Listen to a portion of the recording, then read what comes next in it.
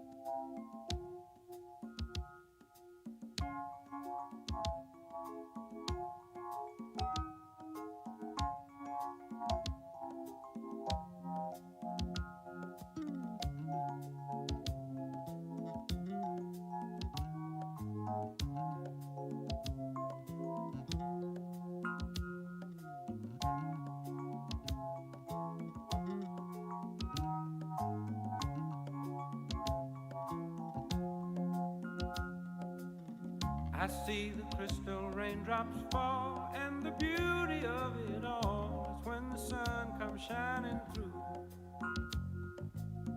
to make those rainbows in my mind. When I think of you sometime, and I want to spend some time with you, just the two of us. We can make it if we try, just the two of us. Just the two of us. Just the two of us, building castles in the sky. Just the two of us, you and I. We look for love, no time for tears. Wasted water's all that is, and it don't make no flowers grow. Good things might come to those who wait, but not for those who wait too late. We gotta go for all we know. Just the two of us. We can make it if we try. Just the two of us. Just the two of us. Just the two of us. Building them castles in the sky. Just the two of us. You and I.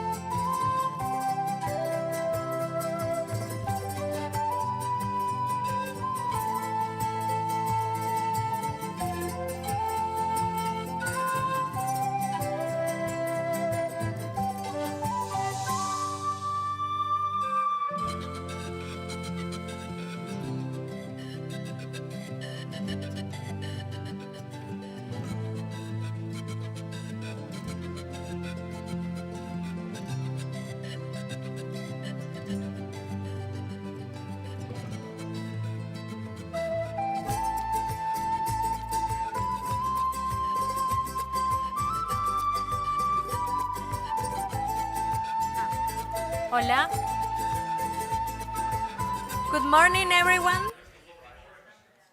Buenos días. Selamat pagi.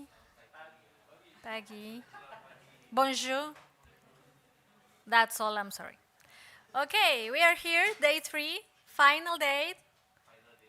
Yeah, we made it and it's been amazing. I don't know about you, but to me, I thought I knew about peatlands and then I was here.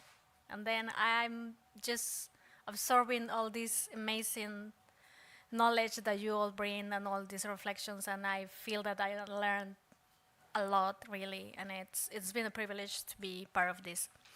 So now we are going to do the same that we did yesterday. Just a little bit of summary, a little summary of what we did, and then we are going to hear from the reporting from the breakout groups, and then we will watch a video again. So day 2, yesterday, opened by reminding us that peatlands are an agenda of connections. And from that very idea of connections, we move into looking at how the GPI can accelerate action on the ground through cooperation, financing, knowledge management, communications, regional initiatives, and the tools that help countries integrate peatlands into their policies and commitments. The first session focused on South-South and triangular cooperation, one of the most important ways the GPI has worked over the past decade. We heard that this kind of cooperation is not just about organizing visits or exchange. It's a methodology for implementation. It's a way of connecting countries, institutions, scientists, communities, and practitioners who face similar challenges and can learn faster by working together. We were reminded that peer-to-peer exchange can be deeply transformative. Minister to minister, scientist to scientist, community to community, practitioner to practitioner. The experience of Indonesia, the Congo countries, Peru, Japan, Chile, Scotland, and other partners show that these connections have to be deliberate. It's not about isolated exchange. It's about identifying who has useful experience, who needs to learn from it, and how to turn that learning into action. Then we heard from the ITPC, and they present how ITPC is a key platform for tropical peatlands. Its history, from the Brazzaville Declaration to its establishment as a space for cooperation, research, training, and technical support, shows how an initiative can move from a political commitment to a structure that connects science, policy, and practice, and how one government can lead the South-South exchange. Indonesia also shared important progress on restoration, governance, peatland management, groundwater monitoring, education, and community work. And JICA shows how technical cooperation can support countries like Indonesia, Peru, and the Democratic Republic of Congo on research, bioeconomy, monitoring, and sustainable management with communities. Then we have the financing session, which put a very clear reality on the table. Without sufficient funding, science doesn't reach practice. Policy doesn't get implemented, and ambition falls short. The message wasn't that peatlands lack value. We know it's quite the opposite. Everyone here knows that peatlands hold enormous value for climate, water, biodiversity, resilience, and livelihoods. But the challenge is turning that value into financial mechanisms capable of sustaining conservation, restoration, and sustainable management over the long term. We heard that financing for peatlands needs to go beyond isolated projects or short-term grants. There were talks about long-term contracts, public financing, private capital, blended finance, carbon markets, payment for ecosystem services, risk reduction instruments, green bonds, financing for bio businesses, and mechanisms that connect environmental benefits with viable economic models. One very important point in the discussion was that conserving intact peatlands should be just as financeable as restoring the degraded ones. In many places, especially regions like the Congo Basin, where peatlands are still in good conditions, the challenge is not repair, it's preventing damage from happening in the first place. And that calls for new instruments that recognize prevention, resilience, and protection as investments. From Peru, we heard very concrete experience on how to connect financing with conservation and sustainable development. Endowed funds, partially repayable financing, investment platforms, and support for biobusiness were examples that reminded us that financial sustainability also needs models suited to the scale and reality of the local communities and enterprises. And then we moved to the knowledge management, communications, and advocacy session that brought us another powerful idea. Knowledge only matters if it travels. The GPI has this collective knowledge infrastructure, the Knowledge Hub, the Virtual Peatlands Pavilion, maps, publications, story map, libraries, training programs, newsletters, and communities of practice. And these spaces need everyone's contributions to keep growing and stay fed with content. We also heard that communication is not something that happens at the end of a project. It can be a conservation intervention in its own right. If people don't understand what a peatland is, if they don't see its connection to water, to food, climate, culture, jobs, or the future, they are unlikely to defend it. The presentations show different ways of making peatlands visible: storytelling, virtual platform, documentaries, education, working with children's art, etc., and how to translate science for different audiences.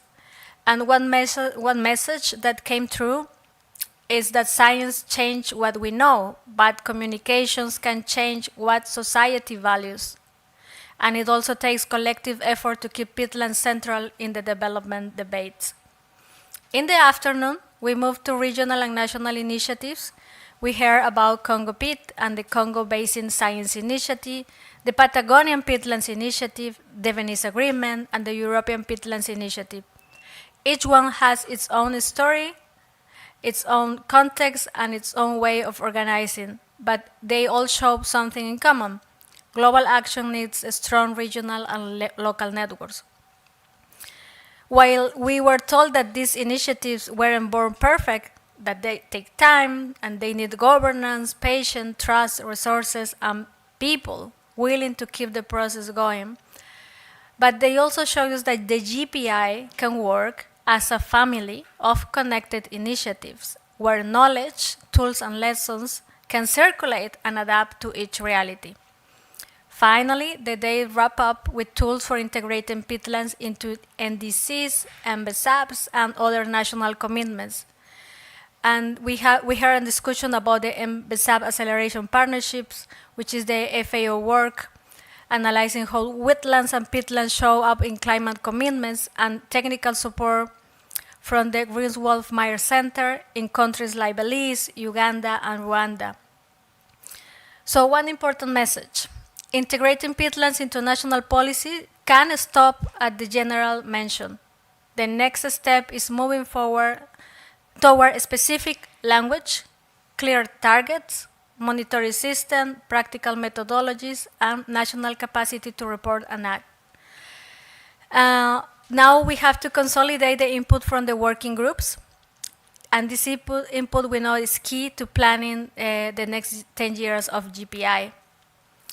And if we had to boil the second day of the GPI down to one idea, perhaps it would be this one. Yesterday we saw how GPI can turn connection from the first day to implementation on the second day. And this connection will happen between countries through South-South and triangular cooperation, between the ecological value and the investment through finance, between knowledge and the use of these shared platforms, and science and society through communications. Also between regions, and between tools and national commitments through public policy. So let's hear from reporting from the breakout groups now, and after that we will watch again a video of yesterday, of all what happened yesterday.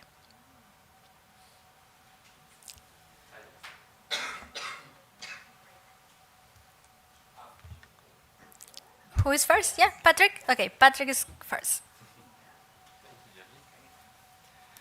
Thank you. Good morning, everyone. So thank you yesterday for the ones who joined our group. We discussed science, and we mainly focused on identifying the priority science actions that we need to support long-term peatland protection, and also to inform the development of the 10-year strategy. And basically the first point that we discussed was that we first need to clarify the scope of the science agenda and define what we mean by peatland protection, whether it means only preventing degradation and accumulating carbon, or if only we need to include biodiversity conservation, and also the role of peatlands in sustaining livelihoods.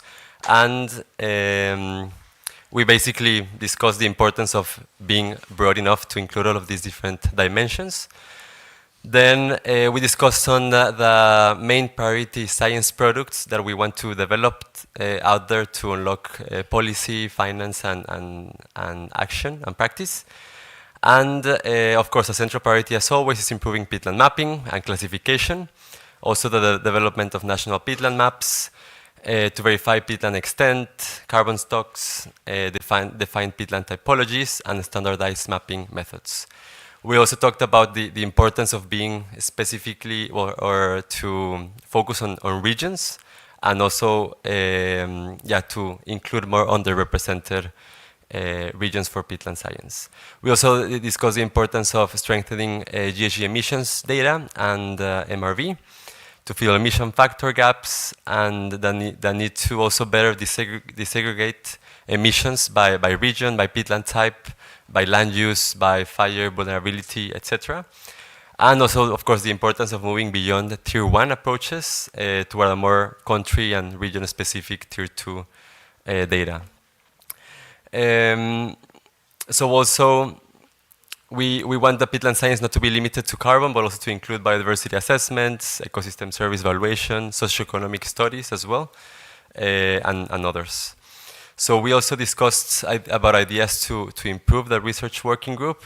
Basically, we want to strengthen regional engagement, possible in-person regional meetings, for example, doing more thematic work, and also provide additional technical support to researchers. So from one side, of course, increasing funding, but also increasing support for coordination to build more capacity, and for the trainings, for example, to provide more guidance to participants. So we also discussed the idea of developing a GPA 2.0 and the importance for this to be more strategic, to identify and anticipate future threats and impacts to peatlands linked to a changing world where there's also new socioeconomic developments that we need to consider. So yeah, we suggested some ideas of organizing the assessment by peatland type or region, including more case studies, evaluating progress and impact of the first GPA, linking also the objectives of the GPA to indicators of the SDGs, for example, and yeah, addressing emerging threats and some examples that we wrote down. Also the importance of involving the local communities and considering traditional ecological knowledge for the development of the different chapters of the GPA. The need to include a more detailed socioeconomic assessment of peatland regions, including also harvest intensities, livelihoods, community co-management practices, etc. We also had a long discussion on the IPCC wetland supplement and whether and how we could update it. So we discussed how before any update we also need to start having the enabled conditions in place, but also the scientific foundation and whether the GPA 2.0 would support with this data. And how a future update should include regional methods and specific land use categories, MRV approaches, etc.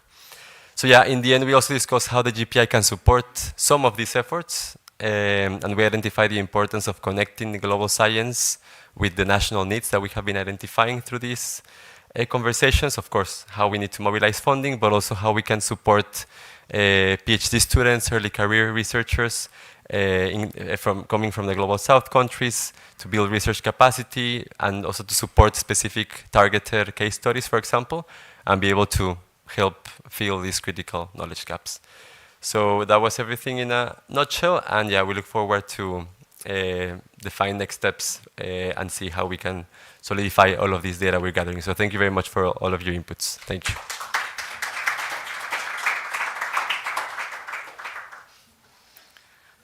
Hi everyone.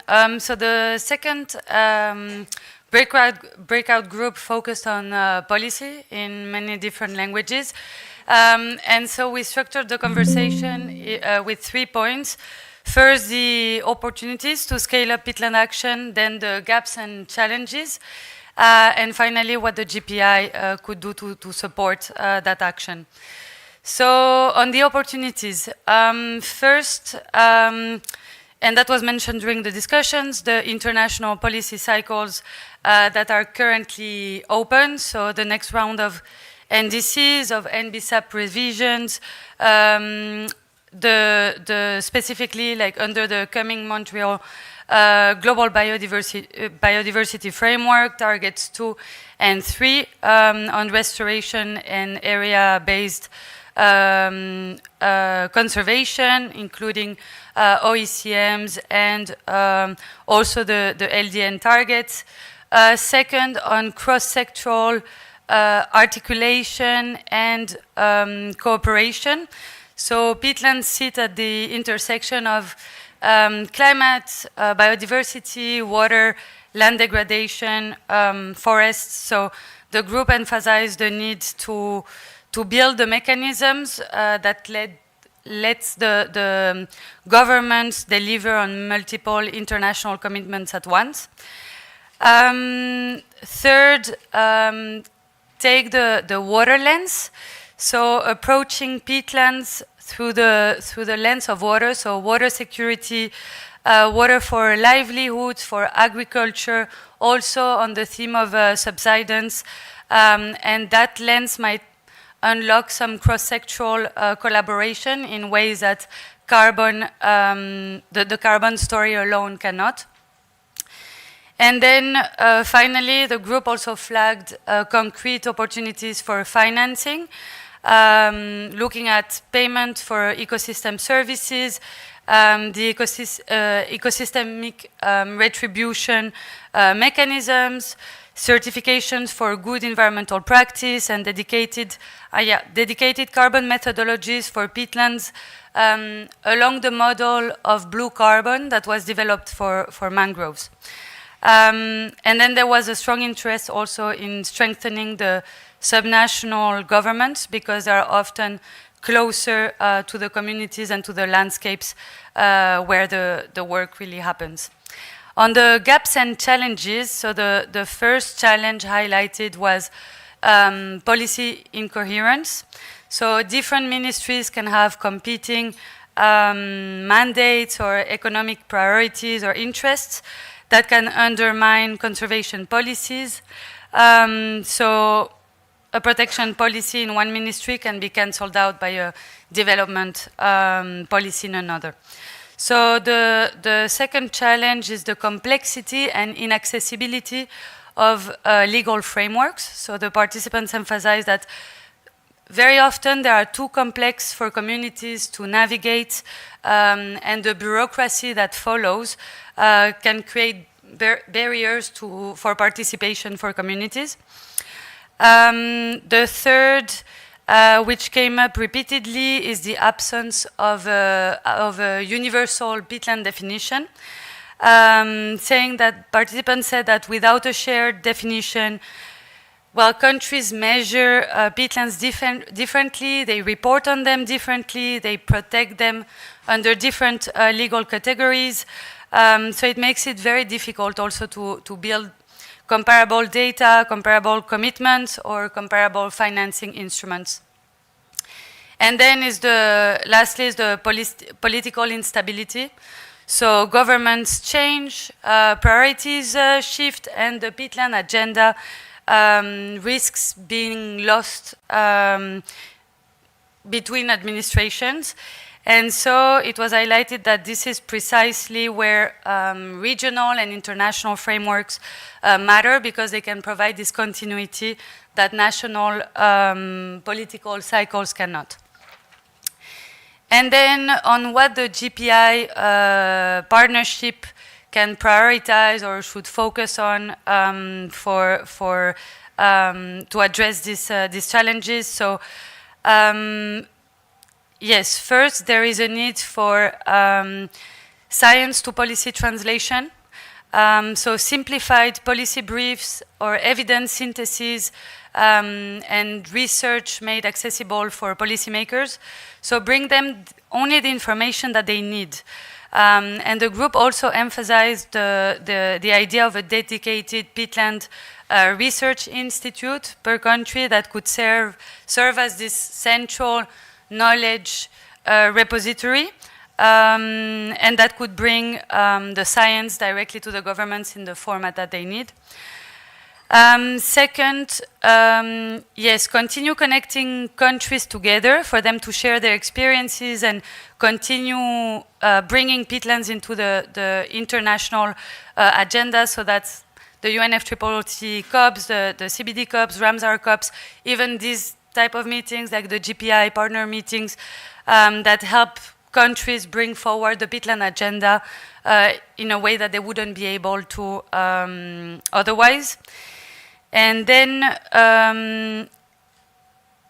yes, finally, like support and advocate for the establishment and strengthening of national peatland agency and sub-national structures, because policy is delivered in the field and by subnational governments that are closer to communities.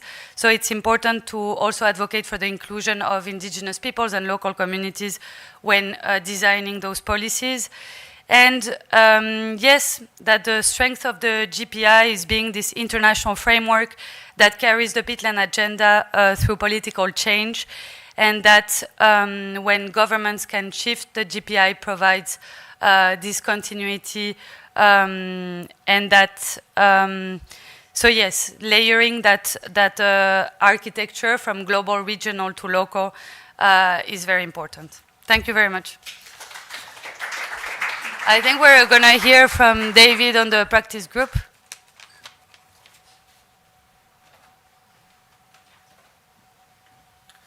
Buenos días para todos y para todas. El grupo de nosotros fue el grupo de práctica. Voy a esperar que puedan ponerse los audífonos.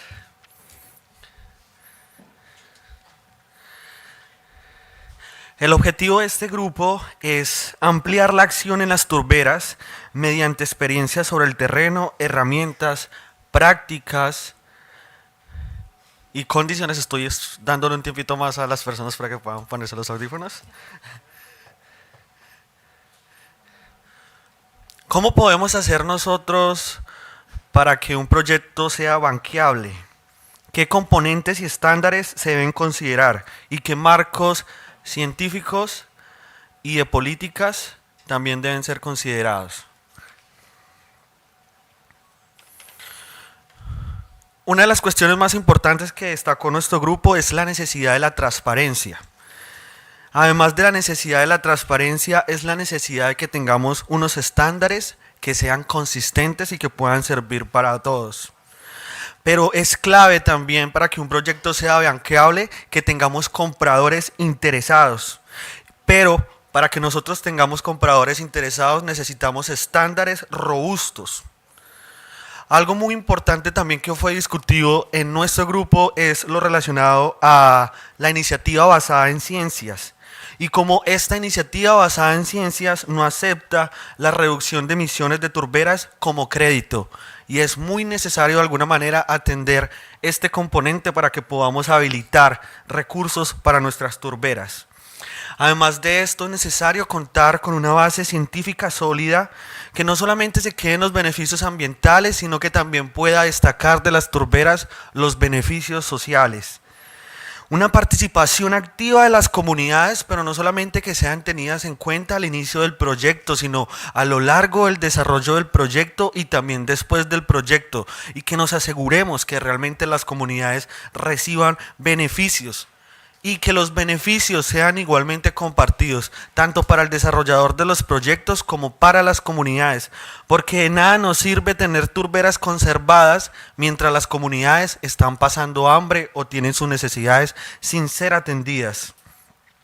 Es clave también tener una perspectiva de género dentro de nuestros proyectos, y no solamente una perspectiva de género, sino salir desde esta perspectiva del adultocentrismo, porque los jóvenes también somos stewards de las turberas. También es muy necesario tener los datos alineados y poder ver de alguna manera algo que destacaron, que es el World Environment Situation. Por último, ¿qué piden y qué es necesario o qué requerimos del GPI? Requerimos, primero que todo, que sean respondidas estas series de preguntas que se plantearon hace poco, que salieron en un artículo científico sobre 500 preguntas alrededor de las turberas. Es clave que estas preguntas sean respondidas para asegurar una gestión sostenible de nuestros ecosistemas.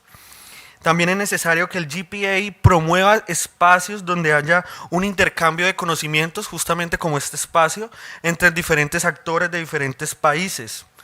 Y es clave también que las diferentes acciones que estemos desarrollando lleven a una verdadera aliviación de la pobreza. Que los proyectos que desarrollamos nosotros estén alineados con los planes nacionales, tanto INVISAPS como los NDC. Además, es clave que nosotros encontremos, o que el GPA de alguna manera nos ayude a comunicar el beneficio y el valor de cada uno de los diferentes proyectos. También generar una confianza con las comunidades en campo y no desde el escritorio, porque muchas de las decisiones que se toman desde los escritorios. Y una transferencia directa a las comunidades de los beneficios y no a través de intermediarios, porque justamente son esos intermediarios los que se llevan gran parte del beneficio. Ya por último quiero destacar que es muy importante el determinar cómo movilizamos dinero para las turberas que están conservadas, porque como hemos visto a lo largo del tiempo, demasiados recursos para las turberas degradadas, y las turberas conservadas. Es necesario que nosotros conservemos esos stocks de carbono y más a esto que llamamos carbono irrecuperable. Y por último, es que vayamos mucho más allá de la restauración. La restauración es importante, pero también es importante asegurar el beneficio para las comunidades y cuidar lo que está conservado. Muchas gracias.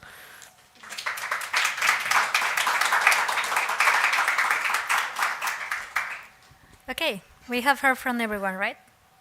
Okay, you were busy yesterday.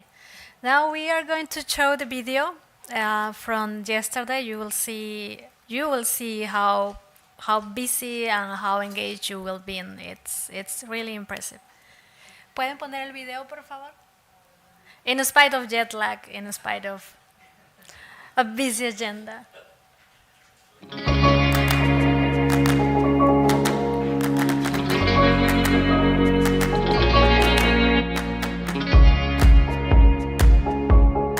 Ladies and gentlemen, the peatland management cannot be addressed by a single institution, a sector alone. It requires coordination among environmental, forestry, agriculture, economic, and also regional development.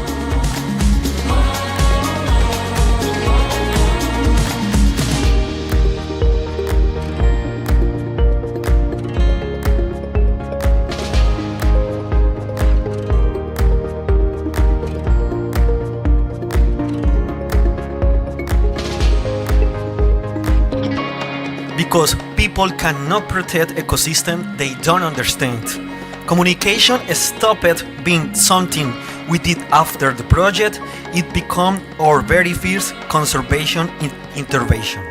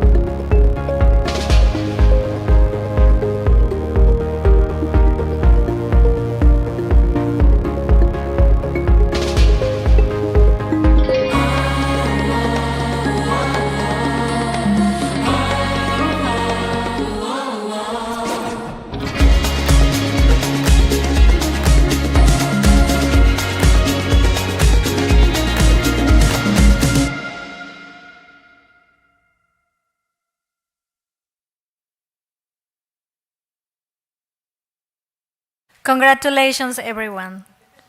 Okay, let's kick off day 3. All right, I hope you're ready. So we'll start strong, and I'll invite the speakers for the climate change, ecology, and functioning of peatland session to come on stage. So first we will hear from Chris Oricht from the Oricht Project and University of Adelaide. Then we will have Evelyn Roque from Minam, followed by Hans Juston from GMC, and yes, please come to the stage. And then we will move to Dani Kusmayadi from the government of Indonesia. So Chris, thank you you're actually the one that doesn't need to sit.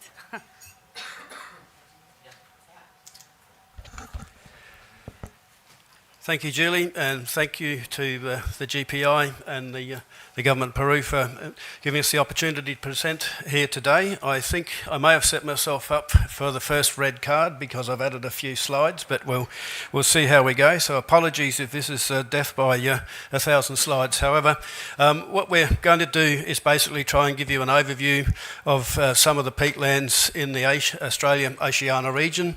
I'll refer you to the Oceania chapter of the Global Peat Assessment for a more thorough appraisal, if you like, and cross-section.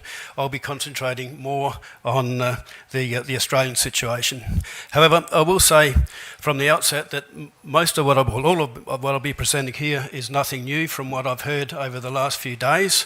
It just reinforces that there's similar issues, similar gaps, similar opportunities. So let's get started.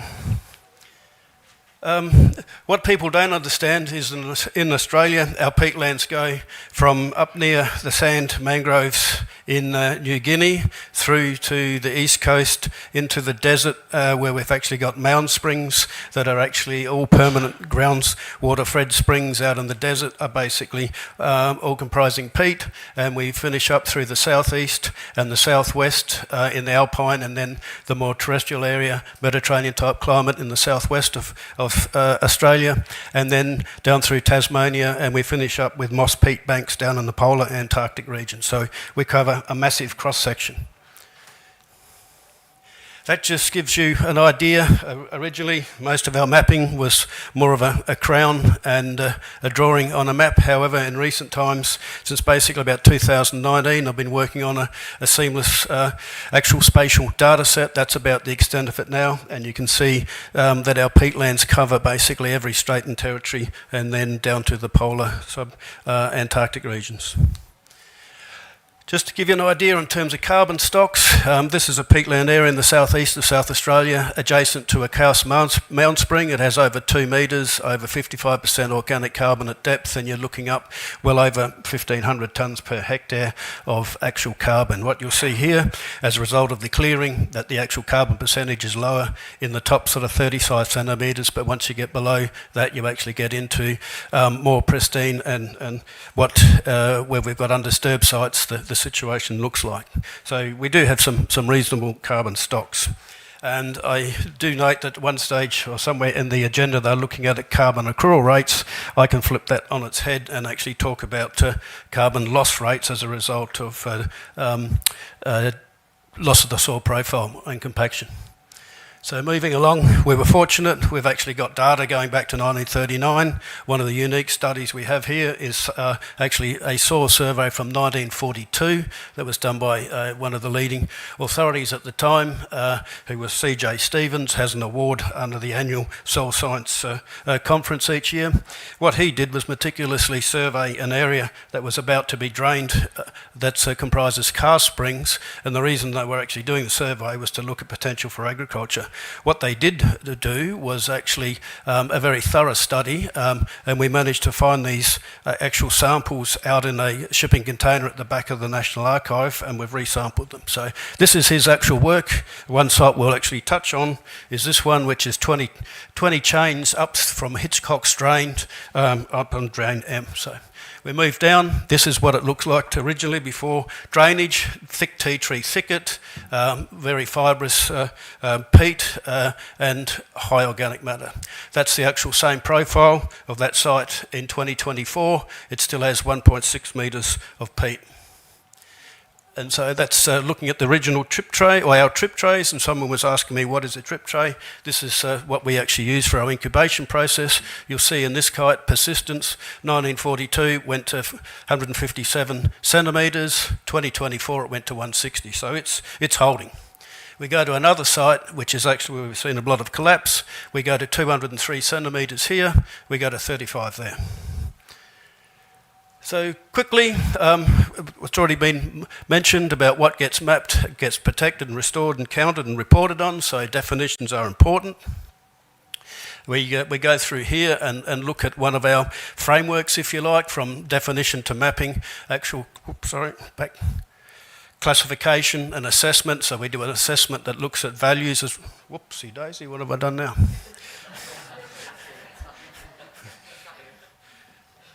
Fine.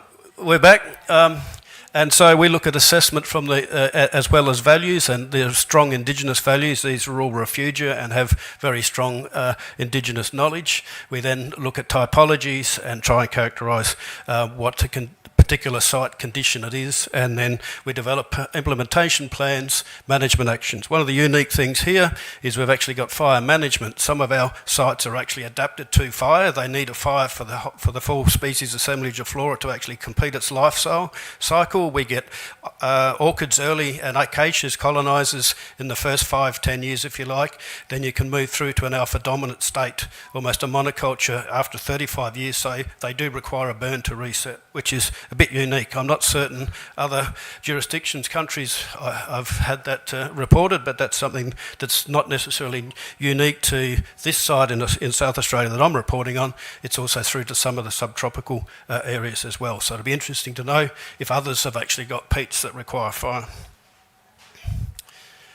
This is just then quickly touching on some of the established methods as well as some of the newer ones. I probably should be putting field cameras and some of these other bits, moving them over to the monitoring. The reason I've got remote sensing still here is because of the recent advances, if you like, in some of the radar data, but also some of the new metrics that are possible. Okay, this is eating into my... I'll be red carded shortly.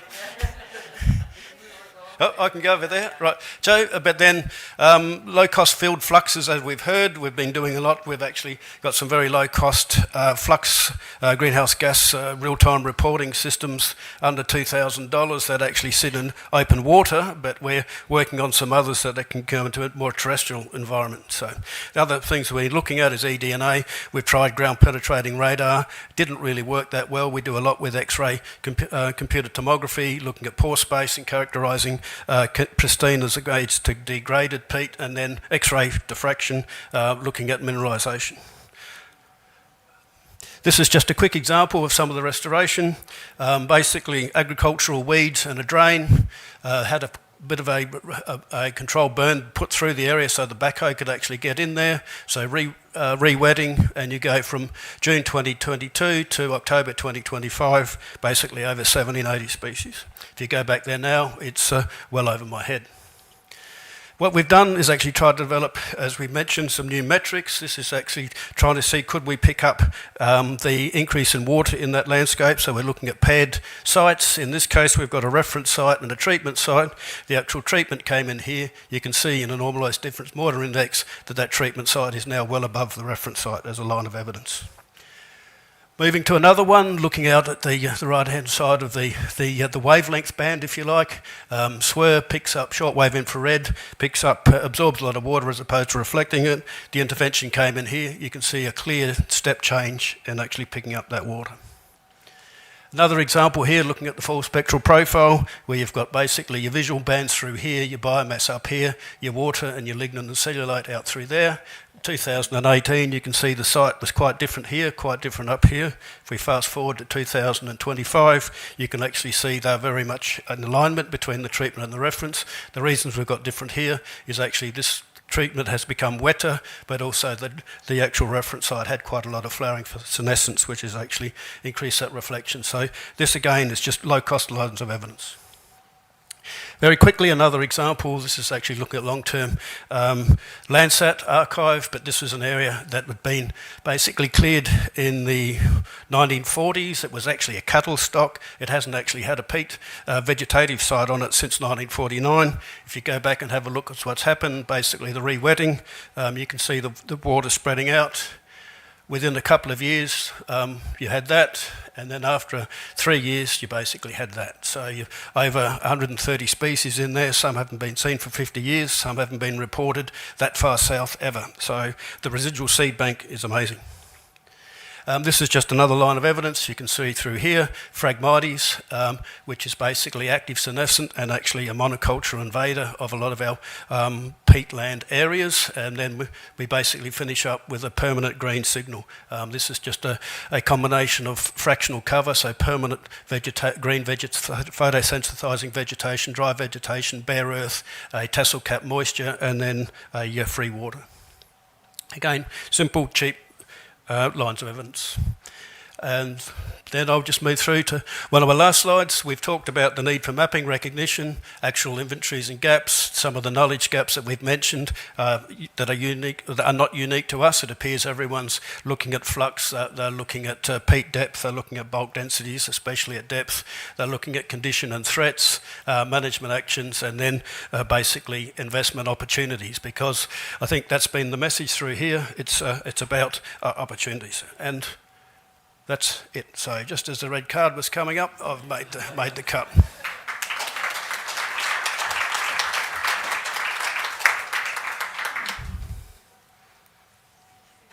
Thank you, Chris. Le doy la palabra a Evelyn.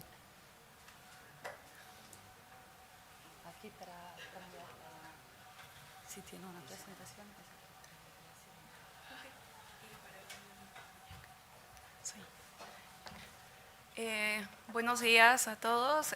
Primero quisiera extender el saludo de la directora general de Cambio Climático, que por motivos de agenda no ha podido estar presente.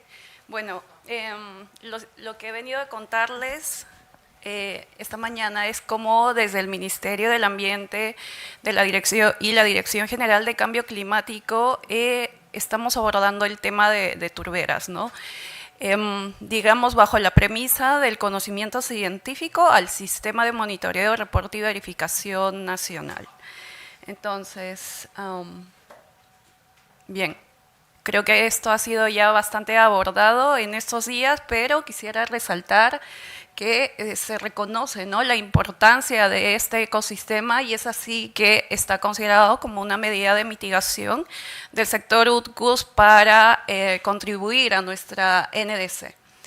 Entonces, pues tenemos alrededor de 6.2 millones de hectáreas que tienen un carbono almacenado de 5.4 petagramos de carbono, que bueno, esto es un equivalente a 19.8 gigatoneladas si esto fuera liberado, ¿no? Entonces vemos que es un gran potencial y es un ecosistema bastante importante. Entonces, desde el sistema MRV, ¿cómo es que estamos incorporando esta información que ya por bastantes años ha sido también estudiada, ¿no? Hay institutos como el Instituto de Investigación de la Amazonía Peruana, que ha realizado múltiples investigaciones, digamos, un poco más acotado en el área, en el departamento de Loreto. Entonces, ya con esta necesidad de integrarlo en nuestra NDC, y también, como estuve escuchando un poco en los resúmenes de la mañana, ver cómo esto también produce tal vez algunos beneficios y cómo podría ser abordado también en el mercado de carbono, es por ello que desde la información que actualmente tenemos en el sistema MRV, tenemos una data histórica que hemos producido en los últimos años, donde se han, pues están evaluando alrededor de 33.000 parcelas de evaluación en todo el bioma amazónico. Esto bajo una estratificación de 4 ecozonas, que esto alineado también al Inventario Nacional Forestal y de Fauna Silvestre del Perú, que son selva alta, selva alta accesible, selva alta de difícil acceso, selva baja y zona hidromórfica. Son estas 4. Y se tienen parcelas de interpretación en todo el bioma amazónico, ¿no?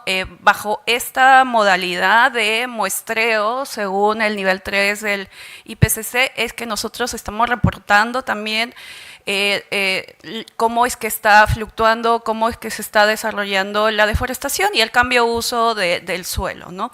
Entonces, ya con esta data, que se tiene información de 20 años, desde el 2001 hasta el 2023, lo que se ha hecho, este primer paso es usar el mapa de Hasti, el mapa del 2022, para hacer este cruce con las parcelas que tenemos actualmente, ¿no? Y lo que se ha obtenido es que tenemos en las ecozonas selva baja y zona hidromórfica alrededor de 18.000 muestras que caen en áreas de peatlands, ¿no? Y se ha visto además que 95 de estas muestras presentan perturbación, algún tipo de dinámica en el cambio de uso, ¿no? Representa el 0,52%. Entonces, como ven, todavía es una primera aproximación. Sin embargo, y bueno, en realidad esto de hecho igual es importante porque va a ser la primera vez que vamos a integrar data histórica a nuestras comunicaciones internacionales. Vamos a presentar esta información como primera aproximación en el BTR2 que se presenta a final de año y también lo vamos a usar para la actualización de nuestro siguiente nivel de referencia. Entonces, esto también nos da a nosotros, bueno, como ministerio tal vez, nos abre las oportunidades y la necesidad más adelante de seguir produciendo y, bueno, integrando a más actores en esta importante tarea, ¿no? Para, pues, mejorar esta información, ¿no? Actualmente el error de muestreo, pues, no está desarrollado, no está trabajado, digamos, el diseño de muestreo para producir exactamente información de turberas. Es por eso que en este slide se ha querido resumir cuáles serían nuestros siguientes, cuáles serían nuestros siguientes pasos o qué necesitamos, ¿no?, para fortalecer el monitoreo de turberas en el MRV nacional. Entonces, lo que es, en primer lugar, abordar las turberas como un estrato adicional, ¿no? Tal vez como un estrato que sume a estas 4 ecozonas que ya teníamos. Esto hará que definitivamente el diseño de muestreo, los errores disminuyan, los rangos de incertidumbre también mejoren y pues que tengamos información trazable y consistente que pueda ser usada también en temas de mercado de carbono, ¿no? Como les mencioné, la información pues todavía está siendo evaluada a nivel de cambio de uso de suelo, deforestación, pero también es importante abordar la degradación de estas turberas, ¿no?, que como sabemos pues también causa emisiones durante largo tiempo. Entonces es importante también ver cómo es la dinámica de esta actividad de degradación. En cuanto a los factores de emisión, como mencioné al inicio, sí que hay información importante a nivel nacional. El IAP ha hecho bastante producción científica, eso es muy importante, pero lo que requerimos ahora es pues extender tal vez estas muestras a diferentes partes del bioma amazónico, ¿no? Como vieron en el slide anterior, tenemos turberas incluso en la parte de Ucayal y de Madre de Dios. La mayoría de las investigaciones han estado centradas tal vez por ahora en Loreto, pero es importante continuar con la evaluación en campo ya en estas regiones adicionales. También, una vez que abordemos tal vez esto con mayor claridad, es importante que extendamos esta investigación a nuestros otros ecosistemas también, ¿no? En sierra tenemos bastante cantidad de bofedales y en la costa los manglares, ¿no? Y es así que también el MRV ya no estaría solo centrado en el bioma amazónico, sino tener la información nacional. Entonces, ¿cuáles son las oportunidades del monitoreo para la gestión climática, red y carbono de alta integridad? Pues, como mencioné, esta información que estamos produciendo basada en muestreo sistemático tiene como objetivo ser multipropósito, ¿no? Entonces, va a ser presentado en el BTR, en el INGEI, en el nivel de referencia y también nos sirve para mediante el proceso de anidación de los proyectos red también se alineen a esto y de esa forma lograr tener carbono de alta integridad, ¿no? Entonces es muy importante tener este desarrollo del MRV robusto que nos va a permitir también como país lograr los pagos por resultados y también apoyar a iniciativas pioneras como Red Indígena Jurisdiccional, que es la primera experiencia de un programa jurisdiccional liderado por organizaciones indígenas que justamente están en estas zonas de Loreto donde se encuentran mucha extensión de turberas, ¿no? Entonces, ellos van con un enfoque de HFLD, de esta conservación que se ha hecho históricamente a las turberas y es importante el trabajo que nosotros vayamos a hacer en conjunto para la alineación propia también a los estándares de alta integridad. Eso sería todo, gracias. Muchísimas gracias. Next speaker, Hans.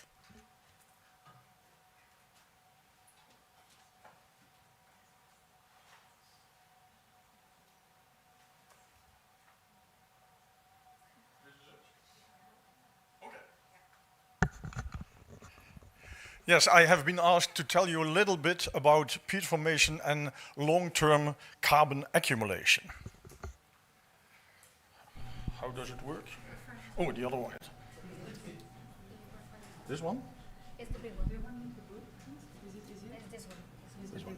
That's okay. You prefer this? Is this better or? If you want to move. Oh, no, I don't want to move.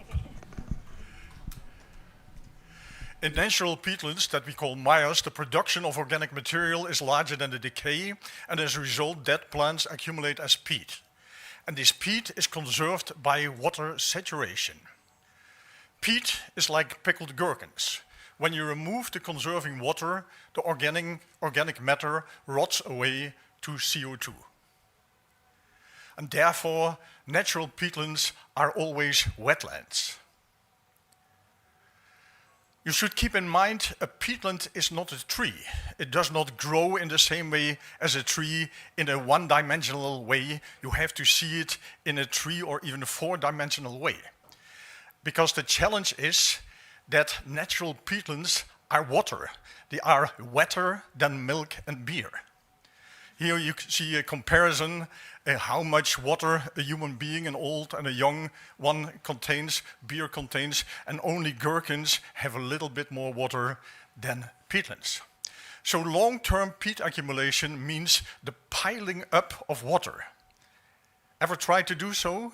It is very complex. We have also the problem that in deep water, no peat accumulation takes place because plant production needs CO2 and light, and both are becoming limited. So you find only peat in shallow water. And that prevents actually water peatlands to become very thick. So for long peat accumulation, the water level must continuously rise, either by external causes or caused by the peatland itself. Here you see an example of an external cause when, for example, through deforestation, the water level in the landscape rises, you get the accumulation of peat, and it may increase when the deforestation increases. Another example are flood mares, where, for example, next to rivers that increase their bedding and their walls next to them, the regional water level increases and also the peat accumulation can continue upwards. Most interesting are sloping mares, where there is a kind of slope, because there the vegetation and the newly accumulated peat slow down the water flow and in this way raise the water level to ever higher levels. And these sloping mares have actually three strategies. Very simple ones are the percolation mares, where the water flow goes to the major part of the peat body. We have the surface flow mire, where the peat is, or the water flow is concentrated at the surface, and actually only the vegetation enables to regulate the water flow. And you have the so-called acrotel mares, where water flow principally takes place in the uppermost peat layer and in the vegetation. We only know acrotel mares as ombrotrophic mares, rain-fed mares, what we call bogs. And it is these that, because of their self-regulation capacity, are able to grow rather far highwards. Acrotel raised bogs are very well regulated, and you can see it because they cover the widest range of all ombrotrophic peatlands. Here for Europe, you can see it. The blues are the blanket bogs, which are surface flow mares. The green, you do not even see them. They are at the east coast of the Black Sea in Georgia. We only have found five examples of them. And the rest, you see the acrotel bogs, how widely they are spread from the northern boreal up to the Nimeral zone in the south, and from the Atlantic to fur into the continental area. You can compare peatlands with people. We've done that by comparing the age distribution of different types of peatlands, compare them with countries. And the passive mares that only fill up existing water bodies that might rise because of external purposes, they do not become very old. You see that the terrestrialization mares that fill up open water have the same age distribution as, for example, a country like Kiribati, and water rise mares, where the water rise is pushed up by external factors, looks like Botswana, with very many young peatlands and hardly old peatlands. The sloping mares, the so-called active mares, they are different. Cattle hole mares grow, when they have originated, they keep on growing up. Percolation mares and acrotel bogs do the same, and they are comparable with countries like China, Monaco, and Ukraine, where you see that there is an even age distribution over the different age classes. In most parts of the world, ice ages and glaciers prevent peatlands from becoming very old, for the simple reason that in the entire northern zone, either glaciers are going to cover the land and bulldoze the peatlands away, and that happens every 100,000 years, or because of the lowering of the seawater level in the last ice age, the global seawater level was 120 meters deeper than currently. The climate all over the Earth becomes much drier, and peat accumulation can only take place in very favorable circumstances. The deepest and oldest peatlands in the world are found where tectonics, so geological processes, cause a continuous lowering of the land, and as a result, a rise of the relative water level. Here I plotted on the x-axis the time, and on the y-axis the depth of the peatlands. And you see that the deepest peatland that we know, it is, what is it, I cannot see it, 2.5 million years old and 568 meters deep, is Funza in the Andes in Colombia. And here you see some other ones. The Agropontino is rather deep, 60 meters. The Nao Centarme in Indonesia, 18 meters. The Grand Pile in France, 20 meters. El Padul in Spain is 93 meters deep. And we have Philippi, Thessaloniki in Greece, that is 280 meters deep. These are the deepest peatlands that we know. Thank you.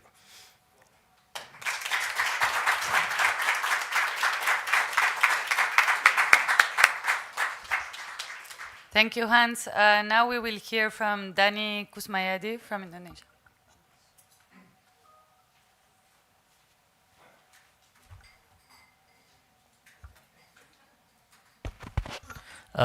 Thank you. Bismillahirrahmanirrahim. Good morning, everyone. My name is Dani. I am a GIS analyst at ITVC. It's a great pleasure for me to be here today. This presentation, sorry. Come back. Okay. This presentation was prepared by Mr. Agus and myself. So please allow me to present it on behalf of the team. And if there are any questions, of course, Mr. Agus is here and will be answer each questions. Okay, today I would like to briefly introduce Indonesia's lessons and experiences on monitoring hydrology, carbon, and greenhouse gas emissions.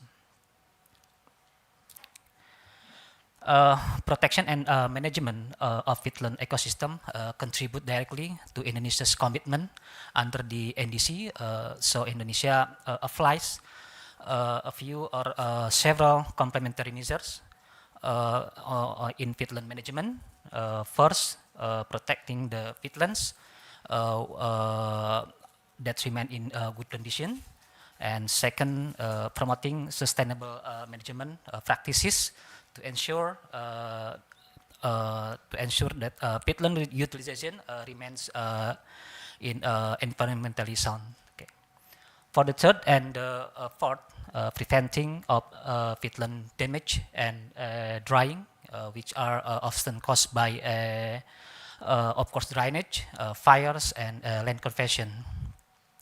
And for the degraded wetland, of course, restoration measures are implemented, and this include reallocation of wetland functions, hydrological restoration, and rehabilitation of wetland function. So, what are the results of Indonesia's mitigation action from the 2021 to 2024? Historically, the greenhouse gas emissions from these wetland areas, were estimated at 785 million tons CO2 equivalent per year for the period 2006 to 2020. For the period 2021 to 2024, the emission reduced to approximately 768 million tons CO2 equivalent per year. So, as the result, the estimation of the emission reduction during 2021 to 2024 reached approximately 16.8 million tons CO2 equivalent per year, or 50 million tons CO2 for the 3 years. Next. Now, but wetlands are more than carbon stores. They represent our responsibility to maintain ecosystem resilience by protecting the biodiversity. Like we can see here, baby rusa, Sumatran rhinoceros, and others, and how this continuous reducing fire risks, and how to lowering the peatland criticality levels, and of course how to supporting the local livelihoods through social forestry. We can see here 1.4 million hectares only in peatland areas in Indonesia. The peatland management in Indonesia has a major responsibility to ensure the sustainable management of peatlands. This is a continuous effort that cannot be stopped or put on hold. Peatland management is not only about protecting wildlife, it is also about improving people's well-being, while ensuring that peatlands are conserved for future generation through this social forestry. Okay. Therefore, the local communities in the social forestry area must be engaged in peatland management to reduce the fire risks and how to lowering peatland criticality levels.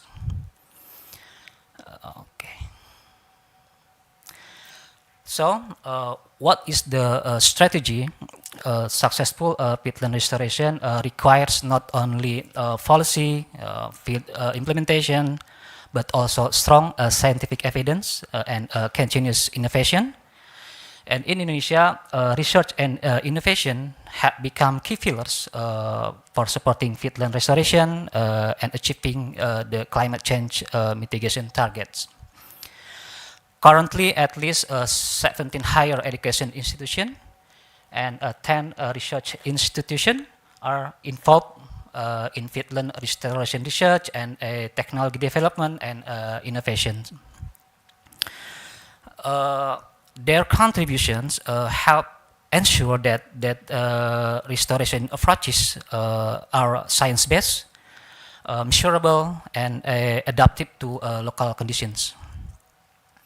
Then the research and development research in peatland restoration can be grouped into 6 main areas.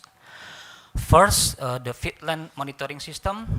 We use the Sipalaga system or peatland water monitoring information system based on the groundwater level monitoring equipments.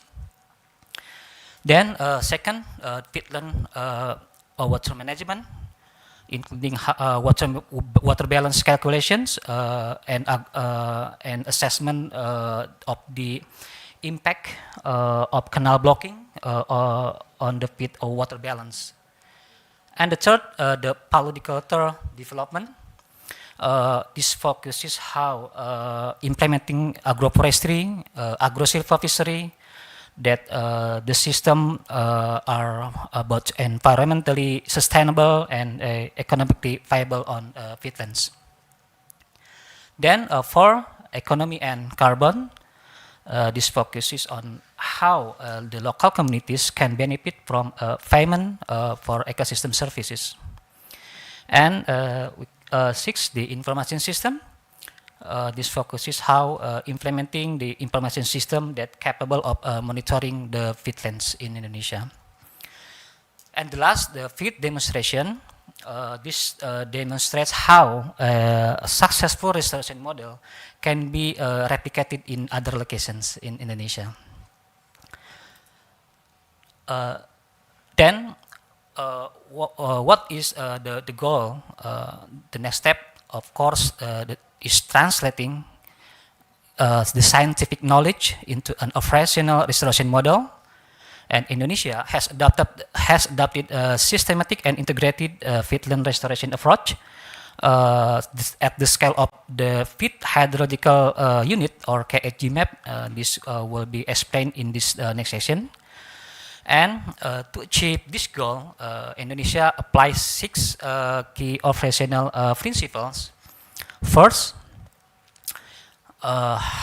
establish the function of the peatland ecosystem and manage the ecosystem according to its functions.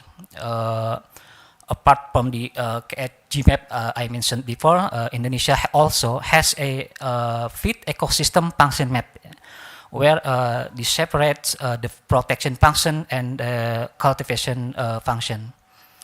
Then, second, how to ensure that the groundwater table is not lower than the minimum required level.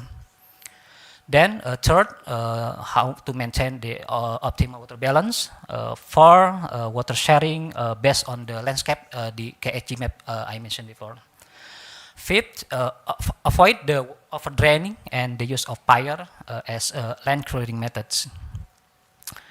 And the last, how to select appropriate commodities that match with the characteristic of peatlands. Then, that's all from us. Gracias.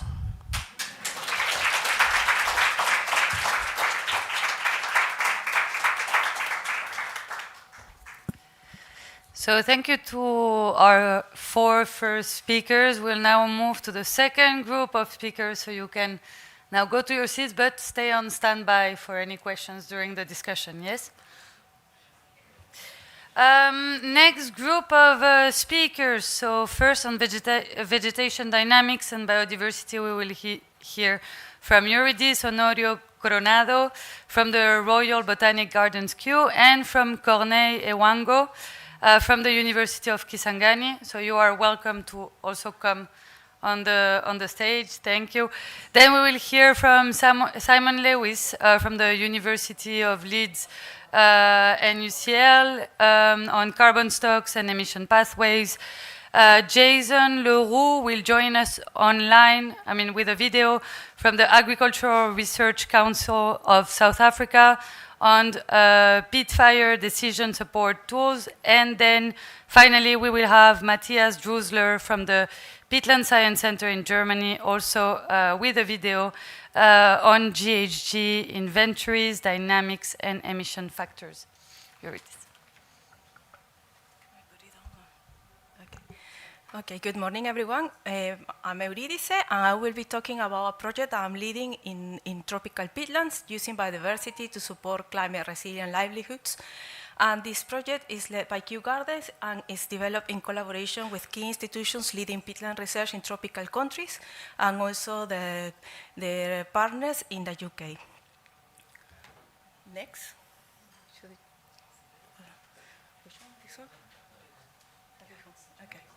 Okay. The aim of the project is to integrate scientific and local knowledge to develop sustainable and climate-resilient peatland management strategies. We are working in Peru, where I come from, and also in the Congo Basin with Corneille and Ifo, who is not present here. The focus are in 3 big topics. We are increasing the knowledge about the diversity of plants by digitizing the herbarium collections that they are in local herbaria to increase the knowledge of these species that are occurring in these ecosystems. We are also doing new collections by setting permanent plots and collecting the plants that grow there, and at the same time also monitoring the eco-hydrological conditions where these species can grow. And this project is interdisciplinary. We are also working with social scientists and talking to the community members to understand better the knowledge about these ecosystems and the perception about peatlands. So this is the way that we explore these areas. So we use remote sensing images like Sentinel-2 nowadays, and we use the same combination of bands and colors that Utila Tenoja used in Peru to explore these ecosystems. So you can see on the left-hand side that the swamp that you will be visiting in Iquitos. So this area is called 20 de Enero, and in the yellow box I have highlighted the swamp. And what is interesting, the results of our plots and networks, is that peatland ecosystems have low diversity. Well, everyone knew about that. So we found like 20 to 63 species per hectare. But when we map these areas, we see that they contribute to the regional ecosystem diversity because they have different colors, and the reflectance of this, the difference in colors is the reflectance of the different composition that these forests have. And on the right, you can see a similar example of the swamps in Republic of Congo. So what ecosystem types we find in these places? So in Peru, you heard already that are mainly dominated, these peatlands are dominated by palms. So in Peru, they represent 76% of the peatland area based on the map of Adam Hastie. And in the Congo Basin, we find also there are some peat occurring on top of palm swamps. And there the map of Chris says that more or less they represent 50% of the peatland area. So what is interesting, these plants belong to the same subfamily, Calamaidoe. So they have shared similar morphologies and also adaptations to these waterlogged conditions, like the pneumatophorous roots that you see in these pictures. Also, we can find peat on forests where it's dominated by trees. And in Peru, we have this kind of ecosystem called pole forests or Barrial hydromórfico that we call in Spanish, and they represent only 11% of the peatland area. They are dominated by trees, and in the Congo also they talk about this hardwood forest or forest maracaju. And they represent more or less the other 50% of the territory. We visited with UNEP the Osango site, and what is interesting in these sites is that the trees have really particular characteristics, and they have hard leaves, and you can see this, the litter remaining in the ground for quite longer than possibly in other areas. And also, more rarely, we find peat in seasonally flooded forests. Seasonally flooded forests can be extensive in these wetland areas, but that behave like swamps, they are quite rare. And so only in these small patches of, in Peru, like 2%, they represent only 2%. They're also dominated by trees, and they're different in composition, so they can be distinct. In the Congo Basin as well, Chris has reported the presence of these ecosystems with peat, and we have set up some plots, and there are other species that dominate in these areas. And going to the data set, so we have for now analyzed the composition of these plots. So in the left-hand side, you can see the 12 sites that we are monitoring with the project, and each dot is that one plot, and we're analyzing the floristic composition, how similar these plots are to each other. So you can see in different colors the different ecosystem types, and what is really interesting is to see that there are distinct floristic compositions determining by the different hydrological regimes, acidity and the nutrient status of the swamps. So each ecosystem is quite distinct. And for me, it was fascinating to see that in terms of floristics, the Republic of Congo, at least the plots that we're including here, showed very similar patterns. We have not finished to analyze the data, so we cannot tell about the nutrients or the hydrological conditions. Another component of the project is trying to understand how much they contribute to the conservation status of the species that grow in these places. So in Peru, where we have more plots, so we have more or less 300 species that we have been checking the conservation status based on the IUCN Red List categories, and we see that only 3% of these species are under the category of endangered or vulnerable. And in the Congo, just with 96 species that we found in these plots with the project, only 5% as well. It's very low. So what we said that even though there are few of these species that are threatened, these peatlands serve as an important refuges for plants at risk of extinction. And based on the interviews that we work with the community members, we also reassure that we already know that peatland biodiversity contributes to food security, livelihoods, and the traditions. And you can see some examples here from Peru and the Congo Basin about the uses of plants and animals. So fisheries has been already mentioned. It's the same in Peru as in the Congo. And the fruits as well. I was visiting the Republic of Congo giving a fruit of raffia, and a particular species, the variety of chambo, for those that know Peru. It's called raffia sese there. It was very interesting to see. But they also harvest the sap of the palms to ferment it and produce wine. And in Peru, they also use the textiles, make textiles with the fibers of plants. And dasuri, so those of you who know dasuri, it occurs across the tropics. So it's really interesting to see similarities in this larvae of the Coloptera that grows on these palms. Key messages. Tropical peatlands have low species diversity, but they contribute to the regional diversity of these tropical regions. They serve as important refuge for threatened plant species, the plants that are threatened elsewhere, and provide significant benefits to local communities, highlighting the conservation value beyond carbon storage. Okay, thank you very much.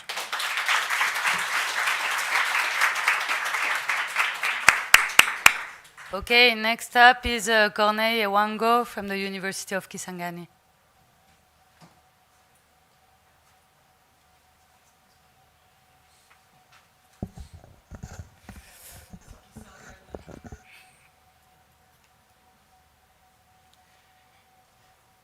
Yeah, good morning again, and welcome to the Congo Basin. So I'm Corneille Wang. I'm going to talk to you about the Congo Basin peatland vegetation and dynamics and biodiversity in that area. So it's a work we are doing with University of Leeds, University of Mariangwabi, and also within the Congo pit. And we have got recently assistance, as Iridis said, of the Royal Botanical Garden Kew.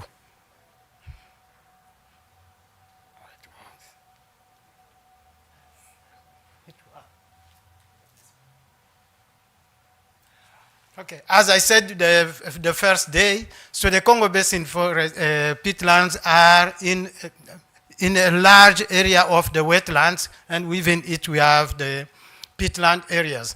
And that peatlands are characterized by two types of vegetations. It's hardwood peat swamp and palm-dominated swamp forest in that area. And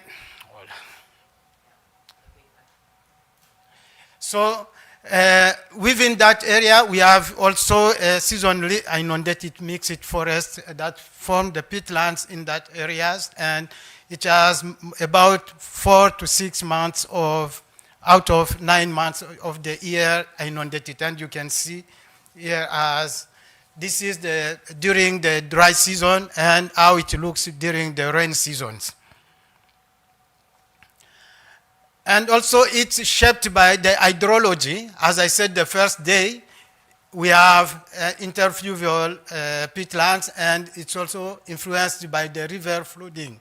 And in both countries, specifically in the Republic of Congo, we have rain-fed interfluvial peatlands, and DRC is more river-influenced peatland, mainly led by the Congo rivers. And within the two systems, there is important input of nutrient river water, and that also is shaping the floristic compositions, species richness, and community structure of the forest in that area. As you can see here, this is the Congo River peatlands where we have laid some transects, and it's really white water with high density of sediment loads in that areas. But in the other side, we have also the black water, and it's poor nutrient, but it's rich in carbon. So about the plant diversity, and we did a short analysis of the two kinds of waters, the black and white waters, and what we see that there is a strong association between of species between the white and the black water in that area. And the outcome of the species pool is also important and linked to environmental condition between the two systems. And white water and black water river are relatively few trees and palm species dominated. About the ecological relationships, we see that there is few species, and specifically Symphonia globulifera and Inglerophyton, that's the Sapotesi, are both correlated with the distance from the river going in deep the forest. And the raffia itself and some other species are more related to peat depth. So it's quite important to see, like the Symphonia species is widespread in the peatlands, and it's also transoceanic species. It's distributed within the Africa, mainly in the Congo Basin, going to Australia and also the Southeast Asia and also to Central America. So it's quite a very linked species to wetland areas. The species richness is also very important, but it's almost the same in the two systems. So the black and the white water has the same species richness on both countries. And also the key fact is that the black river peatland have thicker peat than the white one, and the black water and white water peatlands have similar species richness. And also in the seasonally flooded forest, species richness is very lower, compared to the black water. And in common, 75 species that the few data that we have analyzed so far are present in both black and white waters. But that is very, very scattered samples that we have done so far, because as you see, it's very few areas that we have covered, but we need maybe to extend our samples to see how it looks like for the diversity within the forest in that area. And what is also important is in terms when you see the diversity and the flora, and comparing it to what we see on the pollen analysis, it's quite very interesting. We see that from the beginning, there was the peatland in that area comes up with cyperaceae and poaceae, that's grasslands. And then it comes slowly, the forest starts recovering that area. And in general, what we see, all those species that emerged earlier and also continued are also found now in the peatland forest areas. And it's very interesting, like a species like the Sapotacea de Manilcara that was emerged very earlier, continue to be most important species in that forest, both in white and black water in that area. So it's really amazing to see how the dynamics of the peatland in that area is forming and it's developing. Both sides that we have done analysis by using the pollen are almost showing itself its own trend of development of the peatland, but in terms of the species development, it's almost the same in that area. And about the diversity, as we know, I said the first day, it's the last peatland that we are starting to understand. So we still have to learn a lot and to document. So far, about 15 years, we didn't know about the peatlands. The first seminal work was done by Lebrun and Gilbert, who classified together all the forests related to water. And also Evrard did focus more in ecological aspects of those forests. That's only two seminal works we know about both countries, the Republic of Congo and Democratic Republic of Congo. So there was no deep analysis or a survey of vegetation in that area, because it's very difficult to access and it's very large, difficult to work. People didn't much wanted to spend time on it. But from the seminal work of Evrard, he documented 163 species in that areas and within 21 families. And most of the species what we see are in both sides of both countries, but they are more linked to edaphic, so hydromorphic soils. But there is no quite specific or specific species that might be characterize the peatland in that area, because they are more linked to water.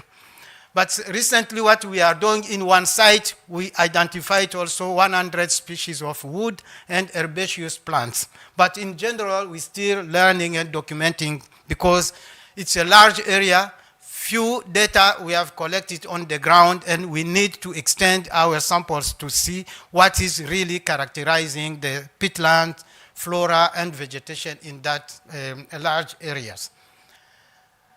I think that is what I can share with you right now. But in general, in terms of dynamics of this forest, we don't know much of it, because we are talking about the peatland. The peatlands in that area, it's not just the peat, but it's the forest that is the engineering of forming the peatland in that area that we need to know. But can you imagine, for that large areas, we are in lack of botanists. I'm the only one botanist working for that areas and covering the two countries. That means I have to spend maybe all the year, 360 days being in the field. That's how when you send me the email, I don't respond. It's not right, because I'm busy somewhere, either in my country or the other one.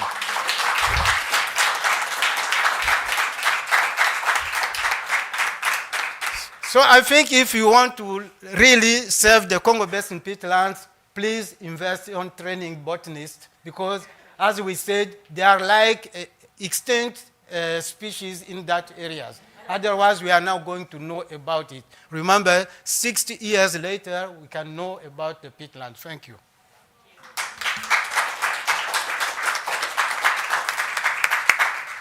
Thank you so much, Corneille. Now we will hear from Simon Lewis from the University of Leeds and University College London.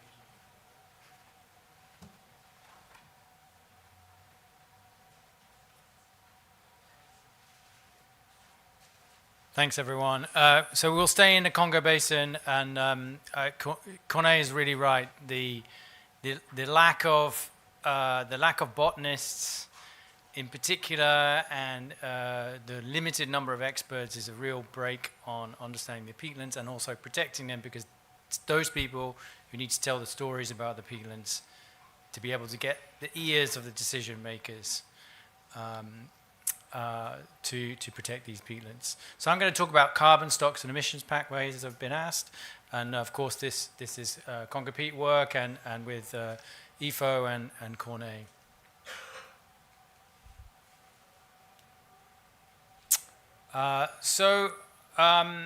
We made this first map of the carbon stocks of the central Congo peatlands. We took more than a third of a ton of samples over the years back to the UK, and we used a random forest model to take environmental parameters to make good estimates of peat thickness, where we have around 500 peat thickness measurements, and then that peat thickness we can convert to carbon because we know about the bulk density and the percentage carbon within a set of cores that we've sampled in the lab very well.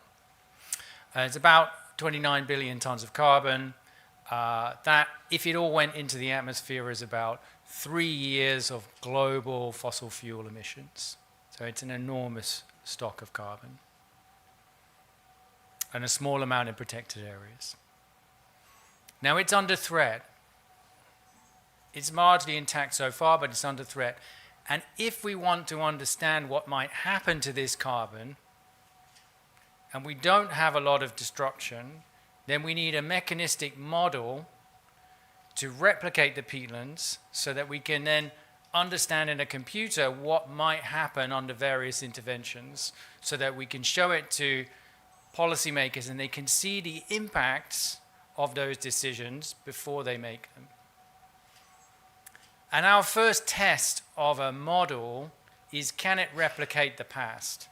So I showed this yesterday, and this is 20,000 years of peat accumulation, with this portion in going from around 7,000 to 2,000 years ago, where we have very shallow peat accumulation.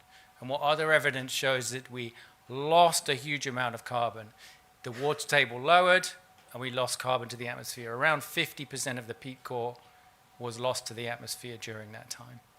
Then it stabilized as the climate stabilized, and then we've had, in this site, more than 1.5 meters of peat accumulation in the last less than 2,000 years. And this is happening across the basin.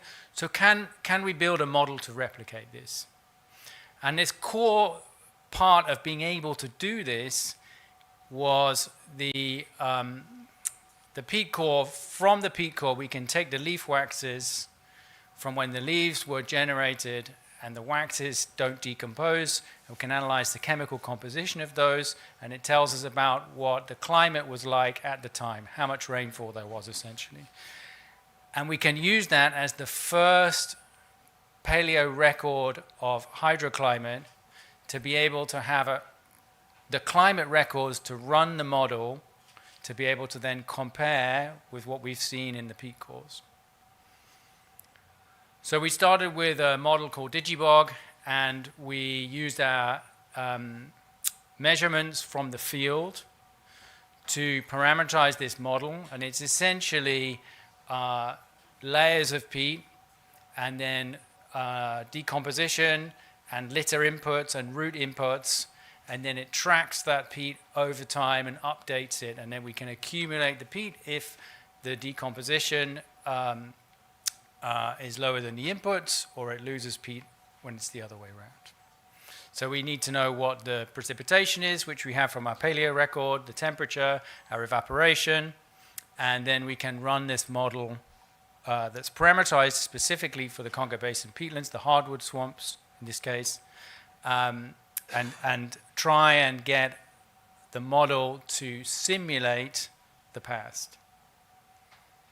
And this is all published. And what we see here is that, unsurprisingly, given what Hans and others have said, that when the water table is above the surface, then we get more plant inputs than the decay, and we get peat accumulation.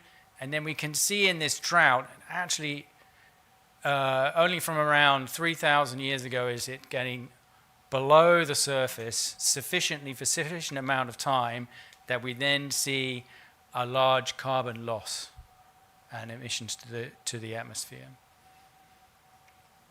So on the right-hand side, we can see the CEN core is our measured core, the one I showed before, and our model and its simulation is in the kind of purple color in the simulation, and they're a pretty good match. So we can actually build, 2 minutes left, oh dear. So we can actually do a pretty good match.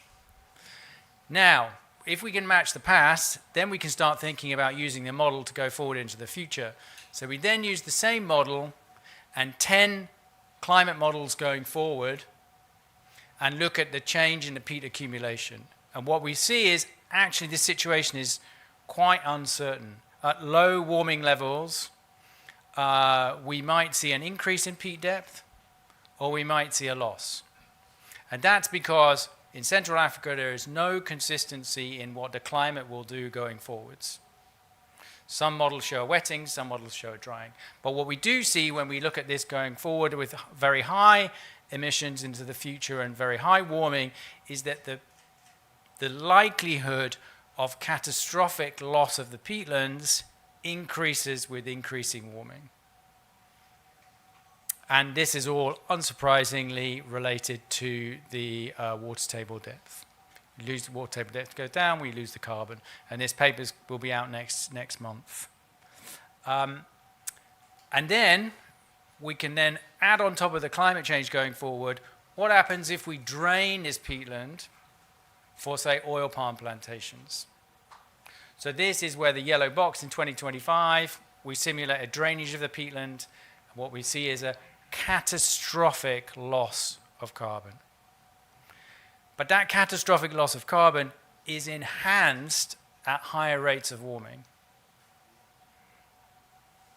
And again, this is related to the water table. So it goes back to like keep the peatlands wet and we can keep this carbon out of the atmosphere. And this is very important. This is a picture from the 1980s in Congo. This is a logging camp on the left, and they are going to log some of the areas, selectively log the dark green areas. The light green is swamp forest. And they built this road going forward. Then someone flew over it after we published the paper showing about the peatlands. And this is the situation a few years ago.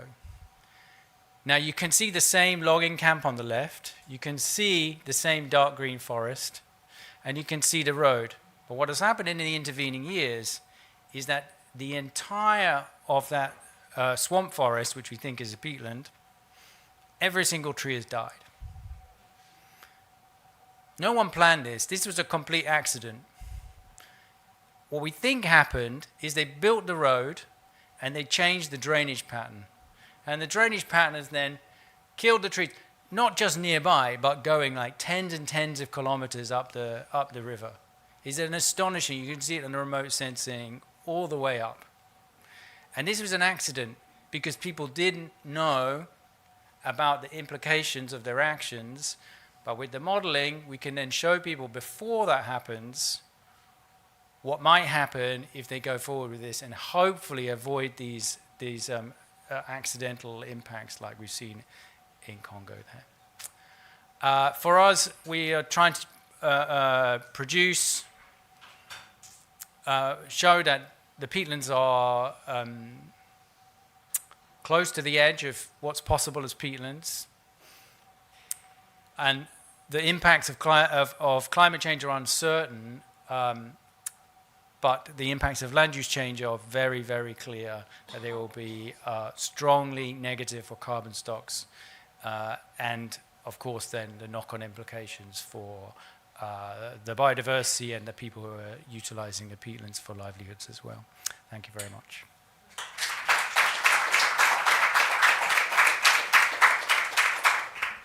Thank you so much, Simon. So now we will play the video from Jason Leroux from the Agricultural Research Council of South Africa.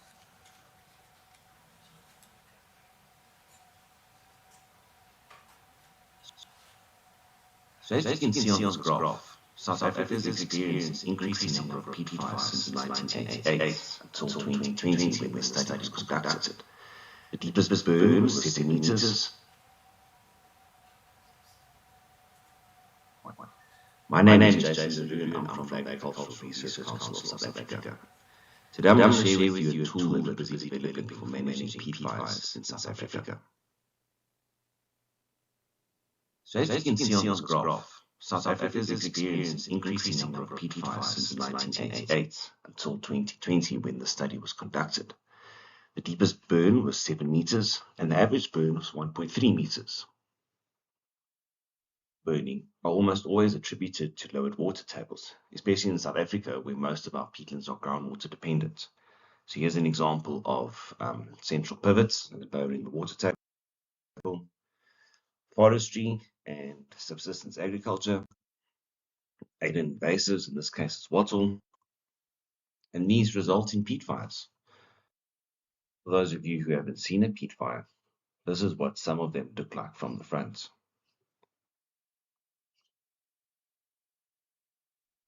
And this is from the top.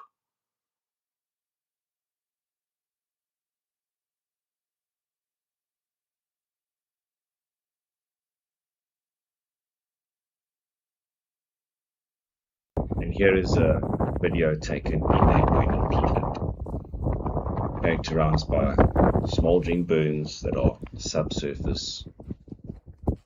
And while this peat fire has smoke, there's many peat fires where there are no smoke and all you see is wilted vegetation and ash.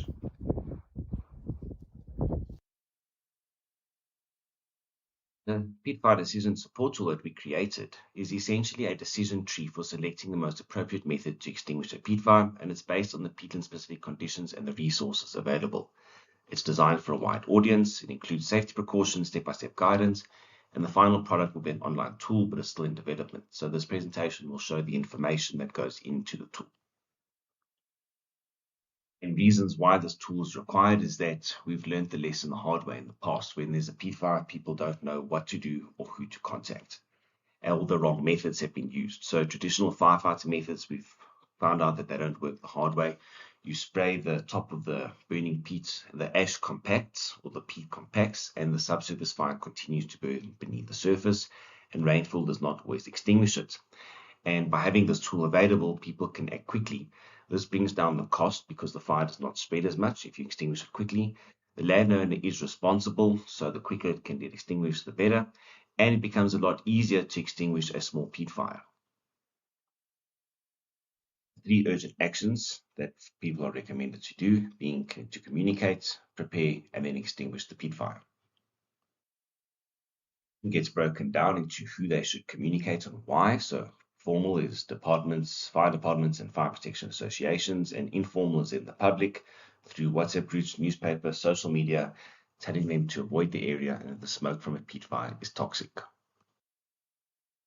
There's then to prepare. Peatlands can burn for many months, so it's important to establish a fire break around to protect the adjacent terrestrial vegetation from burning. The protective equipment that people should wear are explained in the tool, and then we go about and explain how to determine the burn edge in a peatland to prepare for strategic firefighting. There's 2 methods. The one is using a steel rod, which you insert into the peat and you feel its temperature. If it's cool, it's not burning beneath you. If it's warm, then it is. The other is then a thermal camera, but this is only effective to 0.5 meters. It's often best used with a drone. So there you can see a picture of a little peat fire on the left, but on the right, if you use a thermal camera, that's what you see. That was more small scale. Look here at a larger scale. And there's another example there. So safety precautions are very important. The tool takes you to the 4 methods that we recommend. And as you go through step-by-step questions that are asked, it helps you then to determine which method would be the most appropriate. The first is controlled dam releases, firefighting using a spike tool, firefighting using hand augering, and then digging trenches. Illustrated picture of the first one where controlled dam releases would help to extinguish the peat fire. It does require obviously an upstream dam. The peatland needs to be unchanneled. As you can see, the top right is not unchanneled, but bottom right is. The water would simply flow away. It must be relatively flat because no risk of erosion, and the dam must be able to slowly control release water so you don't flush all the peat away. This is the spike tool. This has been the most widely used and accepted method.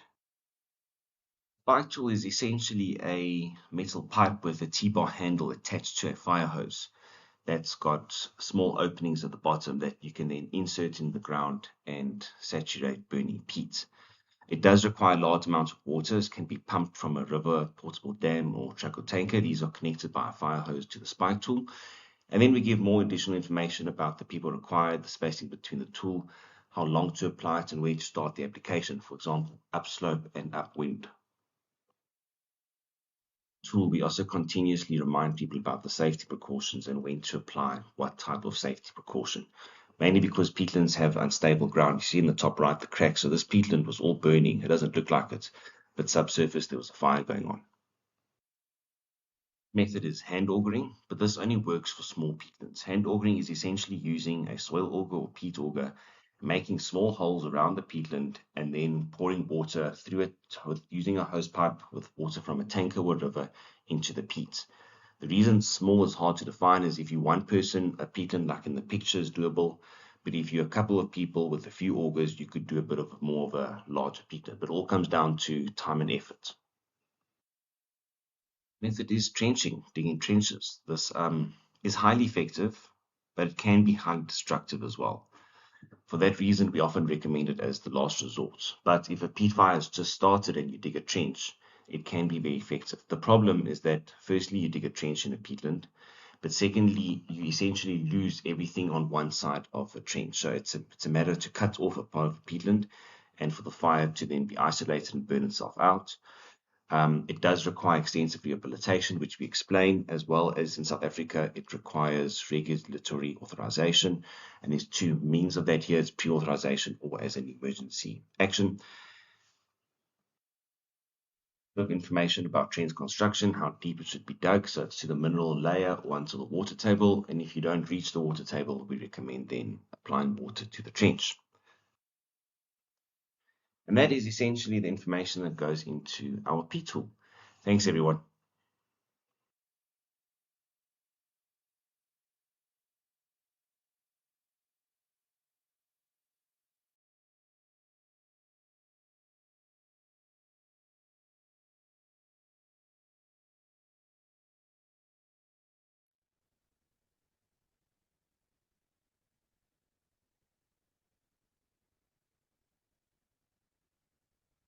So hello to everybody in Peru. I'm sorry I cannot stay there. For that reason, you will get my presentation as a video. The topic is greenhouse gas inventories, dynamics and emission factors. I'm Matthias Drösler, head of the Peatland Science Center in Germany.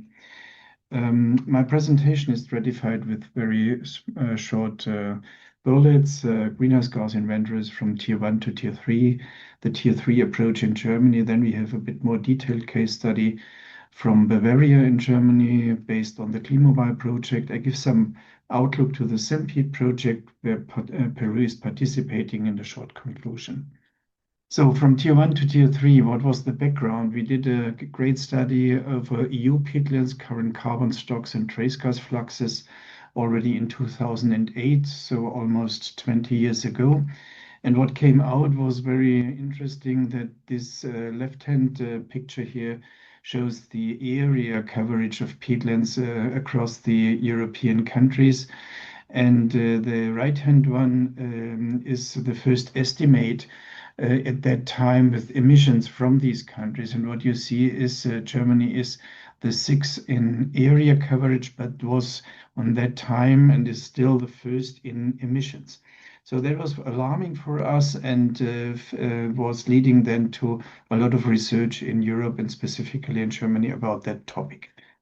All of you know the wetland supplement of 2014. That's the tier 1 level once the countries are not holding individual emission factors and need then to report to UNFCCC. So at that stage in 2013 or 2013, we compiled together everything which was known, and one of the key chapters here is chapter 2 about the drained inland organic soils.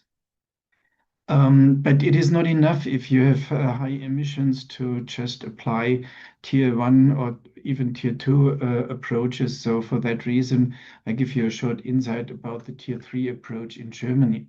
So Germany has about 1.8 million hectares organic soils. Now it's a bit updated to 1.93 million hectares organic soils. That's the major land use on that organic soils, and the stratification is that the majority is in the north and in the south of these areas. So the domination is grassland and then cropland and forest, unutilized land, and so the category for nature and restored areas is really small.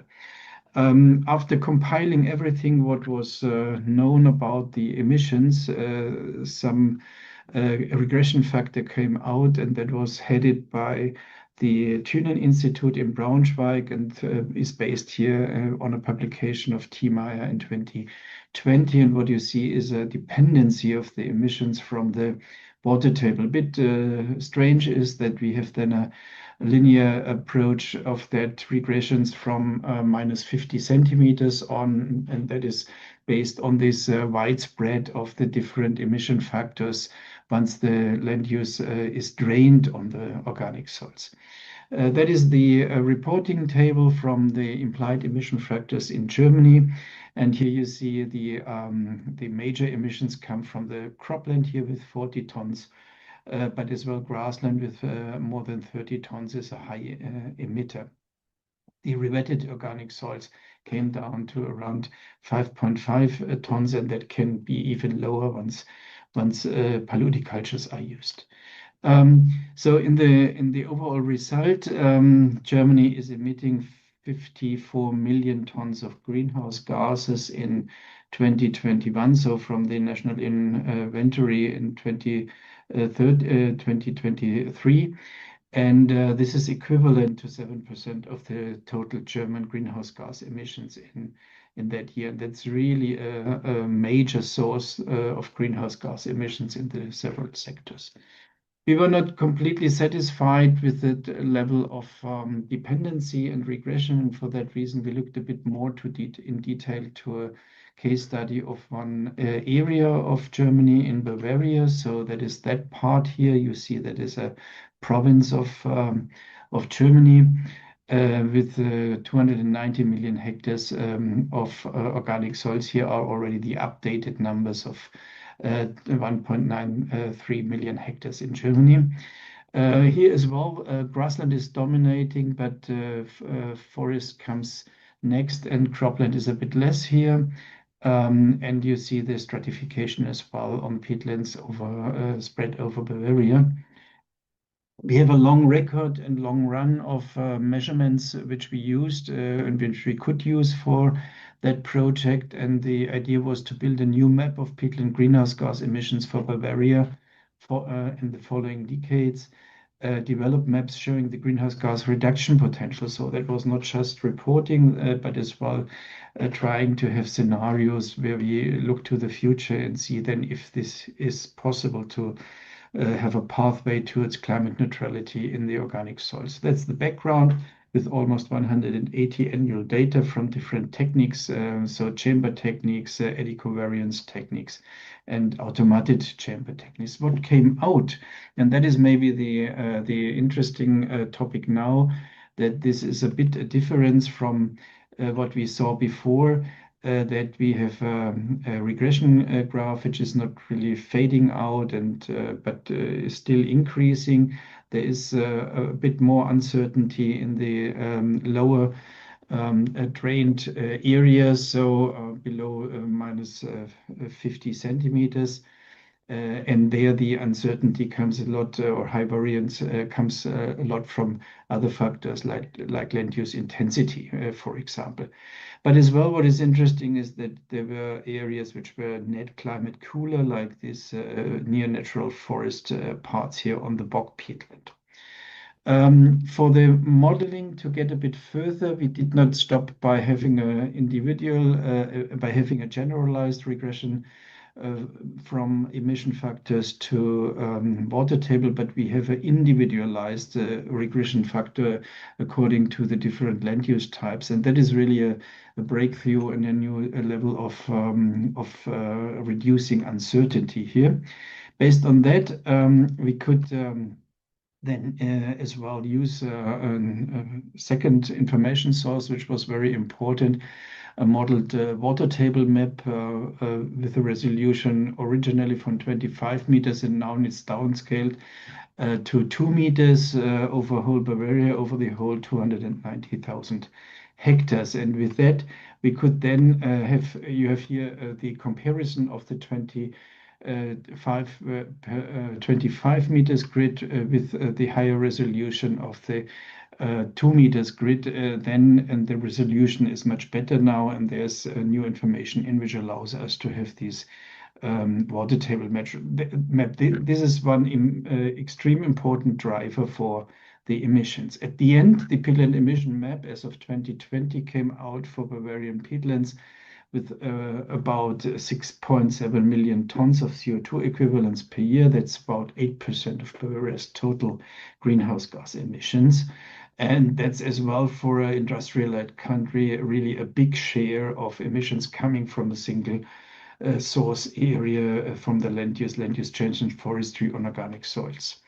We traced then scenarios as well, and I just show you this single one, the land use optimized scenario, where we had all the grasslands converted, intensive grassland converted to paludiculture, the cropland converted to paludiculture, the grasslands, the extensively used grasslands then changing as well, and forests are managed under wet conditions.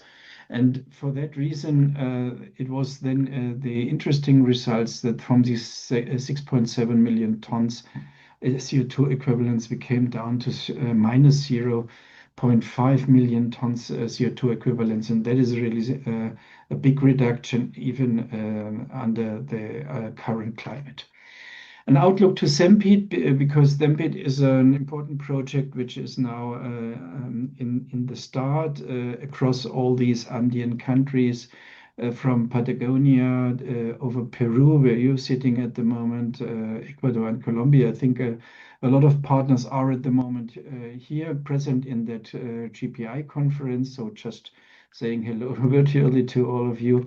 And I think it is important to remember that this project has then the overall goal that we would like to overcome the situation that we have not really good emission factors for this area, and as well have to try to find out something about scenarios and management activities. To overcome the IPCC 2014 Tier 1 limitations, it is key to measure greenhouse gas exchange with standardized approaches, eddy and NEE chambers in underrepresented regions. And that's exactly where SEMPEAT heads on, because the values from the IPCC 2014 do not really include or do not really match with the specific situations which we have there. Model the exchange with environmental drivers to derive year balances is important. Develop implied emission factors for Tier 2 or better apply model-based upscaling with land use-specific regressions and high-resolution activity data, as I showed you before. And then we are at tier 3. And my wish is that you have now a bit an overview where we are staying at the moment and what is the goal. So just by combining all these factors of measurements with high-resolution activity data and tracing scenarios, we can move the peatlands towards a partner in climate mitigation. Thank you very much.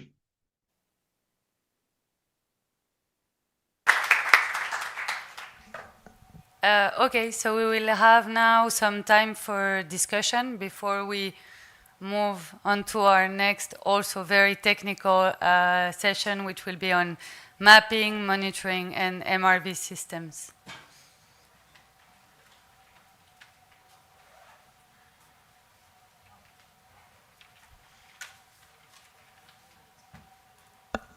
Thanks, everyone.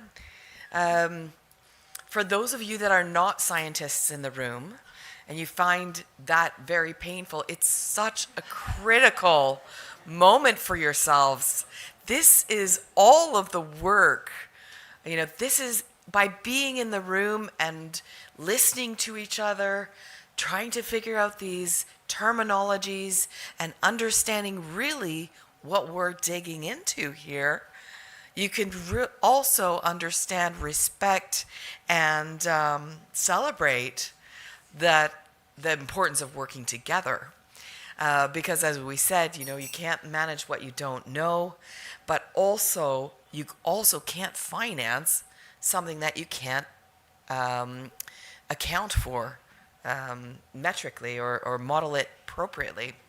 Thank you so much, Jason, for joining us from South Africa. We really appreciate your time and your presentation.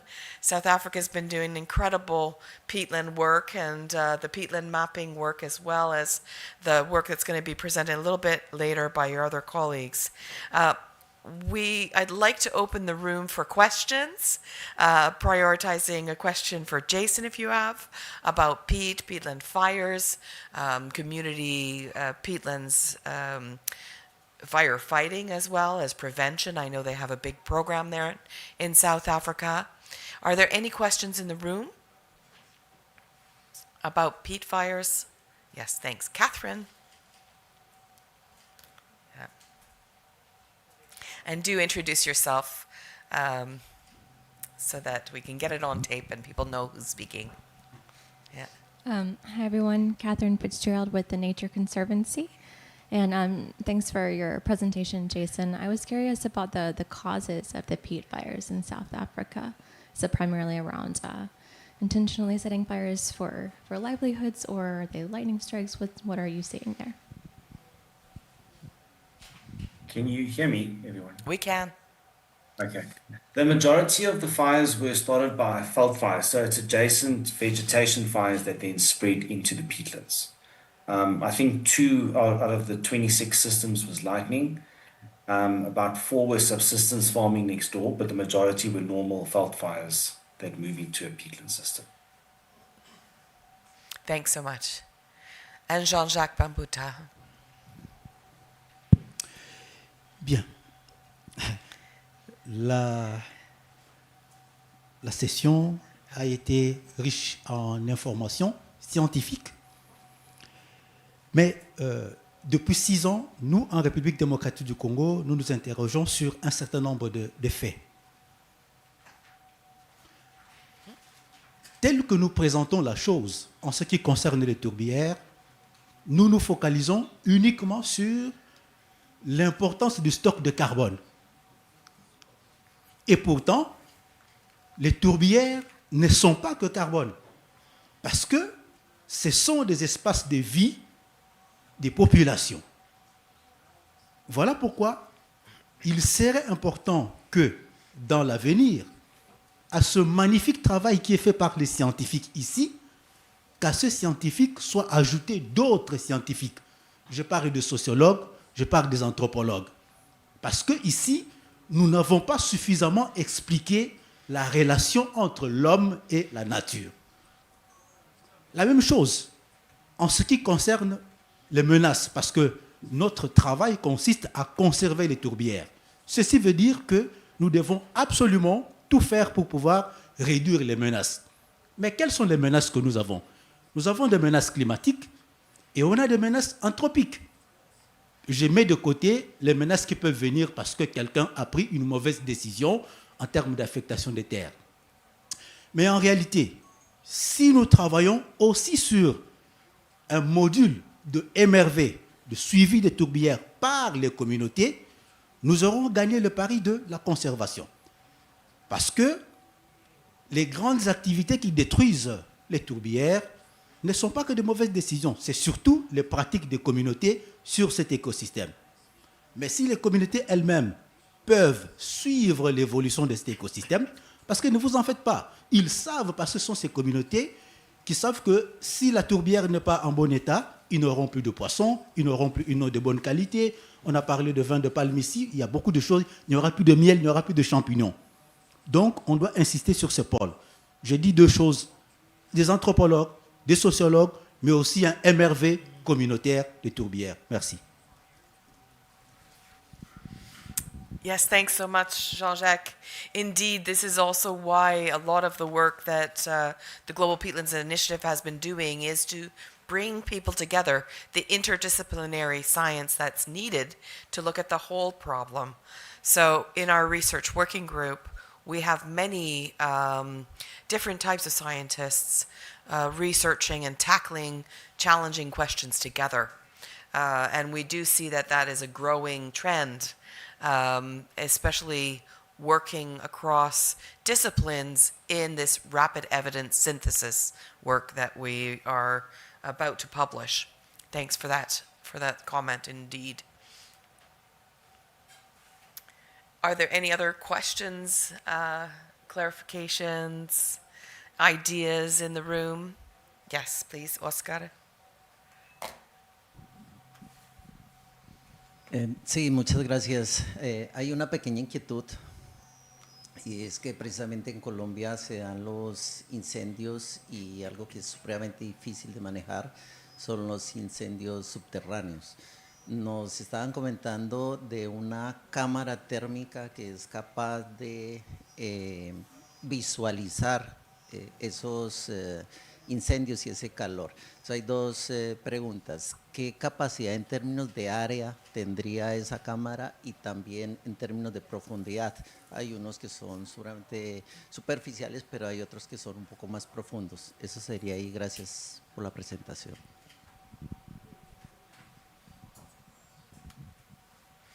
Thank you, Oscar. And I believe that was a question to you, Jason.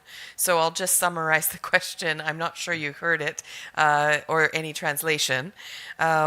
Oscar is saying that in where he's from, in Colombia, they also have peat fires or what they call subterranean fires. And that for the detection, they're really looking for techniques of detection. And they noticed the heat sensor cameras that you mentioned with drones. Can you tell us a little bit more about their feasibility in detecting fires and what type of peatland are you using them to detect these underground fires on?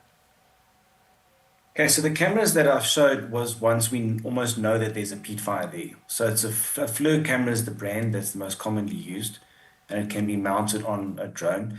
I know there's a bit of remote sensing research going into detecting the peat fires, but I'm not clued up on that to be able to answer on it.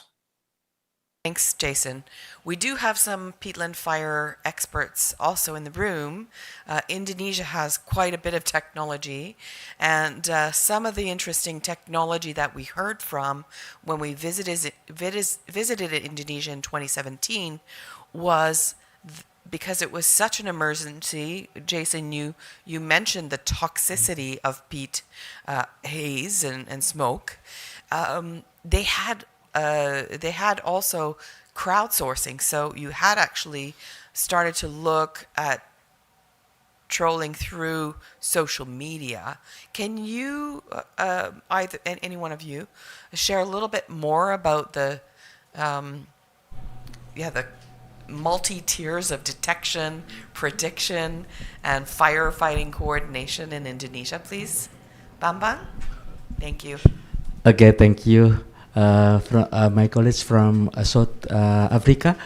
I was there in your country, 2017, and I learned so much about fire prevention also using like a camera, then reporting to the community, then the result is very good.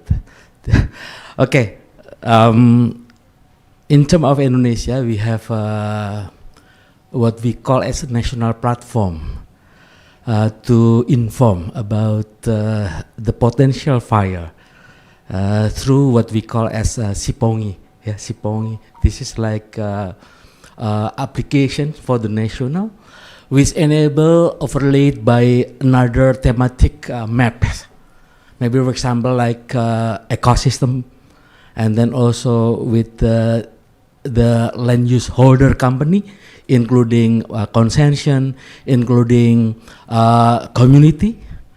Once we, and then we use radar, lidar, and also the high resolution of the satellite. Then after having like a hotspot, we inform to the land use holder entity, and then we can define what kind of strategy. Maybe, for example, if the hotspot not potentially become fire, then you have to check to the field. But if this is already fire, but in the small scale, we have like a village, village people who are concerned about the fire. This is like a Manggala Agni Indonesia language. This is like a small scale area, to combat with the fire.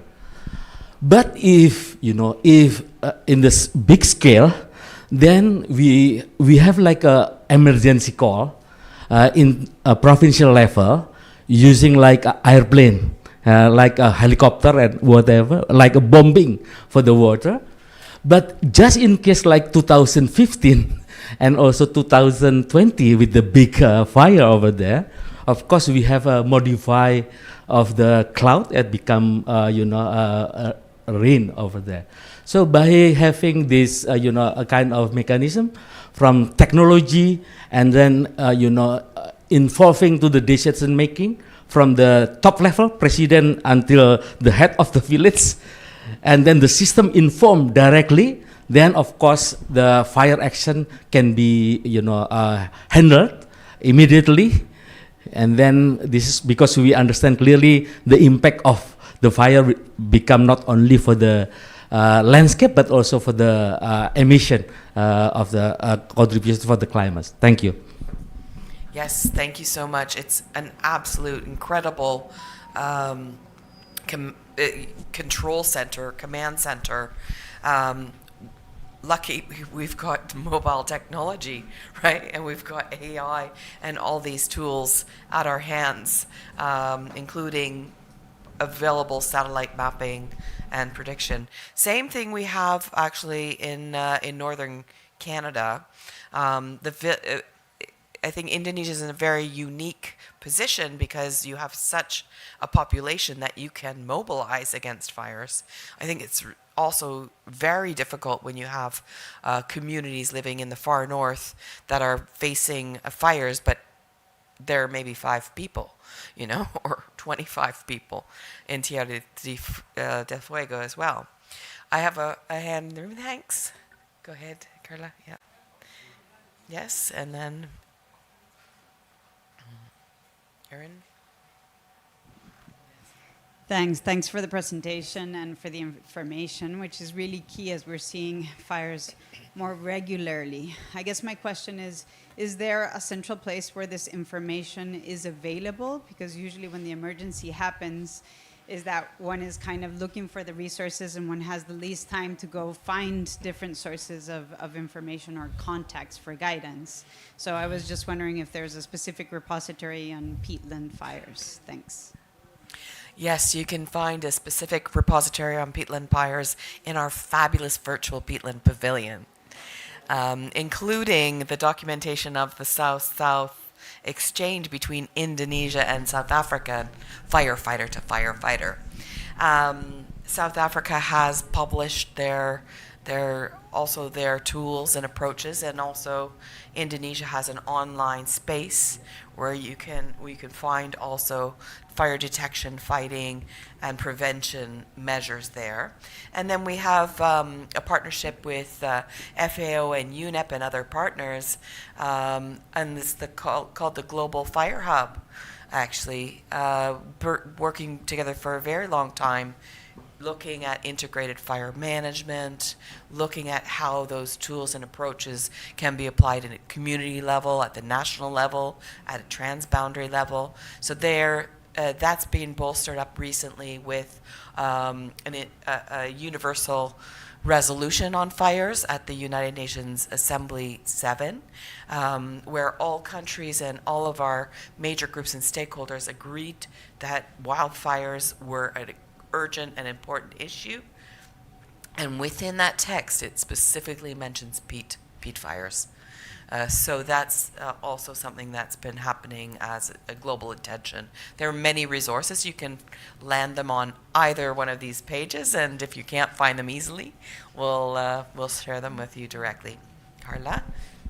Merci beaucoup, Diana. Mon intervention est plus un commentaire et je voudrais appuyer ce que Jean-Jacques a dit en disant que malheureusement, les financements internationaux sont liés à l'émotion. Et l'émotion en ce moment, c'est le changement climatique, la plupart du temps. Alors pourtant, nous devons voir dans quelle mesure favoriser la recherche transdisciplinaire, multidisciplinaire. Et c'est là où vient ma question. Est-ce que nous avons pensé à mettre en place une stratégie de plaidoyer? Parce que nous devons continuer le plaidoyer pour que les financements arrivent. Peut-être qu'il va falloir qu'on voit dans quelle mesure. On en a parlé le mardi, comment faire du tape à l'œil, mais ce serait bien qu'on voit effectivement l'opérationnalisation d'une telle approche. Merci. Yes, thanks very much. And the Congo Basin has a very unique opportunity with the establishing of the Congo Basin Science Panel. That is the whole purpose of bringing together interdisciplinary scientists to actually also answer the questions, deeply investigate what has been going on. Another important piece of information yesterday that I'm not sure all of you listened to, or maybe we passed over with the yellow and red flags, but Indonesia and the Greifswald Meyer Center signed a memorandum of understanding under the International Tropical Peatland Center, and that is a mechanism available for other academic institutions that want to have that direct partnership and contribute to the International Tropical Peatland Center partnership by having postdocs, having exchanges. The International Tropical Peatland Center as well has the ambition and the partners within it to set up common assets, common study stations. As we know, JICA is putting a study station into the Democratic Republic of Congo. All of our Global Peatlands Initiative partners are obviously going to be welcome to be there and use that study station. And there will be other places where study stations are not available, but can be created through partnership. So do let us know. We can facilitate those discussions on exchanging curricula programs, exchanging PhD, exchanging training programs. There's a big training program which UNEP and the Congo Peat team are supporting in the Democratic Republic of Congo, training women on how to do the peatland coring and peatland mapping with amazing results, as well as other communities. So if do we have another question? Oh, sorry. Yes, thank you. 2 more questions, yes, and then coffee soon. Well, my name is Ricardo. I'm from Ecuador, and I'm working at Universidad San Francisco de Quito. And my question is for Simon. I was wondering, I think it's very interesting what you presented. And I was thinking about how long this ghost period has to be in order for you to estimate the carbon decomposition. Thinking about sites in Ecuador that we have been draining for the last 200 years. And if you can see the drainage signal and that associated then next to the restoration of the site to estimate how much carbon we could have lost if we haven't restored the site and how much you have lost because of the drainage. But the ghost period that you were looking at, it was like 2,000 years or something like that. So I think it's a bit difficult with the counterfactual. So like what would have happened if we didn't do this, because it's in the past and we don't know. I mean, you might be able to make some assumptions if the drainage hasn't gone on too long and you've got deeper peat, then you could look at the accumulation rate in the past and apply that going forward and then subtract off. But in terms of the actual signal, drain the peatland and it's oxidizing straight away. And you can measure that. And you can, in Southeast Asia, you can't quite see it in real time, but you can go back each year and see how much has been lost. It's huge. I'm going to invite Hans to add to that response, and then Matt. Yes, directly about that, because it's a nice example of possible south-south connection. Yes. In the inland central Kalimantan, we have found that all the peat deposits are truncated. They are missing the last thousands of years.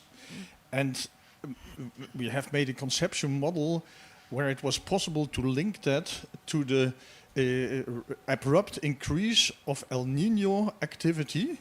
We could link it to the signal in front of the coast of Peru, because when it is raining much in Peru, there is a lot of sediment coming in. And that was very nicely relatable to the dryness in Kalimantan, only in the inland, not in the coast, but in the inland, Kalimantan. So my question also to Simon is, do you think that there could be a link 2,000 years ago is abrupt increase of El Nino, so that we have also, call it a negative south-south connection? Central Congo Basin is relatively insulated from the El Nino impacts. The reason why that drying happened is axial precession of the Earth's globe. So it's the wobble in the axis. So that's why the Sahara was green and became dry, plus some feedbacks, and that extended down right down to the equator. Less severe, but that drought didn't need to be too big to tip the system into releasing carbon rather than absorbing it. It's very hard to estimate, but it's a few hundred millimeters, maybe 300 millimeters a year less rainfall, but that's enough to tip it over the boundary. Thanks, Simon. Matt, you had your hand, and then we've got Rob, Francisco. Yeah.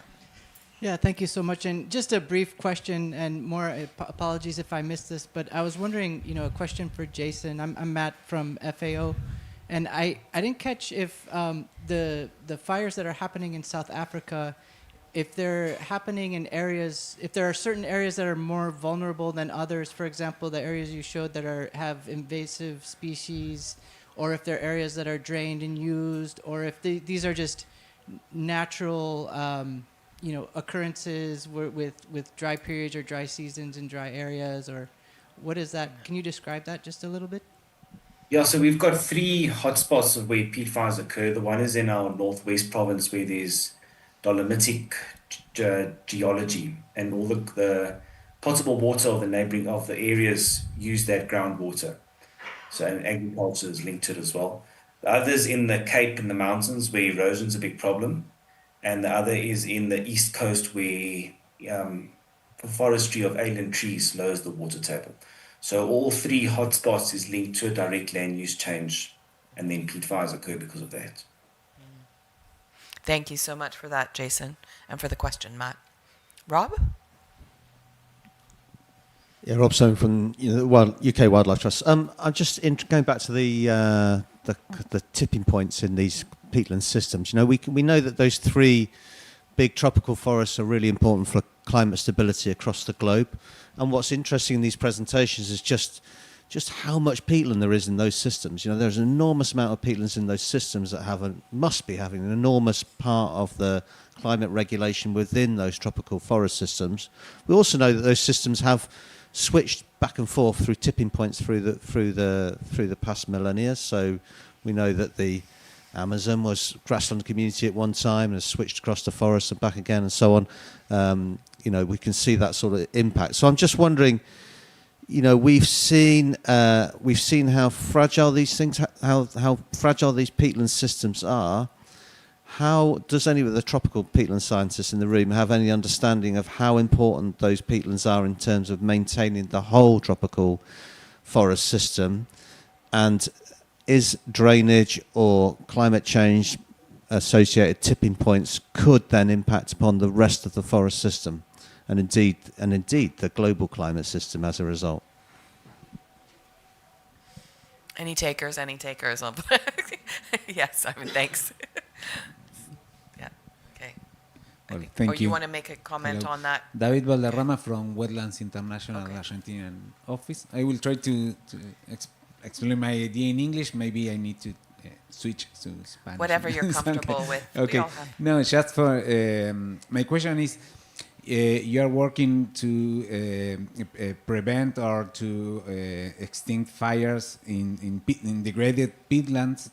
So I think that or this kind of fires occurs because the peatlands are degraded, are drained. So where is the perception of the communities or the local authorities about the necessity to re-wet these peatlands degraded, not just to prevent fires, not prevent the drying of the peatlands? Thank you. Thank you so much. That is to you, Jason.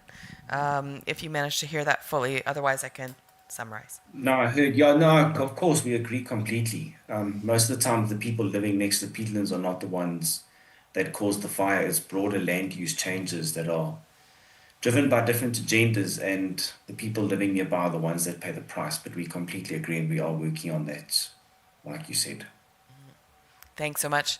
And to respond to Rob's question about the dynamics, of course, working across the tropical, for Simon, the tropical band, but we do know as well how much the Congo Basin is important for Africa, and also this one for the continent and others.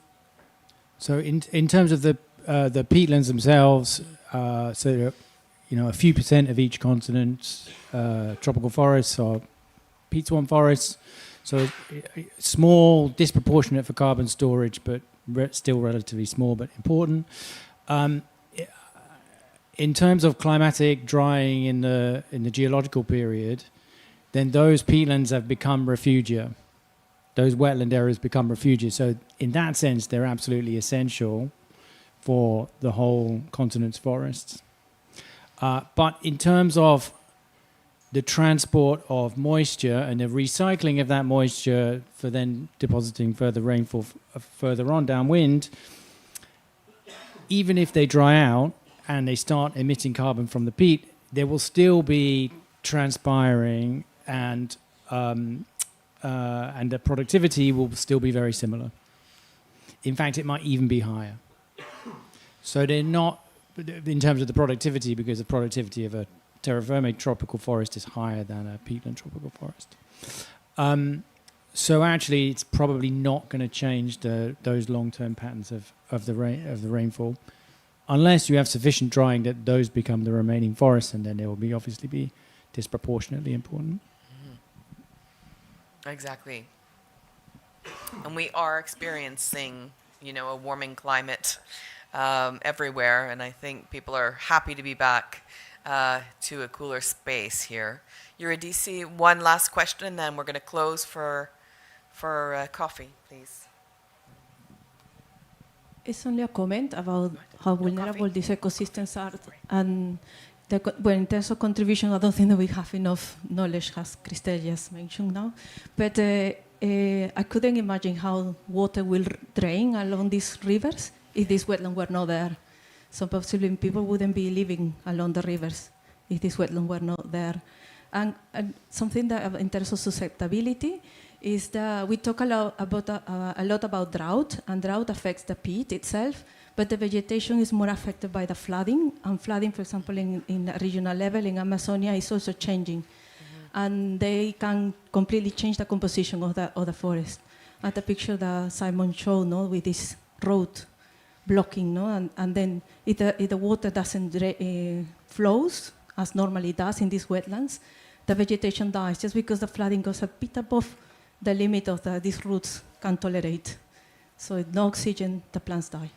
So we need to talk about that dual effect that we have in these wetlands. So drought affects the peat and flooding affects the vegetation. Yeah, just an extra comment. Yeah, absolutely. Too much, too little. We want everything to stay stable, right? That's our aim. So actually, I was wrong. Sorry, I promised coffee. It's not going to happen yet. But you know what? All those questions that you had, save them. Matt's coming up here for the next session. I'm going to just pass to Julie. Matt.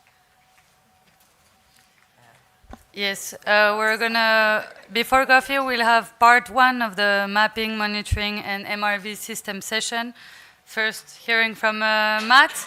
Then we will have Nancy Job from the South African National Biodiversity Institute with a video, and then we will hear from Dani Kusmayadi from the government of Indonesia. Thank you. Thank you so much once again, and apologies to be keeping you from from the coffee, but that's okay. We powered through it yesterday. We can do it today.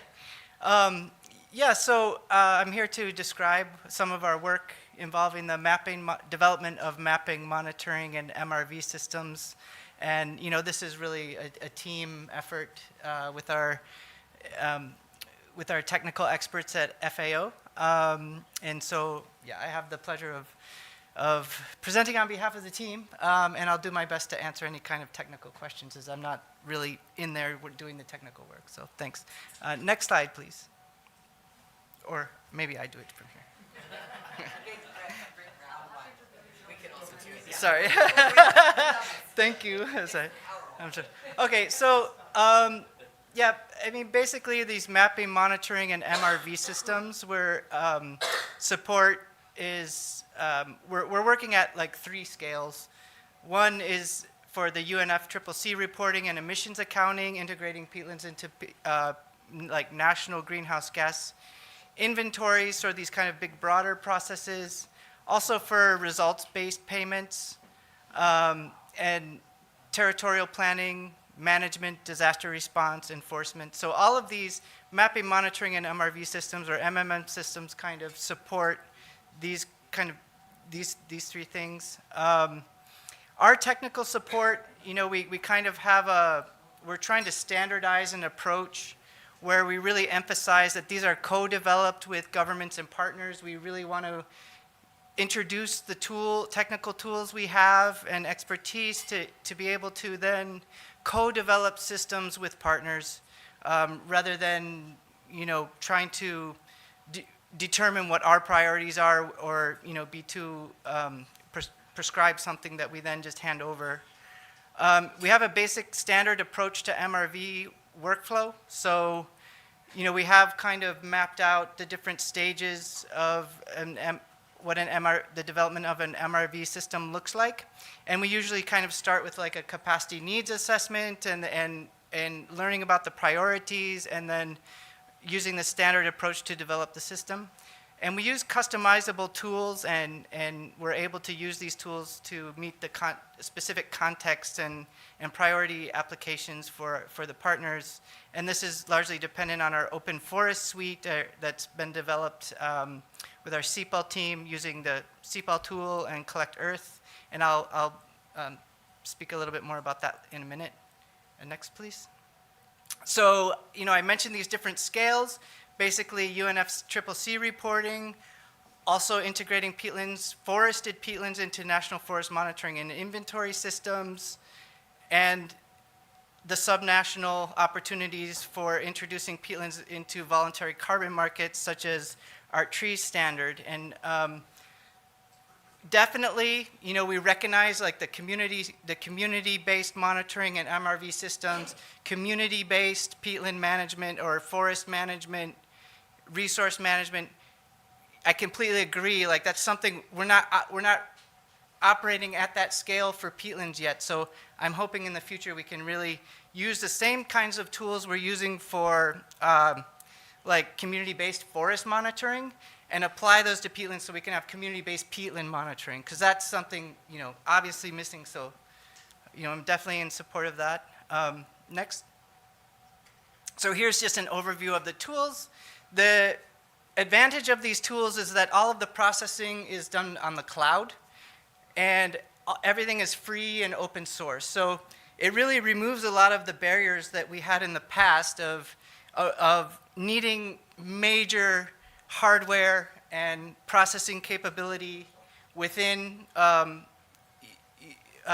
capacities of, let's say, for government agencies. So the processing power is on the cloud, and we have the data is freely available. So anyone with a laptop or a tablet or even a phone can access these systems.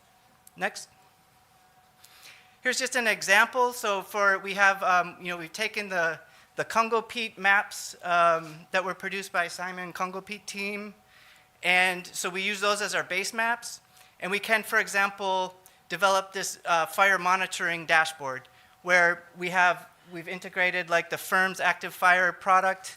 We can see where the fires are burning on the landscape at any different time within the peatland areas, and then we can have it report out so we know how many hotspots there are, where they are, and all of these different attributes.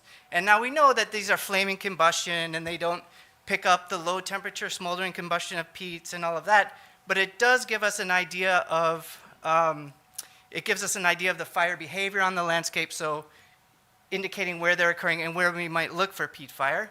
And then I should mention that we're working with the government of Indonesia and Thailand with some new satellite products that have thermal bands that might be able to detect these lower temperature fires. So as the technology progresses, we're able to integrate them into these systems as well. Next. So then, we can use another product that's in CPL we can look at where the fires are burning, and we can actually verify on the landscape if it is really an active fire or just a false detection. Next. We also have these continuous change detection and classification system.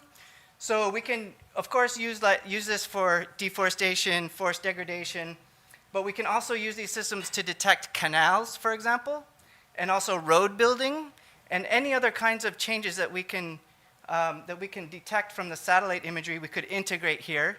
So if we want a monitoring system that looks at deforestation, degradation, fire, canals, roads, all of those can be integrated into these systems.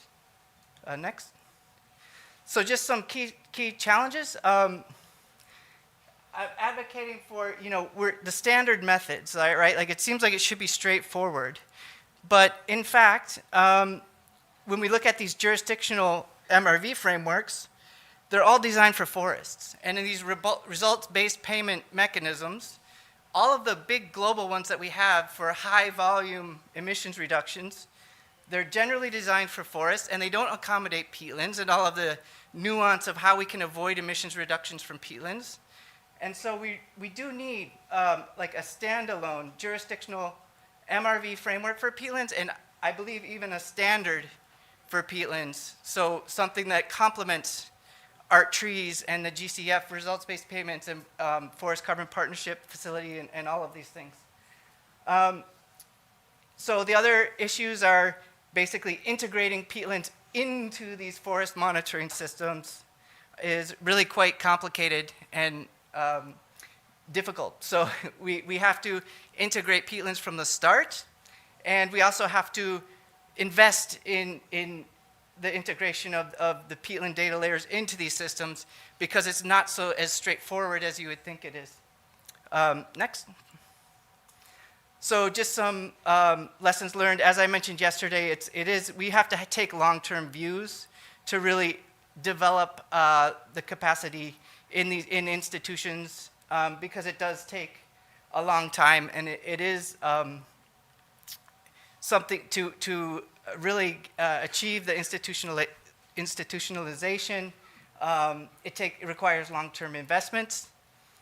Each system is unique, so it's, I think we've seen the diversity of peatlands over the past couple days, and yeah, it's really, we have to adapt these systems to very specific contexts. And then we still have a lot of research and development that needs to be done. So that's something, great that we've seen this morning, is a lot of the innovation on this front. In terms of the inundation dynamics, which you just mentioned, like that can have huge impacts on the carbon balance and even the vegetation in these systems over longer terms. Also soil moisture, groundwater level, and how those relate to emissions. Like what Matthias had shown us for Bavaria, we don't have anything close to that in many, many of the tropical systems, particularly non-forested tropical peatlands. So there are a lot of data and knowledge gaps that need to be addressed. Next. So mentioned the lack of field data. We need the results-based payment mechanisms they're designed for forests. We need them for peatlands.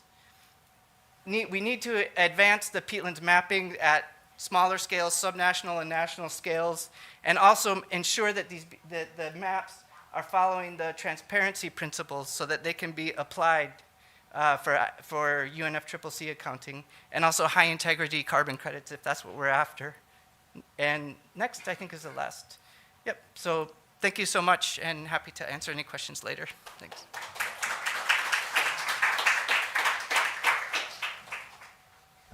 Thank you, Matt.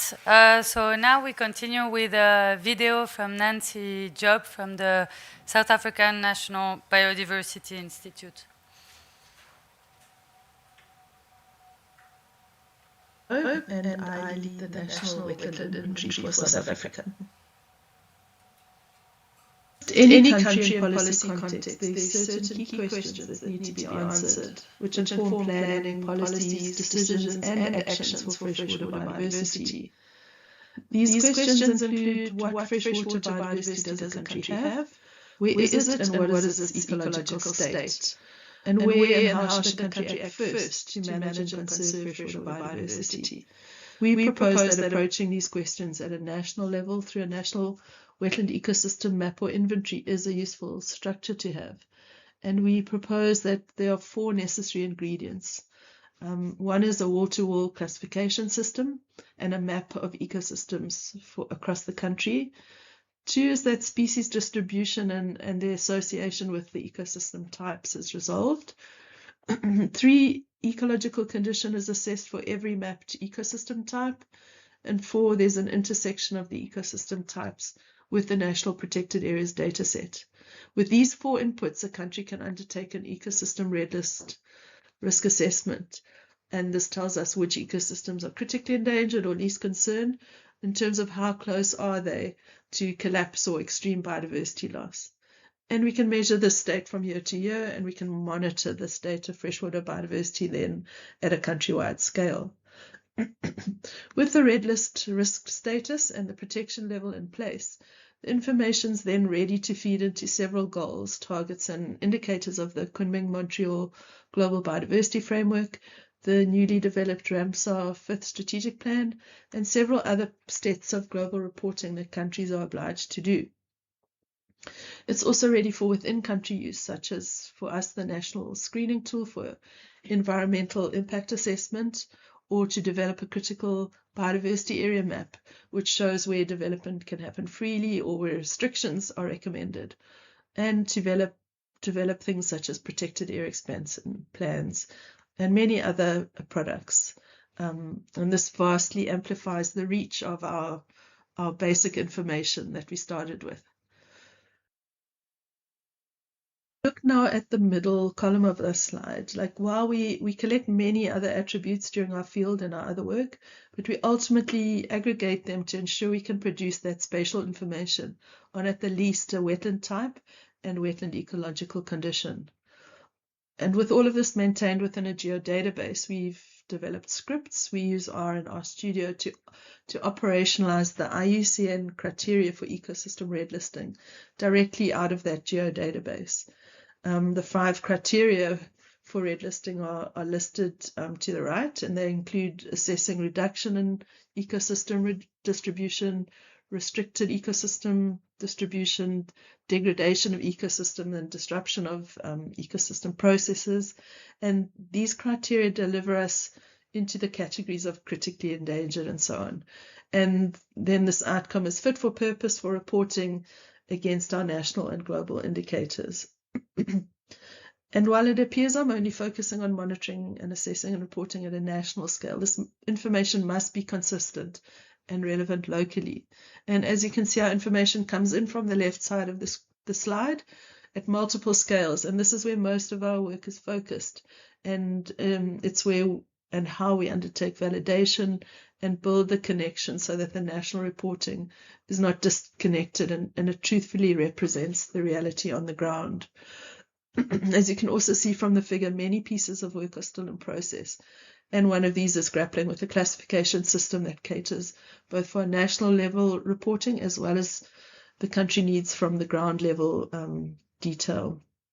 We hope with a good framework and processes in place that we now have for reporting, that we're better placed to reach out going forward for better collaboration and collective improvement of our inventory.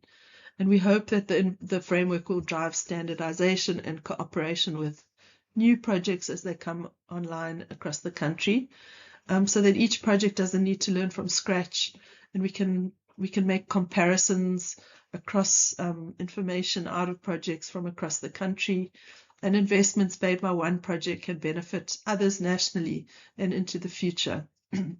Our projects can be synthesized, and updates of the national new research and scientific expertise across the country so that we can stay current and build a collective resource for the good of the country.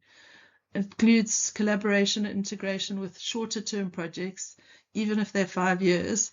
In the longer game, that's a short project, such as this project, the Jeff 8 project, which is led by Department of Forestry, Fisheries and the Environment and the Agricultural Research Council. I've adapted here a slide shared by Dr. Alana Rebello, who's scientific project lead for the project. Excitingly, this project will have a peatland inventory component where we can hopefully align our mapping and hierarchical classification, and it will definitely allow us to learn more lessons about integrating projects and data into the national wetland inventory, including the current national ecosystem topology. In addition to the peatland inventory, this exciting project aims to employ a people-centered, transdisciplinary approach, engaging diverse stakeholders through inclusive quarterly workshops and visioning exercises. There will be hydrological modeling and scenario analyses, which will guide decision-making and ensure well-informed catchment-based restoration plans. So we're really excited to be working with this project and look forward to the outcomes. Thank you very much.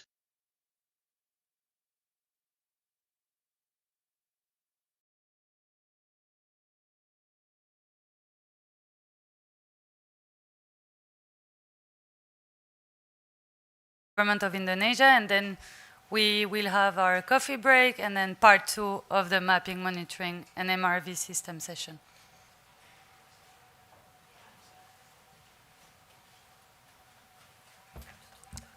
Okay, just me. Thank you. Okay, Bismillahirrahmanirrahim. Morning, everyone. I'm Dani, GIS analyst at ATVC. This presentation was prepared by Mr. Bambang, Ms. Ayu Dewi, and myself. So allow me please to present it on behalf of the team. And if there are any questions, Mr. Bambang, of course, is here and will be happy to answer all the questions. And always.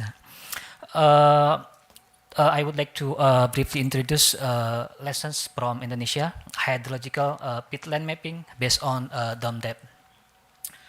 After Indonesia has a peat hydrological unit or KHG map, as I mentioned before. The first step is determining the location of the peatland hydrological sub-areas within the peat hydrological unit. We call this a sub-KHG. There are so many abbreviations in Indonesia. We must memorize it. We can see here a peat dome zone as the water storage and conservation area. Then a buffer zone, which protects the natural peatland vegetation. And a cultivation zone, of course, as a cultivation area. Then, second, determining the location of hydrological response unit, or we call HRU. When we must do hydrological analysis to understand the water flow patterns like this, then based on these water flow patterns, this peatland is divided into smaller management unit or becomes polygons. This hydrological response unit, maybe there are lots of tens of thousands, so we must determining the priorities of these areas. Indonesia applies 12 weighting criteria. First, the peatland function, H%, land cover, forest area function, and others. Then, after the H areas are identified and the priorities are identified, restoration interventions are selected based on the three main activity categories. We call 3R approach: rewetting, revegetation, and revitalization of livelihoods. Then the last, the final step is determining the independent village caring for peatland. We call the MPG. A village is designated as an independent village caring for peatland if it is located within the target area for the implementation of the 3R approach. The MPG aims to strengthen the community participation and support for the successful implementation of peatland restoration. And for the village that are not included in the plans of 3R intervention area, may also establish the MPG, provided they have an active community that is committed to supporting peatland restoration activities. Then Indonesia has two key government efforts. First, the Indonesia's Fall Netting 2030 strategy and social forestry program.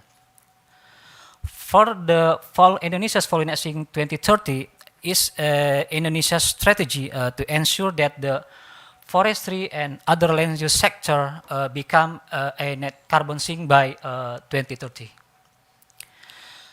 Second, social forestry, which is Indonesia's national strategic programs.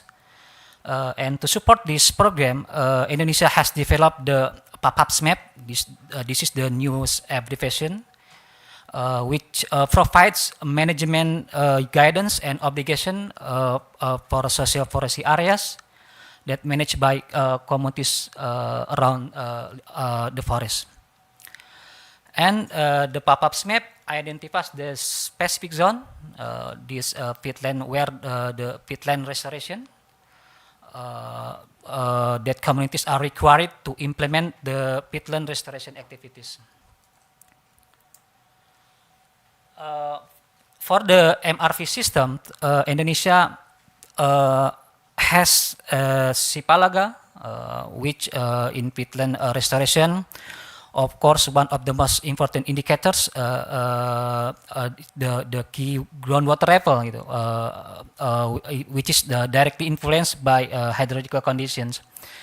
Indonesia has developed a national hydrological monitoring system. We call this APTMA, or water level monitoring equipment.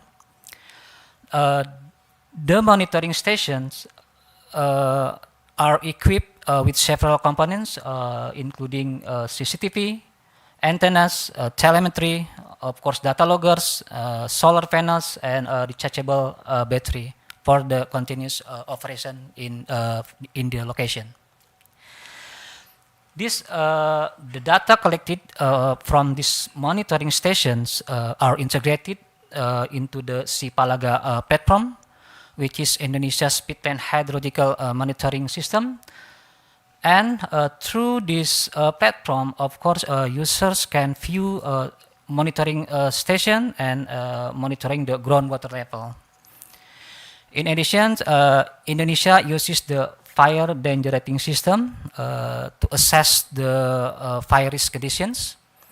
And in conclusion, an effective MRV system requires not only field measurements, but also the integrated digital platform capable of collecting, managing, analyzing, and reporting data.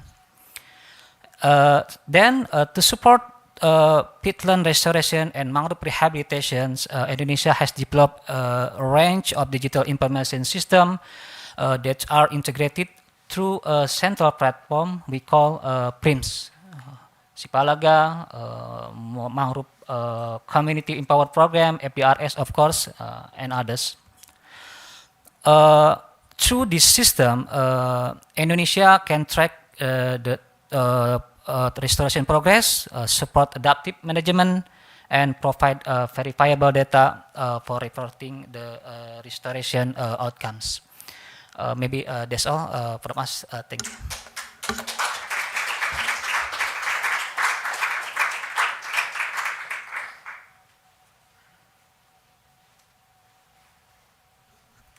Thanks very much. This is an MRV mapping session that bridges over from now until our coffee, right? Is the coffee ready? Now is the coffee. So I would just encourage people to take the opportunity of the coffee break to start to ask those questions, and then we'll have a little bit, we'll have the other group of experts that are going to be presenting the systems on mapping and monitoring, and then we can have sort of a mash-in dialogue and discussion. Thank you so much for those presentations. Nancy wasn't online with us, but she's available for engagement and questions through our connections already. Enjoy your coffee. When do we have until, Julie? We have 15 minutes, so do bring your coffee back into the room so that we can grab the snacks and chat. One quick announcement as well. So for everyone that has been asking about the pictures, there is a QR at the door. You can scan it and you get directly to a Dropbox folder. And also at the registration table, there is another QR. Just scan it and get in and download any pictures that you want. One more thing, if you want group pictures, Christian, can you raise your...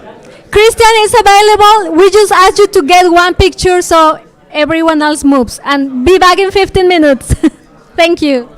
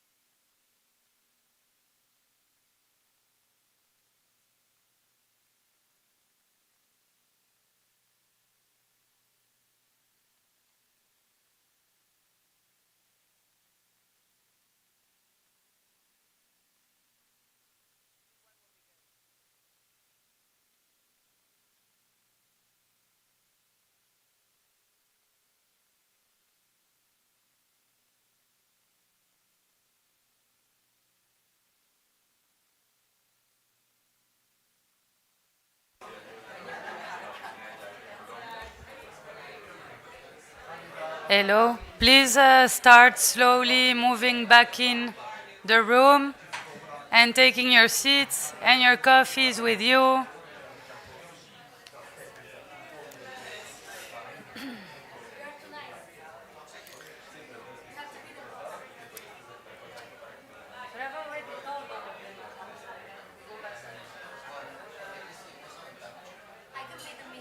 Hi everyone, please start coming back in the room with your coffees, the food, and find your seats.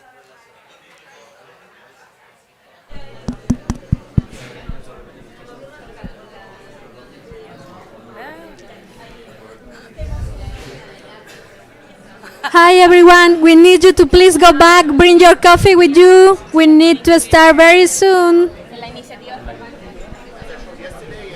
So how do I pronounce your name? Emsley Smith? Yeah. Okay. Not Emsley. No, Emsley. Great. And so this is the clicker. Yes, so basically we can do it for you if you want, but the confusion is just this is to go to the next slide and this to the previous. So it's counterintuitive, no? Like, okay. But the big one for the next slide. So you should be fine. Yeah.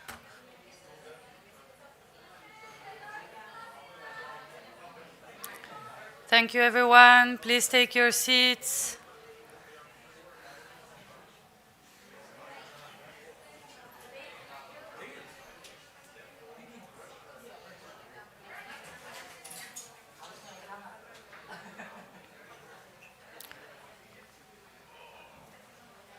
Yoli? Yoli? Yoli? Are there still a lot of people outside? Oh my God. Okay, everyone, we're gonna start again. So this is part 2 of the mapping, monitoring, and MRV systems, where we will hear from Matthew Emsley-Smith from UNEP DHI, then Rob Stoneman from IUCN, Erin Glenn from the World Resource Institute, Christelle Hergulash from the Landscape Alliance, William Lactayo from MINAM, from the government of Peru, Simon Lewis from the University of Leeds, and finally a video from Hidenori Fujimura. So we have a busy session. Everyone take their seats, and Matthew, over to you.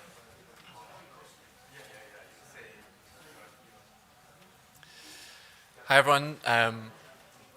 My name's Matthew from the UNEP DHI Centre, and I work on science policy interface work at the Centre in connecting our global science products with UNEP's program and mandate. So I'm going to be presenting to you today about one of our science products, the Global Wetland Watch, where in very, very simple terms, we produce global data and maps that describe where wetlands are, what kind of ecosystem they represent, and how they change over time. It's a partnership between DHI, UNEP, and our Centre of Collaboration, which seeks to leverage DHI's technical expertise, in this case in Earth observation, to serve UNEP's program and mandate. And importantly, we are funded by Google for this work, who provide the funding, but also provide in-kind support in terms of computing, as well as the use of their foundational models and embeddings. And it's a really important facet of this initiative, because without this collaboration, we simply wouldn't be able to generate the fine resolution data that we do at the global scale that we do. So it's just a really important element of our initiative. Just to provide you with a bit more detail about the data that we provide, you can see here on screen some of the types of data that we provide, but essentially the headline data is the wetland extent and ecosystem type, but there are also intermediate or ancillary data layers that go into informing that. For example, the hand data you see there, which stands for height above nearest drainage, establishes hydrological flows and is used to inform our wetland probability layer, which then feeds into the wetland extent data that we produce. So there's lots of different data that come together to provide these global maps. Whilst we use this approach, we combining satellite data with a machine learning methodology. We also have co-developed this with pilot countries, and Nancy and her team at Sambi, as well as others, have been really instrumental in providing training data, also validating the results of our initial data and providing feedback throughout that process. We will, by the end of this year, provide maps, global maps with 20 plus different types of wetland ecosystem aligned with the global ecosystem typology. There's some important considerations to take into account when we're thinking about peatlands.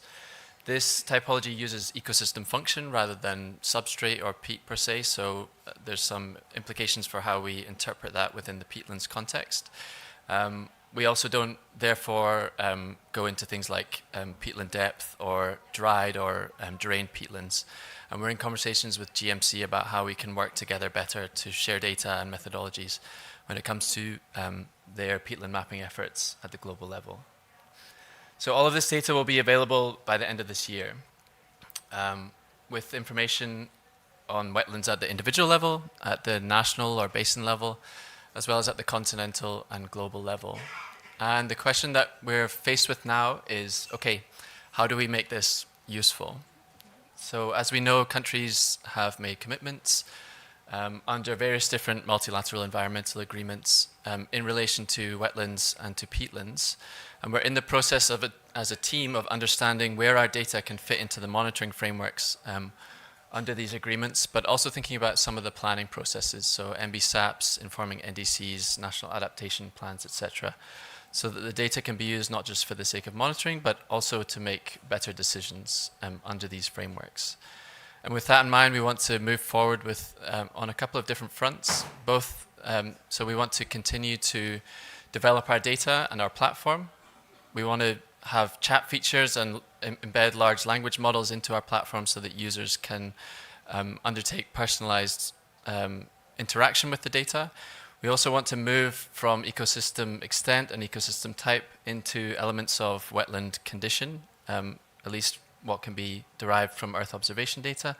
And we also want to use this data to scale the climate models that are under development in our sister initiative, the Global Wetlands Center, where we're developing greenhouse gas flux models within peatlands in both northern and tropical latitudes, so that we can scale these models over space and time. We also want to work with you. We've heard all week about the stories that we need to be telling and the language that we need to be using to connect with the right people at the right times. It's really important for us as an initiative where we work with images that are taken from space, that we actually connect to the local communities and the local stakeholders and actors that are, so that the data, the stories and the data that can be, the stories that come from our data can actually be, you know, embedded within those human stories and issues.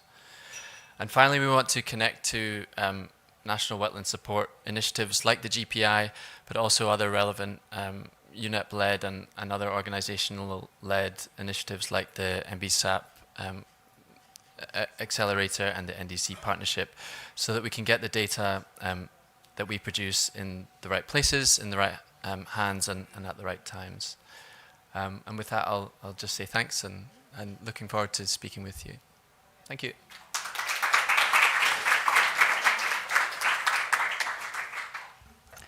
Now we will hear from Rob Stoneman. I see you're coming.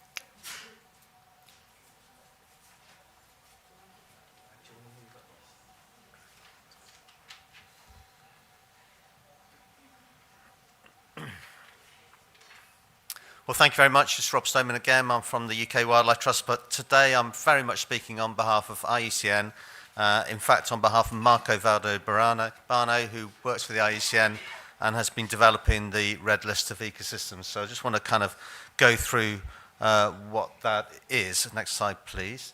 So essentially, we've been introduced to this in South Africa, actually, just this morning.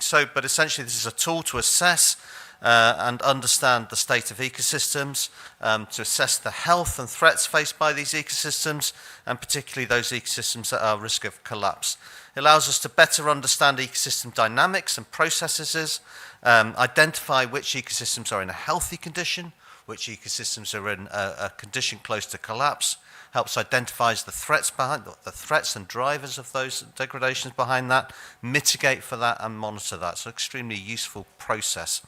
The assessment process runs through 5 steps. So you define the ecosystem, you describe it, you compile the data, you validate that data, and that allows you to conduct the assessment. And each ecosystem is assigned to one of 8 standard categories, which are very similar to the species red list categories, which you know have been extremely useful. So anything from least concern to critically endangered. Ecosystem assessments for their entirety have been completed for mangroves and for coral reefs, so that's extremely welcome news. And peatlands are next on the list, but of course peatlands are much more widely distributed, so it's a much bigger task. And we're talking about ecosystems, not soil types, so it's quite a complicated task. Next slide, please. And that complication, as has been talked about many times at this meeting, is confused by definitions. There's no single definition of peatlands, and many definitions of peatlands relate from their commercial exploitation rather than their functional ecology. So 2 initiatives are important here. First is the IUCN Global Ecosystem Typology, which again we've talked about earlier. That's essentially goes through different levels. So there's 10 realms. Peatland sits in one of the transitional realms between terrestrial and freshwater, in turn within the Palestrine wetlands biome, and then that falls into 6 functional groups. You can see them on the slide there. So that's one important typology. The other thing is thinking about definitions.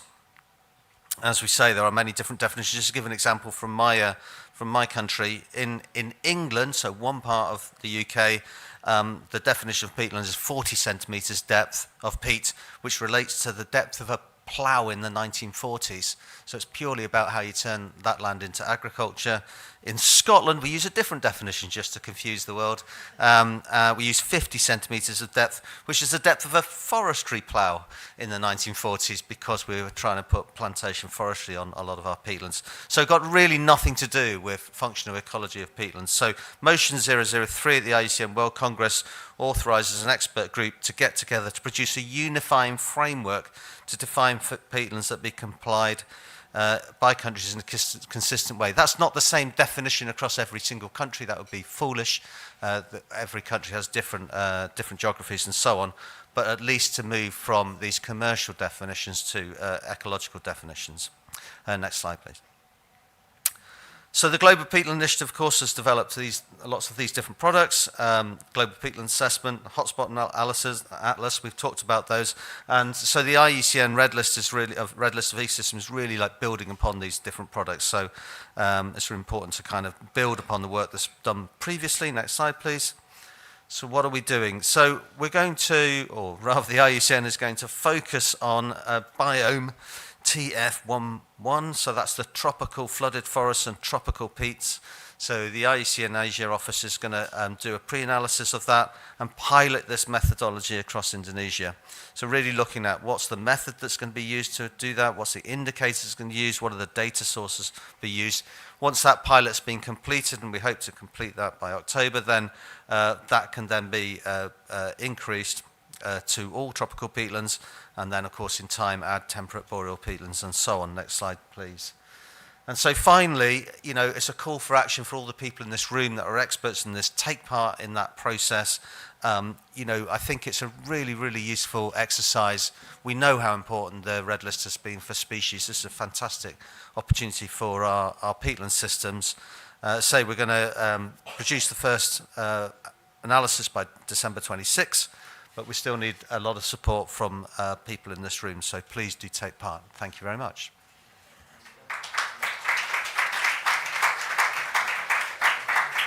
Thank you, Rob. Next up is Erin Glenn from the World Resource Institute, WRI.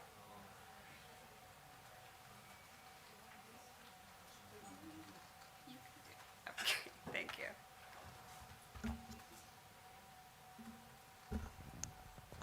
Hi, everyone. Thank you so much to the organizers and for the invitation to share this work. It's really been a pleasure to meet all of you and learn from many of you this week. I'm Erin Glenn from World Resources Institute with the Global Nature Watch team, formerly known as Global Forest Watch. So that name change reflects our shift from forest monitoring toward a more complete land sector monitoring system. And today I'll focus on organic soil emissions. So I want to start with some terminology. You can change the slide. Thank you. So we are mapping organic soils at WRI, not peatlands as an ecological or hydrological system.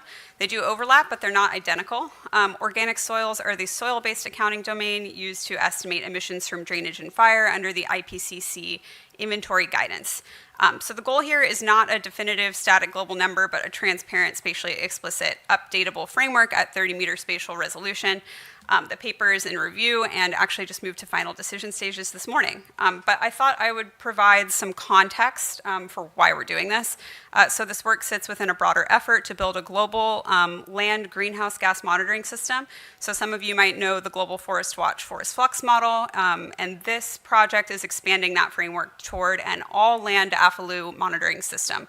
Cornell is leading the agriculture component, and our team at WRI is focusing on LULUCF. So organic soil, mineral soils, and vegetation. And that paper is being led by my colleague, David Gibbs. So the framework is meant to be inventory relevant. Outputs can be organized by country, land use category, gas, disturbance type, and reporting period, but it's not meant to be a replacement for national GHG inventories. We see its value as global consistency, comparability, comparable spatial data, transparent assumptions, and a way to identify where better national data would most improve global estimates. Next slide. So this slide attempts to quickly summarize the workflow, starting with the organic soil extent map. In this first row here, you can see the machine learning extent map process. We start with 2 field-based training data sets. One uses about 450,000 harmonized soil observations to classify locations as organic or non-organic, based on soil taxonomy harmonized to the USDA system. And the second uses about 350,000 peat depth observations from peat D-base and other national sources to predict peat thickness expressed as depth to the base of the peat layer. So those observations are paired with globally consistent predictors, including wetland and peatland extent, inundation, Landsat and other remote sensing indices, climate and terrain. So the result is 2 evidence streams from a random forest classification model for organic soil likelihood and a random forest peat depth model. So those are averaged into an ensemble organic soil probability surface at 30-meter resolution. And then the second row summarizes how we turn that probability surface into emissions-ready activity data by applying validation-supported thresholds by climate domain to create an operational organic soil mask, and then overlaying disturbance evidence, including drainage infrastructure, roads, canals, land use, extraction, plantations, burned area. And then these are stratified further to combine with Tier 1 emission factors and estimate drain and fire emissions at 5 intervals from 2001 to 2024. Next slide. So using our baseline configuration, and we have maybe 15 configurations, the framework estimates approximately 2.6 gigatons of CO2 equivalent per year from disturbed organic soils globally. So that's roughly 5% of annual global greenhouse gas emissions, drainage contributing about 1/4, and fire roughly 1/4. Next slide. So in order to estimate global emissions, we had to convert our continuous organic soil probability map into binary organic soil extent. And that threshold choice involves trade-offs. So a lower threshold captures more potential organic soil and reduces omission error. Higher threshold is more conservative but may omit real organic soils. So we did this based on climate domain and using held out validation to reflect different precision recall trade-offs between boreal, temperate, and tropical. Okay. And tropical, trade-offs. So we also use this to generate plausible area bounds, and these high and low bounds are then carried through the same emissions workflow to propagate emissions sensitivity to extent classification choices. Next slide. So extent uncertainty is only one part of the larger uncertainty picture. We also test sensitivity to the Tier 1 emission factor bounds, alternative organic soil and peatland extent products, and drainage distance assumptions. So the distance from a road or a canal that we assume drainage is causing emissions. And we found the largest influence was the emission factors, which is expected because Tier 1 emission factors are really broad. Second major influence is the organic soil threshold, and when we combine these two together, the scenario envelope spans roughly 0.7 to 4.5 gigatons of CO2 equivalent per year. So a lot of uncertainty to resolve. A lot of important activity data limitations remain. Global drainage data are incomplete. Roads and canals can over or under attribute drainage. Burned area products may miss some peat fires that are burning underground. And the model does not yet represent drainage age, rewetting, restoration, or water table recovery.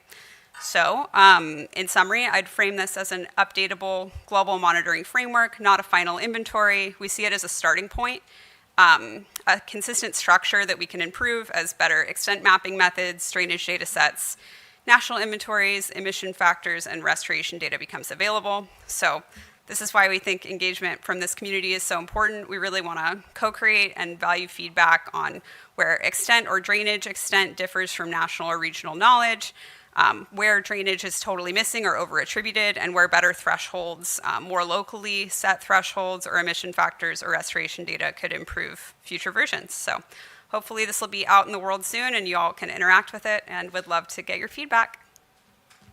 Thank you.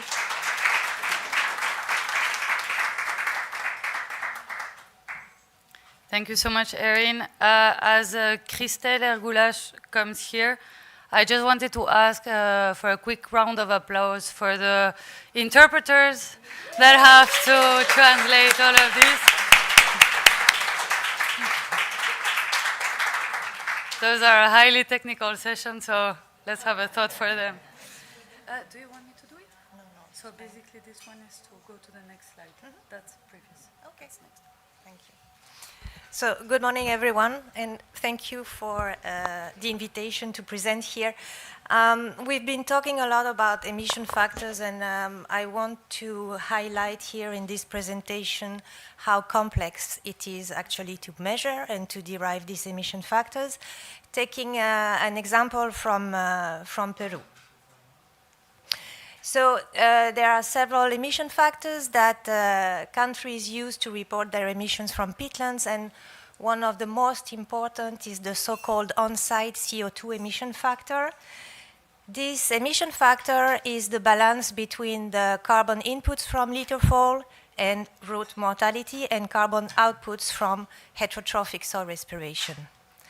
Heterotrophic soil respiration is the difference between total soil respiration and root respiration, and peat CO2 loss doesn't equal soil respiration, it also doesn't equal heterotrophic soil respiration.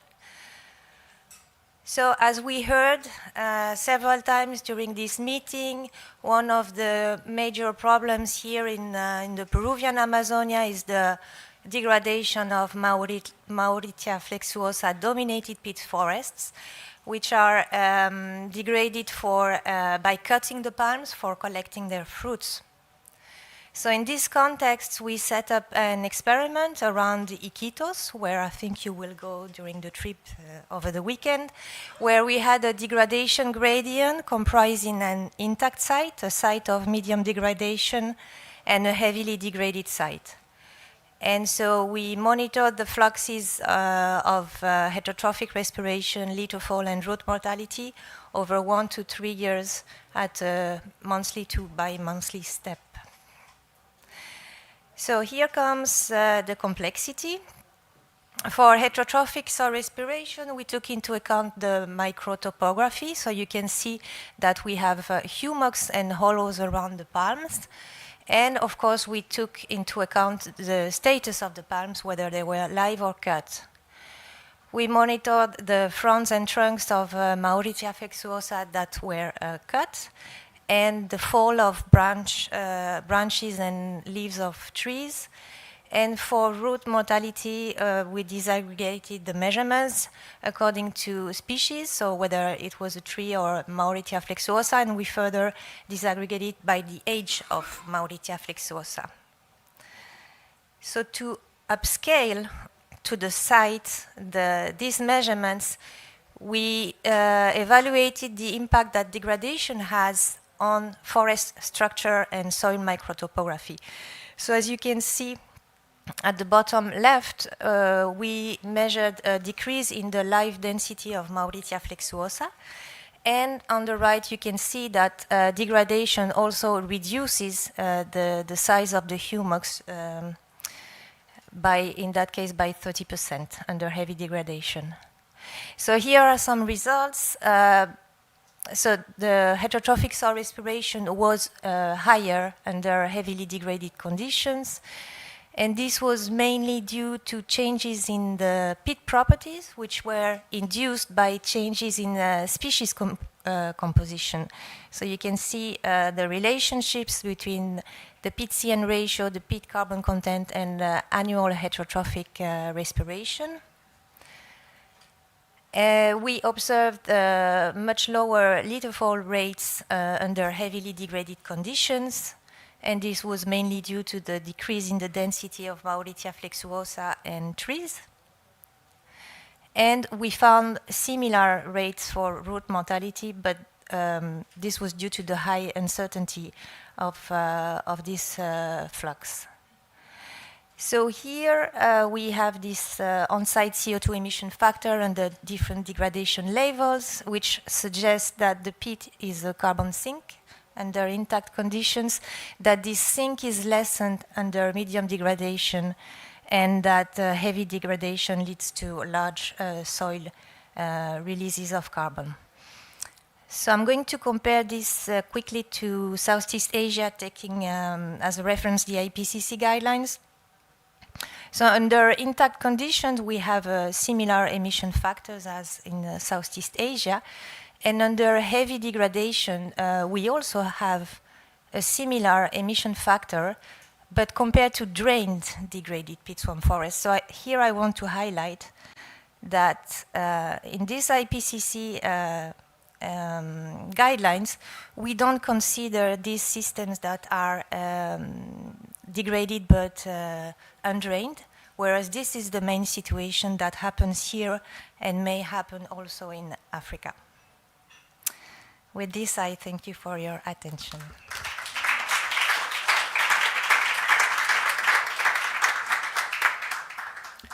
The next speaker is William Lactayo from the government of Peru. Gracias.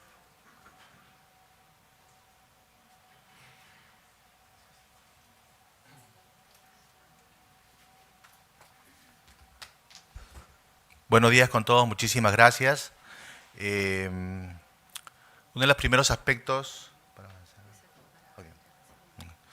que debo mencionar es que estoy muy gustoso de escuchar todas estas presentaciones tan importantes de un conocimiento que vienen desarrollando desde la parte científica, pero debo decir también que es un reto importante de poder hacer cómo es que todo este conocimiento finalmente se debe traducir en datos oficiales que el Estado peruano debe desarrollar y producir, justamente porque a partir de ellos se desarrollan las políticas y las acciones que se requieren justamente para poder conservar y proteger los humedales, en específico las turberas, ¿no?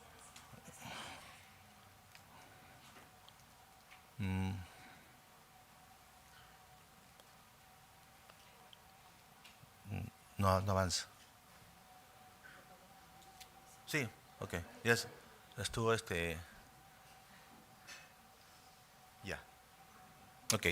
Sí, gracias. Entonces, bueno, lo que ustedes pueden apreciar acá, el primer mensaje que puedo decir es que el Ministerio del Ambiente, desde la Dirección General de Ordenamiento Territorial, la cual represento, tiene a su cargo el desarrollo, el monitoreo del estado de los ecosistemas y todo lo que sucede en ellas. Para eso, si bien es cierto, desde el 2017 se viene desarrollando esta actividad de monitoreo, recién en este año se ha inaugurado un centro de monitoreo y evaluación de los ecosistemas y los recursos naturales con el propósito justamente de poder evidenciar este monitoreo que se hace a través de todo el territorio nacional, en todos los ecosistemas del Perú. Y esto es importante para que podamos a partir de ello desarrollar toda la información y presentarla y entregarla y, como dije al principio, poder desarrollar las políticas públicas que necesitamos frente a los problemas que tenemos que abordar como problema público. En la siguiente, por favor. Si hablamos de lo que estamos avanzando, en el caso de Turberas, puedo decir que el enfoque principal en la Amazonía está centrado en estos pantanos de palmeras que están ocupando alrededor de 5.5 millones de hectáreas. Eso representa más o menos el 4% del territorio nacional. Y aun cuando esta es la parte más importante que estamos trabajando actualmente, ya se ha mencionado en otras presentaciones que los varillales y los pantanos herbáceos arbustivos también, si bien es cierto, tienen un menor porcentaje de representatividad, también son importantes desde el punto de vista del mapeo de las turberas. Son 36 ecosistemas, como repito, el Estado peruano tiene a su cargo en monitorear el estado de todos estos ecosistemas y en caso particular estamos trabajando también con estos ecosistemas de pantanos de palmeras, varillales y pantanos herbáceos arbustivos para poder determinar su condición. La siguiente, por favor. En esta lámina de línea de tiempo quiero mencionar que este trabajo desde el 2024 se viene desarrollando con el apoyo de la cooperación japonesa, en este caso de JICA, con quienes a partir de un proyecto denominado Probosques Humedales, lo que se ha pretendido es formar capacidades en el Estado peruano, en este caso en el Ministerio del Ambiente, para poder monitorear los pantanos de palmera, los aguajales principalmente y las turberas que están contenidas en ellas.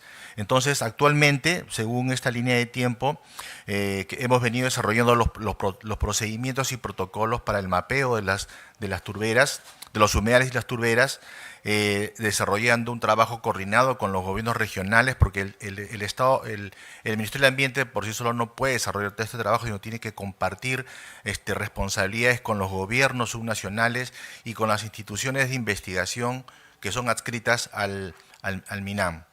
En el 2026, sí, antes, por favor, ahí para terminar, en el 2026, o sea, este año, estamos terminando de validar el mapa de humedales amazónicos y luego de ello vamos a empezar a hacer el sondeo, la medición de turbas en estos ecosistemas. En la siguiente. Uno más, por favor. Sigue. Ya. Aquí, durante todo este trabajo, desde la fecha que estamos haciendo, lo que ustedes ven a la derecha es el mapa de aguajales mixtos y aguajales puros que se han podido discriminar. Es decir, una especie de identificación de dónde están los aguajales puros y mixtos, sabiendo que los aguajales puros son los que tienen mayor probabilidad de almacenar turba.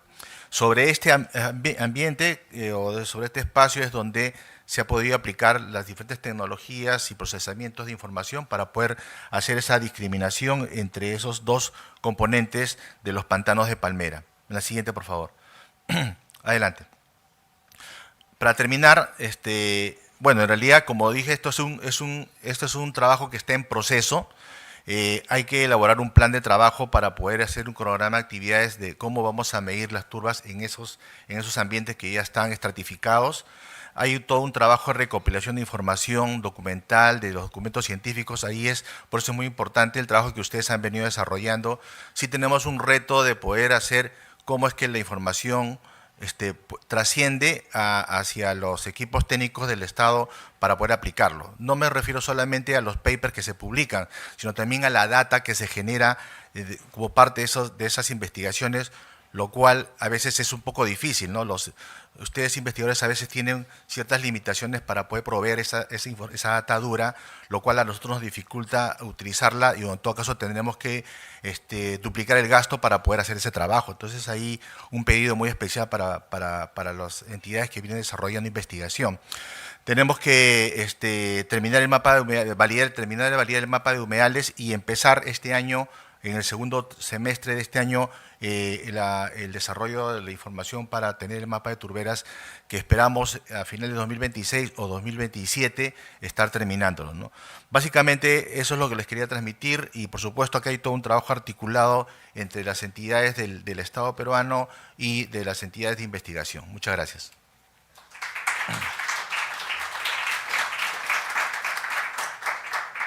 Muchísimas gracias, William. Welcoming back on stage, Simon, for the next presentation. Thank you.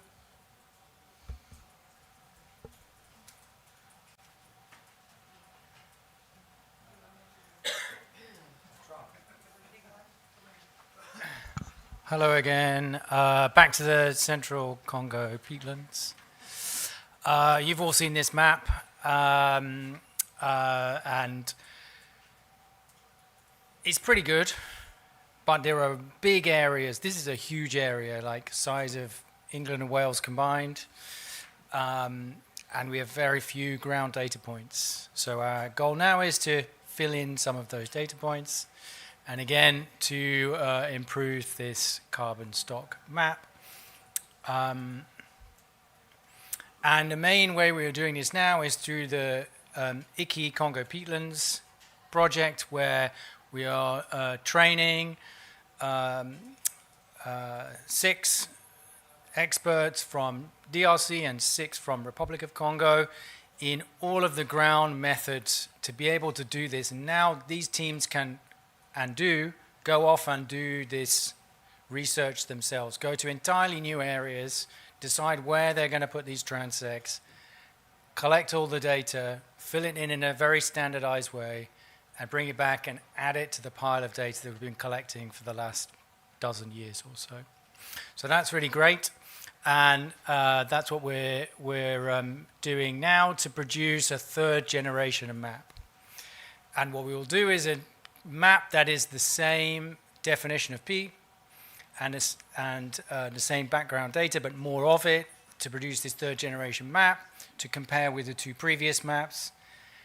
And then we will also produce 2 maps, one for each of the countries, to the national definition of peat that they are producing. So that will be directly relevant to policy. So these are the new transects that we've been doing. So we had no data from Mai-Ndombe, huge area of peatland. Actually appears to be quite different from the rest of the peatlands. It's flooded for much more of the year than anywhere else. We did find peat there, and then up in Sanga, where we also had no data from Republic of Congo. So that's that. And I want to tell you one more thing with the last couple of minutes. So one of the things we need to know about these large areas is, are they a carbon sink or are they a carbon source, and how is that changing over time? And it's very difficult to get. But one way of doing this, and the reason why we know that the Amazon is turning from a carbon sink to a carbon source, and where this is occurring, which is in the southeast of the basin, and why it's occurring, climate change-induced droughts and land use change combined in that area of the Amazon, turning it from a sink to a source, is from these aircraft measurements. So each of those dots is a place where every 2 weeks an aircraft flies through the atmosphere, collecting CO2, methane, and carbon monoxide. And then you can take a model of the air movements, and those arrows are the average air movements over a year, and run the model backwards so that you can see where your areas were a source or a sink. And what this does, which none of the other methods do, is that it tells you the net carbon balance over quite large areas of all processes, both known and unknown. And there's no hiding. There's no like methodological tricks to pretend you've got more carbon uptake than you really do. This is all of the processes happening in all of the area. And the higher you go up in the atmosphere, it integrates over a larger area. We just got funding. We have funding now from Schmidt Sciences in the US to do this finally for the Congo Basin. And of relevance to the peatlands, we also collect the data over the central Congo peatlands. So we'll be able to isolate the central Congo part dominated by the peatlands and what really is the net carbon balance there compared to the other tropical forests. So in a couple of months' time, in August, we'll have the first flights going from Libreville. And then we also have second set of flights. They will actually go from Kinshasa to Mbandaka and then up to Jimena. So we'll actually have 3 portions through the center of the basin, and then later on we'll add in Kisangani. And these are enough to capture, we think, the entire of the Congo Basin and the net carbon balance. So we will see, we know that the tropical forests, the intact tropical forests are a carbon sink, but we do not have a good handle on the change in the land use change emissions. Because we have lots of selectively logged forests, which is some is emitting and some is recovering and absorbing carbon from the atmosphere, plus major land use change, particularly in DRC for selective, subsistence agriculture, and the net of all those things is very uncertain. So we'll get the net and then we'll try and decompose and separate and partition out into the major fluxes. And our kind of standards, Congo Peat and Congo Flex standards, we're trying to do verified maps with ground truthing, standardized data collection on the ground, everything peer reviewed, everything open access, and then providing the easy to use data. So it's all uploaded into UN Biodiversity Mapper, so you can play around with all these layers of the mapping and see how they map onto other things. In a very easy to use format that anyone can use, including all the policy advisors and policy makers. Thank you very much.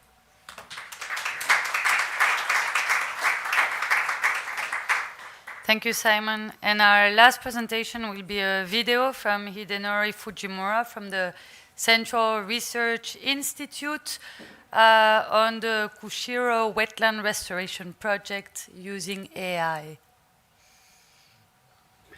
Hello everyone, my name is Fujimura Yoshiyasu, a consultant engineer from R&D Center of Nippon Koei, Japan. Thank you for the opportunity to present today. I regret that I am unable to attend in person. I would be grateful for any feedback you may have. I talk about Kushiro Wetland, which is the largest wetland in Japan, covering an area of 250 square kilometers with peat layers reaching a thickness of 5 meters. I try to evaluate the effects of nature restoration project on wetland vegetation by using AI. Let's turn to the details. The nature restoration project was initiated in response to changes in the wetland vegetation. This vegetation map from 1947 to 2004 shows that the Japanese alder forest, shown in green color, has expanded from 20 square kilometer to 18 square kilometer, while the reed and sedge grassland have declined. The primary cause is an increase in sediment inflow from the watershed associated with land development. This diagram shows the rivers flowing into the Kushiro Marsh. By 2003, the riverbed has been lowered by erosion, so that sediment eroded from the watershed was being transported into the marsh. To counter this, measures to reduce sediment inflow, such as erosion control works and the construction of sediment retention basins, were begun in 2005. As a result, we have reduced the sediment load entering the marsh by 40% relative to no countermeasure scenario. Evaluating the project, however, poses a challenge. Although the reduction in sediment inflow has been achieved, its effect on the wetland vegetation remains unclear. Why is this difficult? Because the establishment of forest is governed by a complex interplay of many factors. We are addressing this challenge by employing AI, specifically deep learning. To clarify how the project affects the forest, we constructed a deep learning model. First, the analysis flow. The model take topographic and hydrological data as input and uses actual with actual forest distribution as the training data.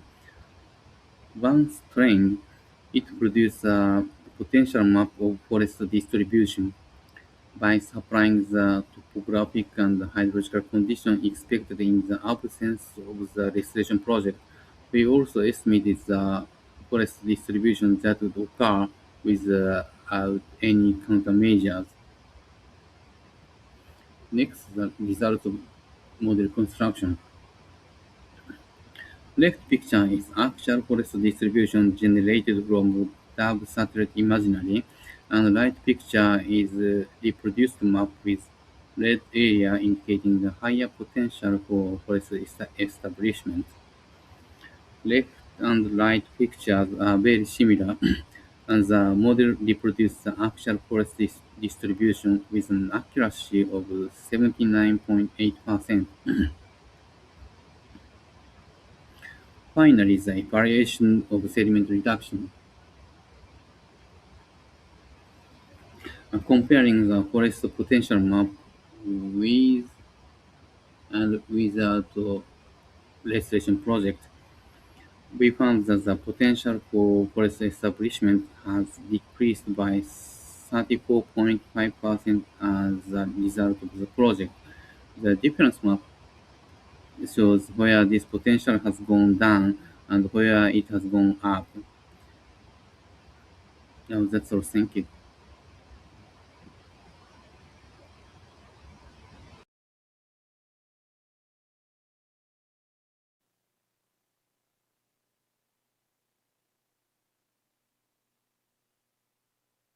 Presentation, so let's go to the discussion.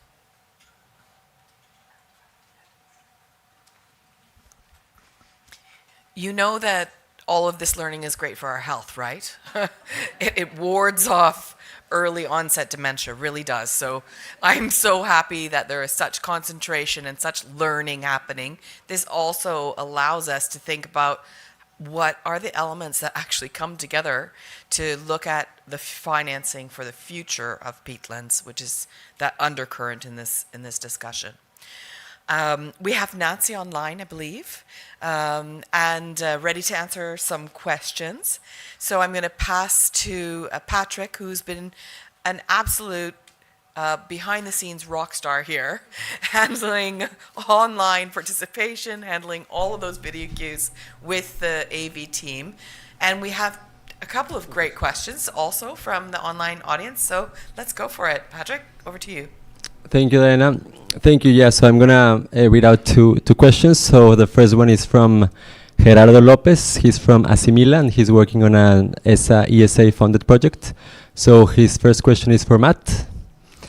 Basically, they say that they've developed different mapping and monitoring tools, and they're wondering if it's possible to integrate some of them. They're working on this World Peatland project, and whether they can integrate these products regarding peatland extent, water level, surface motion, health, etc., in open forests. They're interested in this. So over to you, Matt. Thank you.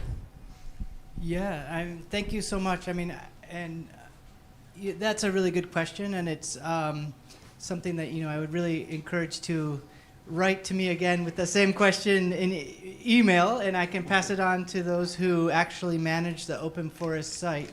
As far as I know, from the functionality of the open forest tools, particularly the CPEL platform, which would be helpful for managing that kind of geospatial data, it is completely possible to use. So there are data assets that are already embedded in the CPEL platform, and then you can also use any of the Google Earth Engine assets. So the whole library of Google Earth Engine, if you have the right, if you have the asset, you can load it into the CPEL platform, and you can develop your own analysis, and you can also upload your own data that you're interested in.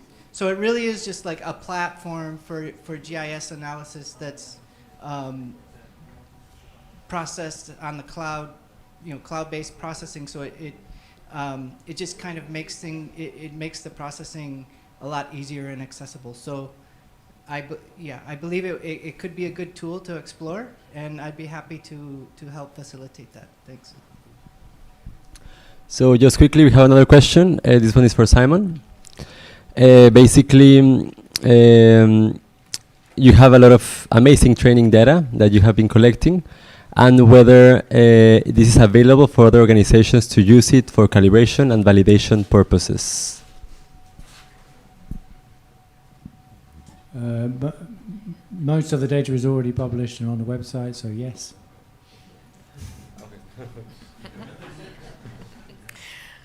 Very time effective answer. Do we have Nancy on the line online? Yeah? Okay, great. Great to get her on the screen if we can. Are there any other questions? Floor is open. Yes, love it. Monica. Sorry, Carla, can you pass that? Yeah. Sorry, yeah. There's this. Gracias. Buenos días. Tengo una consulta para el representante del Ministerio del Ambiente. De hecho, me parece excelente que se esté planificando ya tener un mapa de turberas amazónicas, pero me queda la duda de qué es lo que se está planeando para las turberas altoandinas, para nuestros bofedales, porque ya hay información que indica que pueden llegar a tener en promedio más carbono que las turberas en la Amazonía. No digo que las de la Amazonía no sean importantes, también son importantes, pero los bofedales también tienen que mirarse. Entonces no sé qué se está planificando al respecto.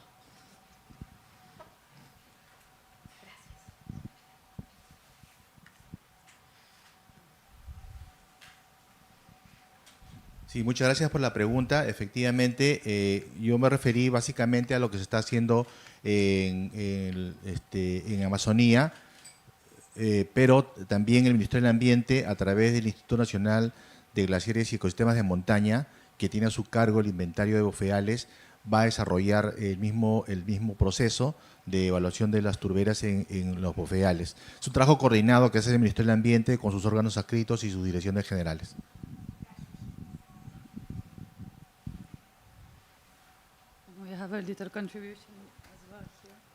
Sí, mi pregunta también es para usted.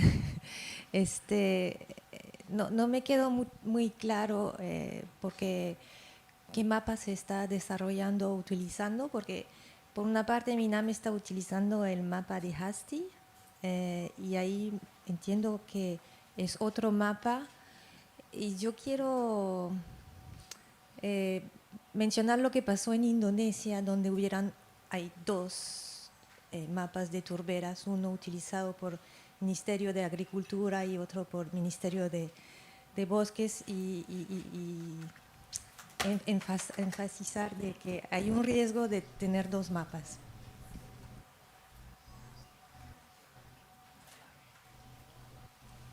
Muy oportuna su pregunta.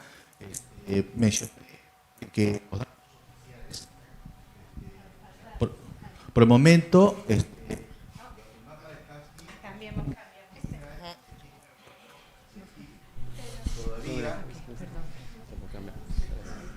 mencionaba que el trabajo de Hasti es un mapa muy importante, interesante, como dije al principio, es un avance de la ciencia. El gran reto es cómo incorporamos eso al proceso al proceso público. El trabajo que hace el Ministerio del Ambiente, tenemos que recoger esa información, incorporarlo, complementar con lo que venimos haciendo para tener un solo mapa, una sola información. O sea, no es que el mapa de Hasti es el mapa oficial, tenemos que hacerlo oficial, pero para eso necesitamos incorporarlo dentro del proceso técnico que desarrolla el Ministerio del Ambiente. Y como ya dijimos, el mapa de ecosistemas del Perú es el mapa oficial. Ahí está identificado los ecosistemas, como los pantanos de palmeras, que contienen turba. Entonces, tenemos ese gran reto, y nuevamente, repito, es un interés de poder justamente canalizar todo ese trabajo para poder tener una información consolidada, robusta, técnicamente respaldada con evidencia científica. Y por eso también señalaba que muchos de los datos que se levantaron en ese trabajo de Hasti, datos duros de campo, al cual todavía no hemos tenido acceso, sí es importante, digamos, coordinar para poder justamente complementar con lo que queremos hacer y el próximo año, ¿no? Thank you. Thanks very much. Any Claude here?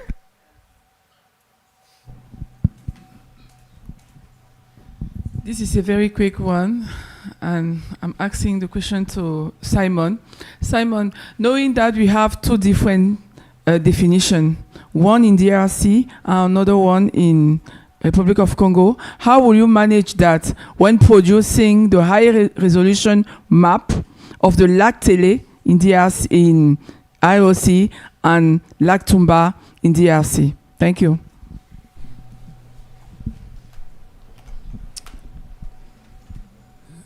So I think the issue is not two different definitions, because we can make a map under one definition and then mask out the country that it does not apply to. The potential difficulty is the definition that is chosen. Some definitions will allow us to make a map very quickly and very easily. Some definitions will take a great deal of effort to produce a map, because we might have to go back to all of the samples again and reanalyze them. And some definitions we will not be able to provide a map, because it just won't work. If it's too broad a definition, we will not be able to provide a map using the methods that we currently use. So I'm more concerned about the definition rather than two different definitions, because this has to be driven by the countries, and they are sovereign nations, and they will make their choices. It would be better if they were more aligned, I think, given that it's very transboundary.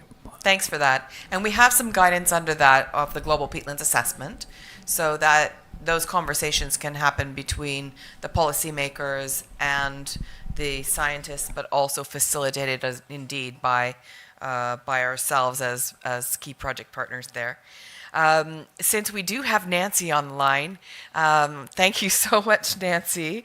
What is interesting, we heard from all of these rapid fire tools, assets on the ground, and we're seeing that, the science world getting closer, working more closely with governments. How does that also help you, Nancy, connect across your different sectors, the different databases that you have? I have the pleasure of being part of that development of the Global Wetland Watch, and actually met Nancy and her fabulous broad team in person. So Nancy, tell us a little bit about what you've been having to overcome there and how you're doing on that. Well, I think I think Simon's answer that he just gave about the definitions was really helpful. I want to just write that down, because it really helped explain quite clearly the challenges and getting the scale fit for purpose, so that it can. Because we work, the work that the level that we work is, it seems very simplified, but it has to be fit for purpose all the way down to the detailed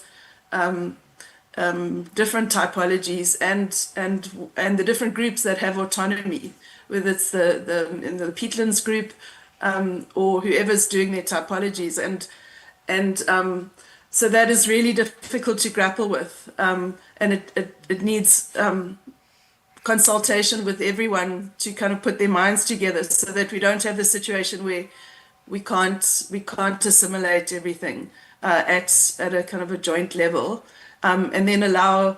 I mean, the amazing work that's like the real work on the ground. That's so critical. That's the real science. That's going to give us such critical answers, so that can be catered for, and then can be taken all the way up into big funding streams.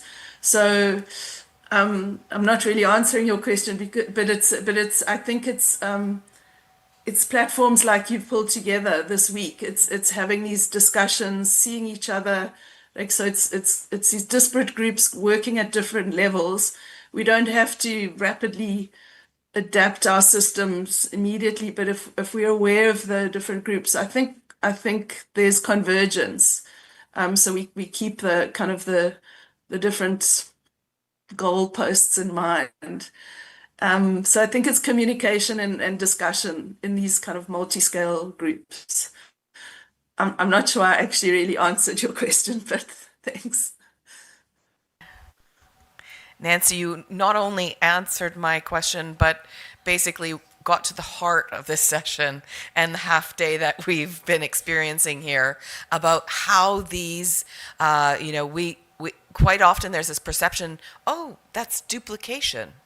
But in this case where we're coming into new findings, establishing new global methodologies, standards, measures, metrics, we need to have some of that duplication because we need to compare and we need to harmonize, we need to talk about what is working, what is not working, and really push this topic together. We have the privilege and opportunity of working with global partners like Google and have all of that sort of crunching power together, as well as minds and individuals on the ground. And we're trying to, through these sort of exchanges, which I'm sorry that you can't, or your team wasn't able to be here, Nancy, this time, but we will look forward to connecting in person in the near future. So, round of applause for Nancy and her team. Thank you so much. And for the incredible rapid fire dynamic presentations that we had. We can now nourish ourselves with some food. It's a short lunch, well, relatively short. This is a real lunch for, an hour. We have an hour. So do please be back here at 1:30. Yeah.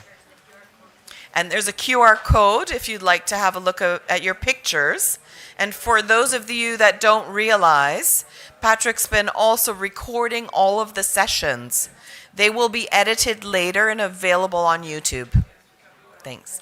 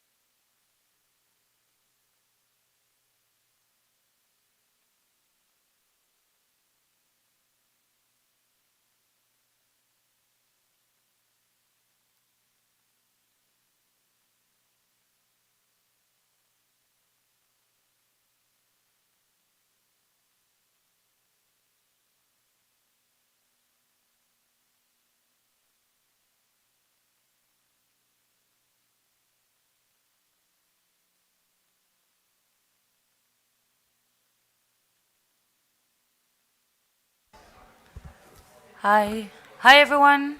Please take your seats. We're about to start.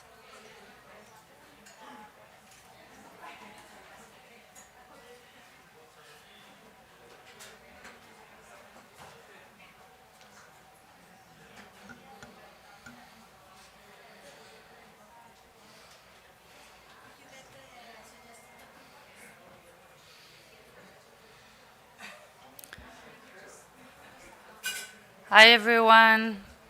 So to start this afternoon segment, we are going to start the session on the role of indigenous peoples and their communities. So our first speaker is Oscar Herman Manrique from the government of Colombia.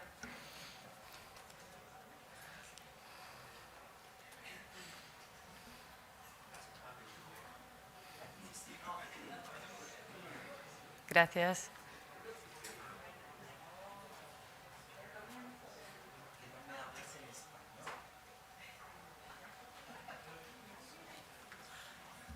Buenas tardes para todos. Vamos a tratar de cumplir los 5 minutos, entonces vamos a hacerlo de la manera más rápida posible. Empezamos con una base muy especial y es precisamente el hecho de cómo trabajar y cómo unir la ciencia y el conocimiento tradicional con el conocimiento científico, pero sin desconocer el territorio y el territorio en su amplitud. Por eso la base de todo este proceso es el trabajar con quienes están en territorio para poder generar procesos en torno a en torno a la apropiación del conocimiento. En este sentido, la base de los procesos de conservación se toman con la apropiación del conocimiento. El conocimiento se genera desde las comunidades, el análisis de la información se hace con estas comunidades, pero sin descuidar precisamente la base y el conocimiento científico. Los institutos de investigación generan conocimiento para quienes están en territorio, que son las comunidades indígenas, y con estas comunidades indígenas es con quien se analiza la información precisamente para la toma de decisión. Toma de decisión que va precisamente en el marco del conocimiento, pero el conocimiento se hace con ellos para que sean ellos mismos los que digan la información es la verídica, como es la información que es tomada por ellos mismos, empiezan a entender el comportamiento y al saber el porqué de este tipo de información. Con base en esto, las comunidades indígenas, y empezamos con un ejercicio muy bonito, y es un proceso de más de 15 años que llevamos con esas comunidades indígenas, son 2 sitios Ramsar y ahí hay comunidades indígenas.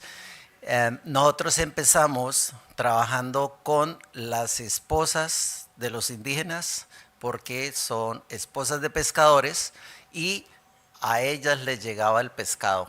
Entonces empezamos a capacitar a estas mujeres para que supieran qué era lo mínimo en términos de tomar información, y esa información nos permitía saber qué especies se estaban capturando, los tamaños de las especies y la edad reproductiva de estas especies, y eso nos permitía generar diferentes procesos en términos de la conservación. Todo este proceso y esa generación de información se tomaron en 2 sentidos: pesca, pero también fauna. ¿Por qué fauna?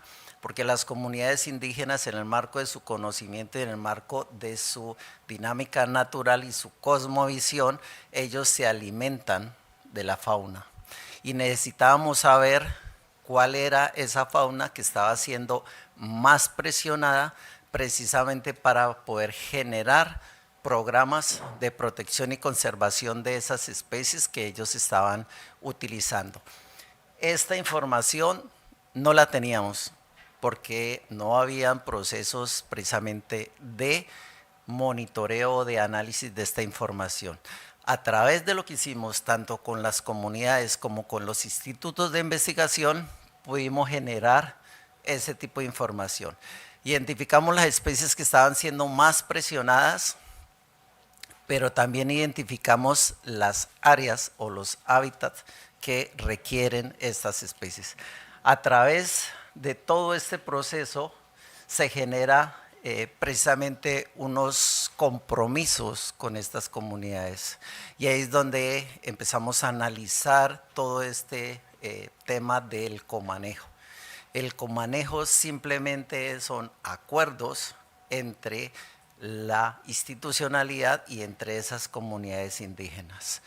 La comunidad indígena apropia el conocimiento y sabe el porqué de cada una de estas especies y las decisiones que se toman. Entonces, las decisiones, ejemplo, el tema de pesca.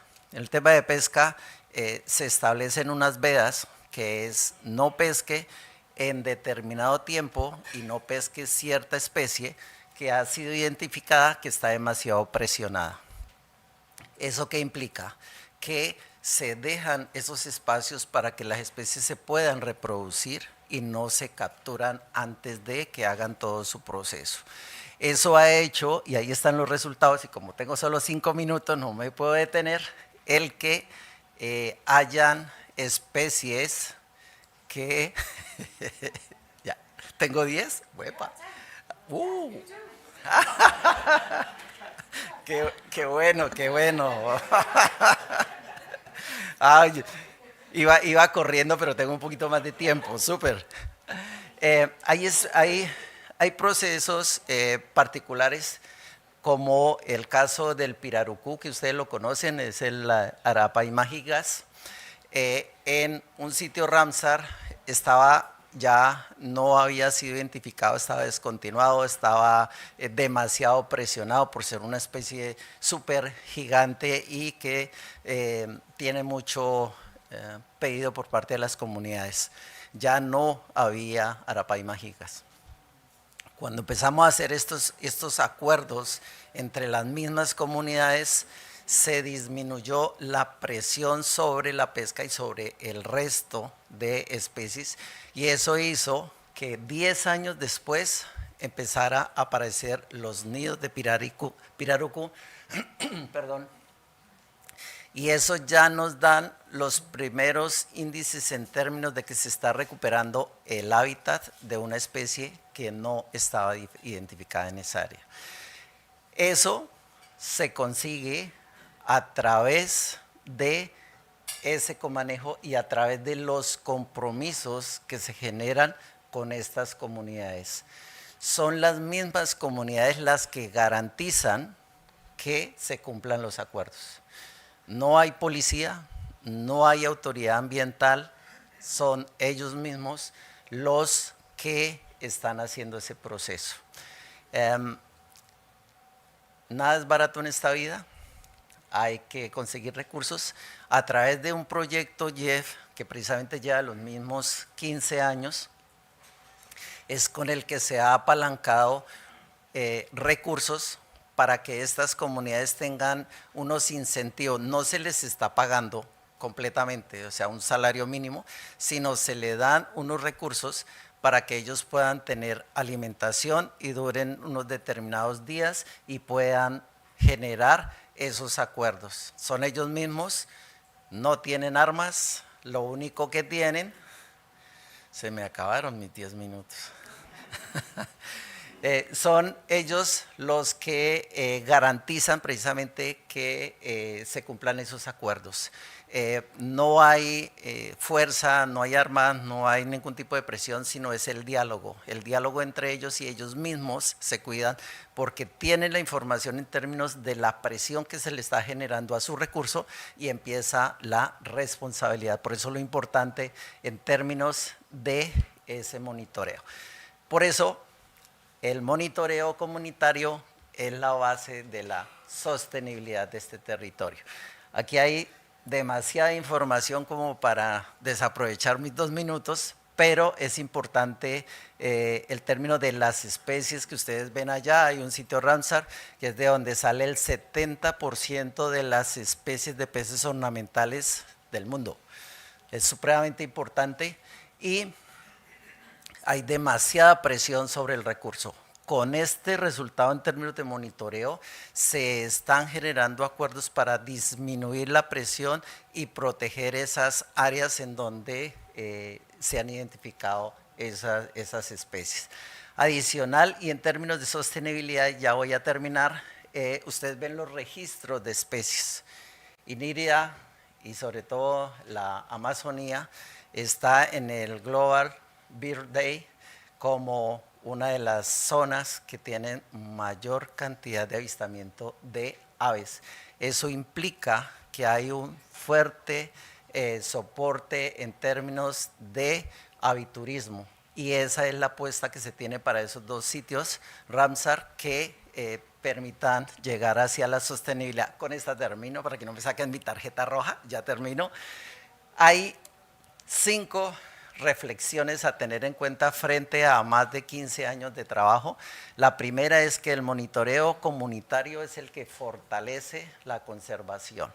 La segunda es que la gobernanza es la clave para la sostenibilidad de los humedales. El tercero es que el conocimiento tradicional complementa la información científica, siempre tiene que estar completamente transversal a los diferentes procesos. La articulación institucional potencia todos estos resultados y es súper necesaria en todos los procesos. Y lo último, la conservación debe generar beneficios para las comunidades, y eso era lo que estábamos hablando. Es una parte de negociación. Si la comunidad ve que se beneficia, le apuesta. Si no, nada. Gracias.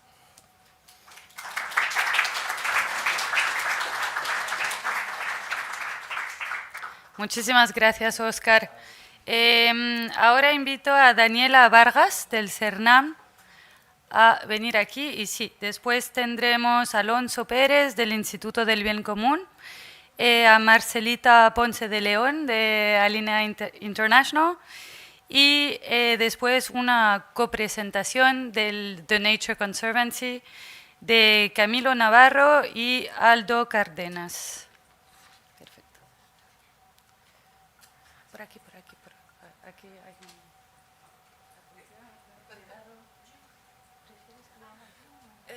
Creo que yo. Para moverse, ok. Ok. Thank you. Bueno, buenas tardes con todos. Mi nombre es Daniela Vargas Machuca, formo parte del Servicio Nacional de Áreas Naturales Protegidas por el Estado de Perú. Y es un placer con ustedes compartir esta presentación. Creo que yo sí tengo 5 minutos. Ok, entonces a los 5 minutos me tendré que ceñir.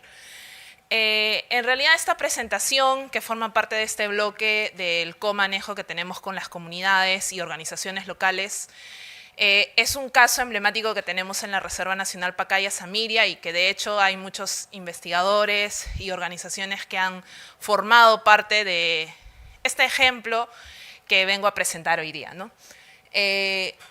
La pregunta es, ¿podemos recuperar las turberas, en este caso amazónicas, sin dejar de aprovechar los recursos que están en ellas? Eso es lo que vamos a descubrir ahora.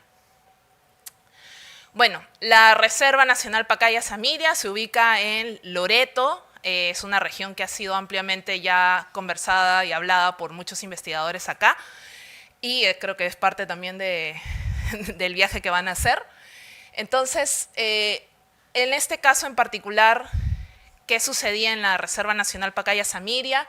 Teníamos que durante muchos años la extracción de un fruto en particular, que era el aguaje, ¿no?, que viene de las palmeras, que son turberas, se hacía talándolas, ¿no?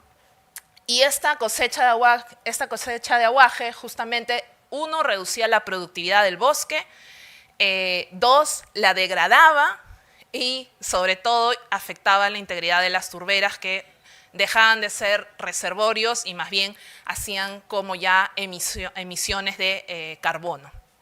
Entonces, como decía al inicio, la pregunta no era impedir el uso del bosque, sino cómo hacerlo más sostenible, y esto en el marco también de cómo hacemos conservación desde el Estado, ¿no?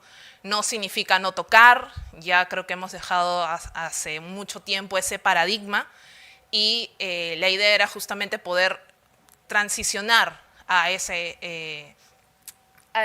mecanismo, ¿no? Entonces, la solución no era, o creo que es un poco pequeño dejarlo en solo evitar o concentrarnos en que la metodología era dejar de talar o restringir un recurso. No, era justamente crear un modelo de cogestión. Y ese modelo de cogestión ha sido impulsado desde la academia, desde diferentes organizaciones y adoptado por el Estado justamente para transitar a ello. Las comunidades ya tenían sus conocimientos, ya sabían cómo hacer el aprovechamiento de pero en ese momento no veían quizás que la forma en cómo lo venían haciendo afectaba directamente a la sostenibilidad no solamente del bosque, sino de sus medios de vida. El CERNAM, como parte del Estado, siendo parte de todo este proceso y teniendo en cuenta las recomendaciones de la academia, justamente, era adoptar ya un nuevo enfoque en el que concertábamos planes de manejos participativos y acuerdos para el aprovechamiento de este tipo de recursos sin talarlos. La idea era dar asistencia técnica justamente para ello y que las comunidades puedan estar de la mano con nosotros para conservar a las turberas, en este caso los aguajales. Y bueno, la academia, a partir del Instituto de Investigación de Amazonía Peruana, el IAP, justamente nos ayudó a eso, a la generación de esa evidencia y cómo el monitoreo de investigación durante más de 20 años pudo evidenciar justamente eso, ¿no? Y los resultados en realidad justamente fue el manejo sostenible, que es lo que busca el CERNAM, la recuperación progresiva de estos aguajales, la conservación de una reserva importante de carbono y sobre todo los medios de vida sostenibles, que es lo que principalmente buscan las comunidades locales que tratamos de apoyar. Entonces, después de 20 años, justamente estos fueron los impactos o los resultados, ¿no? Teníamos un bosque más sano, donde ya se empezaban a ver signos de recuperación, el carbono que teníamos protegido, justamente a partir de evitar la tala de los aguajales y poder conservar la integridad ecológica de las turberas, tener más ingresos para las mismas comunidades, y eso se tangibilizó en el mismo ingreso que tenían económico las comunidades, ¿no? Y el mayor potencial económico que justamente dio esta investigación fue que el reemplazar en la metodología de aprovechamiento ayudaba a que se pueda aumentar el valor estimado de justamente el aprovechamiento de ese recurso cuando solamente cambiábamos la forma de la metodología del aprovechamiento. Creo que eso es una de las cosas más importantes que se tiene, ¿no? Y bueno, el trabajo continuo creo que ha sido, y este es uno de los ejemplos más particulares que tenemos dentro del CERNAM, cómo es la sinergia que ha habido entre las comunidades, la academia sobre todo, y las diferentes organizaciones e instituciones privadas y estatales que nos han apoyado a ello. Entonces, creo que ya para agotar mi tiempo, tenemos creo que 3 condiciones para conservar las turberas a largo plazo. Uno es el reconocimiento en la conservación que tienen los pueblos indígenas como socios de gestión. Creo que esto es una de las cosas más importantes que hemos adoptado y aprendido a lo largo de los años como institución, y no solamente verlos como una especie de beneficiarios, porque, vamos, ellos han estado desde siempre y antes que se establezca un área natural protegida. La gobernanza dentro de las mismas, en realidad ser parte de un área natural protegida ayuda, potencia a poder concertar esa gobernanza y ya dejar de lado de repente esa estigmatización que se tiene de que el área natural protegida es no tocar.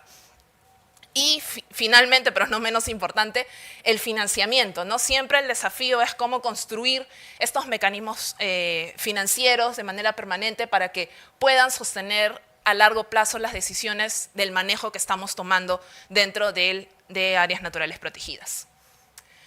Y bueno, finalmente dejarlos con esta conclusión, ¿no? En la Reserva Nacional Pacaya-Samiria creo que es un caso muy emblemático que demuestra cómo el conocimiento tradicional, la ciencia, la gestión de áreas naturales protegidas puede ayudar justamente a recuperar turberas, a fortalecer los medios de vida y sobre todo a contribuir con la acción climática. Gracias.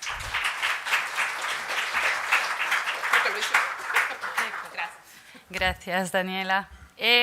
Ahora vamos a escuchar a Alonso Pérez, del Instituto del Bien Común. Gracias.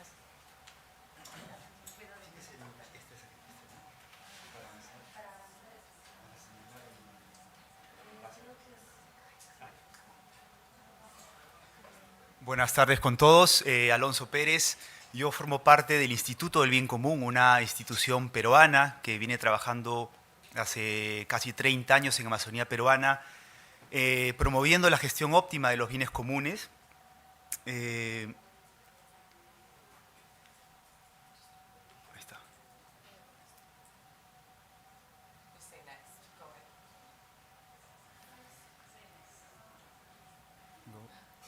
¿Una más? Ahí está. Bueno, entonces voy a presentarles este proyecto que venimos desarrollando con Landscape Alliance, con el IAP y la SPDA, y donde lo que buscamos dentro de los diversos componentes que tenemos es, desde una mirada más social, más comunitaria, entender estas capacidades, estas instituciones, estas prácticas que están alrededor del manejo sostenible de estos aguajales que están por arriba de las turberas, ¿no? Siguiente.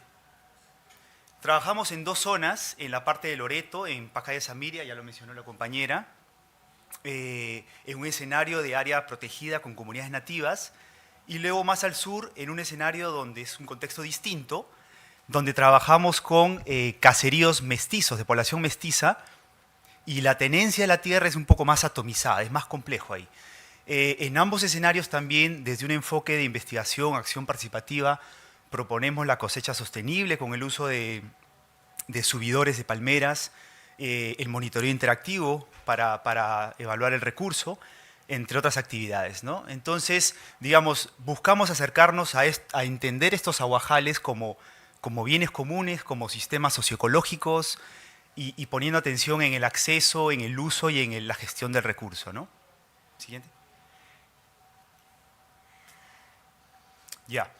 Entonces, en ambos territorios lo que hemos encontrado es que el acceso principalmente es por un uso ancestral, hay un historial de aprovechamiento, hay proximidad territorial con el recurso.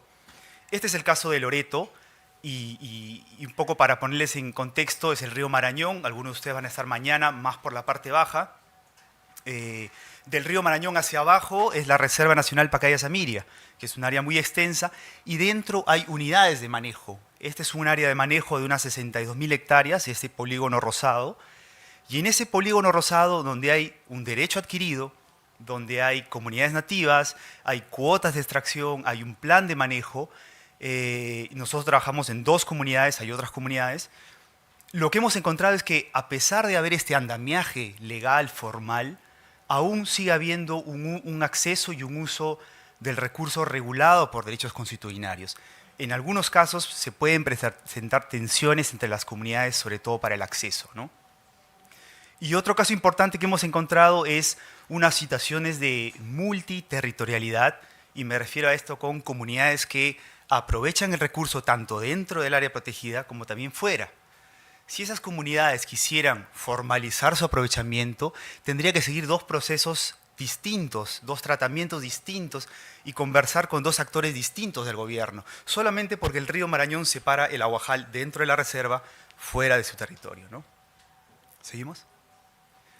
Bueno, y en el caso de Ucayali, este es el, bueno, ven ahí el ecosistema, el pantano de Palmera, son bienes comunes de acceso abierto. En este caso no hay un derecho formal otorgado para los comuneros, para los propietarios que colindan ahí. ¿Le das una más, por favor? Y ven cómo acceden ellos al recurso. Lo que hemos encontrado aquí que digamos, la menor escala, el menor número de usuarios que hay en torno a este espacio parecerían estar facilitando un mejor aprovechamiento y una mejor gestión local del recurso. Tanto aquí como en el otro territorio, los derechos son, digamos, principalmente regulados por, el recurso es regulado por derechos constitucionarios que son socialmente reconocidos y legítimos. ¿Sí? Finalmente, para pasar de esa imagen a la otra imagen, toma tiempo, es un proceso. Sin embargo, queremos compartir 3 mensajes claves. Primero, que los aguajales, estos ecosistemas de palmera, son sumamente complejos y derivan desde la diversidad de usuarios, la diversidad de escalas, los diferentes arreglos institucionales que hay en torno a la gestión. Segundo, que las dinámicas sociales y las instituciones locales tienen que estar en el centro del manejo sostenible, sobre todo cuando diseñamos planes de manejo, estrategias de manejo, muchas veces desde afuera. Y tercero, que a pesar de que la formalización es importante, claro que sí, el reto está cómo acercar estas instituciones formales a estas prácticas locales y muchas veces reglas informales que hay para, digamos, concatenar mejor los esfuerzos. Eso sería. Muchas gracias.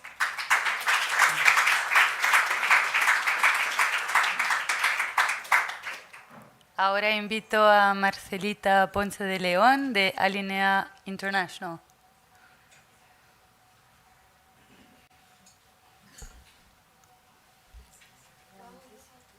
Como quieras, lo hago. Perfecto, gracias. Muy amable. Gracias. Bueno, buenas tardes. Muchas gracias por la invitación al comité organizador. Es un honor para mí estar acá junto a grandes entendidos de los petlands. Mi nombre es Marcelita Ponce de León, soy ingeniera agrónoma y soy la actual gerente de campo para el proyecto Mujeres Guardianas de la Biodiversidad y la Resiliencia Climática en paisajes de bofedales y turberas. Siguiente, por favor. Estamos trabajando en 3 países, los países andinos de Ecuador, Bolivia y Perú. Y bueno, lo que hacemos nosotros como proyecto es de alguna manera acompañar a mujeres específicamente indígenas en estos 3 países para fortalecer su liderazgo en el cuidado, la defensa y la gobernanza participativa de estos humedales andinos en el que estamos trabajando, que son ecosistemas Ramsar, siempre reconociendo los saberes locales y los derechos territoriales que se encuentran en esos territorios como base para una conservación justa y resiliente en el clima en estos 3 países. Siguiente, por favor. ¿En qué territorios estamos trabajando? Pues básicamente estamos trabajando en ecosistemas Ramsar de los 3 países. Estamos en el complejo Yanganati en Ecuador, en Cotopaxi. Para Perú estamos en el Ramsar Bofedales y Laguna de Salinas, en la Reserva Nacional de Salinas y Aguada Blanca. Y en Bolivia estamos en el Ramsar Los Lipes, que está dentro de la Reserva Nacional de Fauna Andina Eduardo Baroa. Siguiente, por favor. ¿Por qué fortalecer la gobernanza participativa con un enfoque interseccional? Nosotros como proyecto, a lo largo de estos 2 años de implementación, básicamente hemos aprendido que la participación no puede construirse desde un enfoque desde arriba hacia abajo. Eso es muy importante de entender. Para nosotros la verdadera gobernanza participativa comienza cuando las propias comunidades de alguna manera deciden involucrarse en proyectos como este y también liderar los procesos. Las comunidades con las que normalmente ahorita estamos trabajando, que son 7 en total, Desde un inicio aceptaron ser parte de la iniciativa, sus autoridades estuvieron involucrados y querían de alguna manera fortalecer ya lo que ellos ya tienen como conocimientos ancestrales y tradicionales, para poder junto a nosotros poder aportar a la conservación de estos territorios que ellos consideran también importantes dentro de su cultura. Y bueno, muchas de estas comunidades no habían tenido la oportunidad, digamos, de tener un proyecto en sus territorios por muchos temas de, digamos, de gobernanza local, también como los desafíos de acceso a estas comunidades, especialmente en Bolivia, es difícil llegar a las quetenas, que están 7 horas de Uyuni en camioneta, es difícil de acceder y además también el camino es peligroso, por ejemplo. Eso es un desafío que hemos tenido que nosotros sobreponernos y entender con ellos que es posible siempre y cuando estén involucrados y nosotros les demos el acompañamiento respectivo. En estos territorios existen diferentes identidades, también hay jóvenes, niños, de todo un poco, y también existen idiomas distintos y maneras de ver la vida distinta, y es algo que nosotros hemos respetado desde un inicio. Nuestros equipos técnicos que trabajan actualmente tienen mucho cuidado en cómo se diseñan, se planifican y se implementan las actividades, porque la idea es que estas actividades correspondan a lo que ellos identifican dentro de lo que les vale o lo que es útil para su territorio. Eso obviamente significa adaptar las metodologías para ofrecer espacios también de cuidado, porque específicamente nosotros que trabajamos con mujeres, lo que hemos hecho también es colocar apoyos de daycare para las mamás, porque muchas de ellas llegan con sus niños y obviamente las mamás no pueden prestar atención, y lo que hemos hecho es adaptar nuestras metodologías para poder ofrecer esto también y que las señoras puedan participar con tranquilidad, ¿no? Eso es algo que nosotros realmente le damos bastante importancia. Entonces, es por eso que la gobernanza participativa debe tener un enfoque interseccional, específicamente con este proyecto en género. Eso. A la siguiente slide, por favor. Gracias. ¿Qué nos dicen las mujeres con las que estamos trabajando acerca de la gobernanza participativa? Bueno, en esta diapositiva ustedes pueden ver una infografía que hemos trabajado con parte de una delegación que hace poco estuvo en un intercambio de experiencias en Canadá, con delegaciones de África y también de pueblos originarios de Canadá.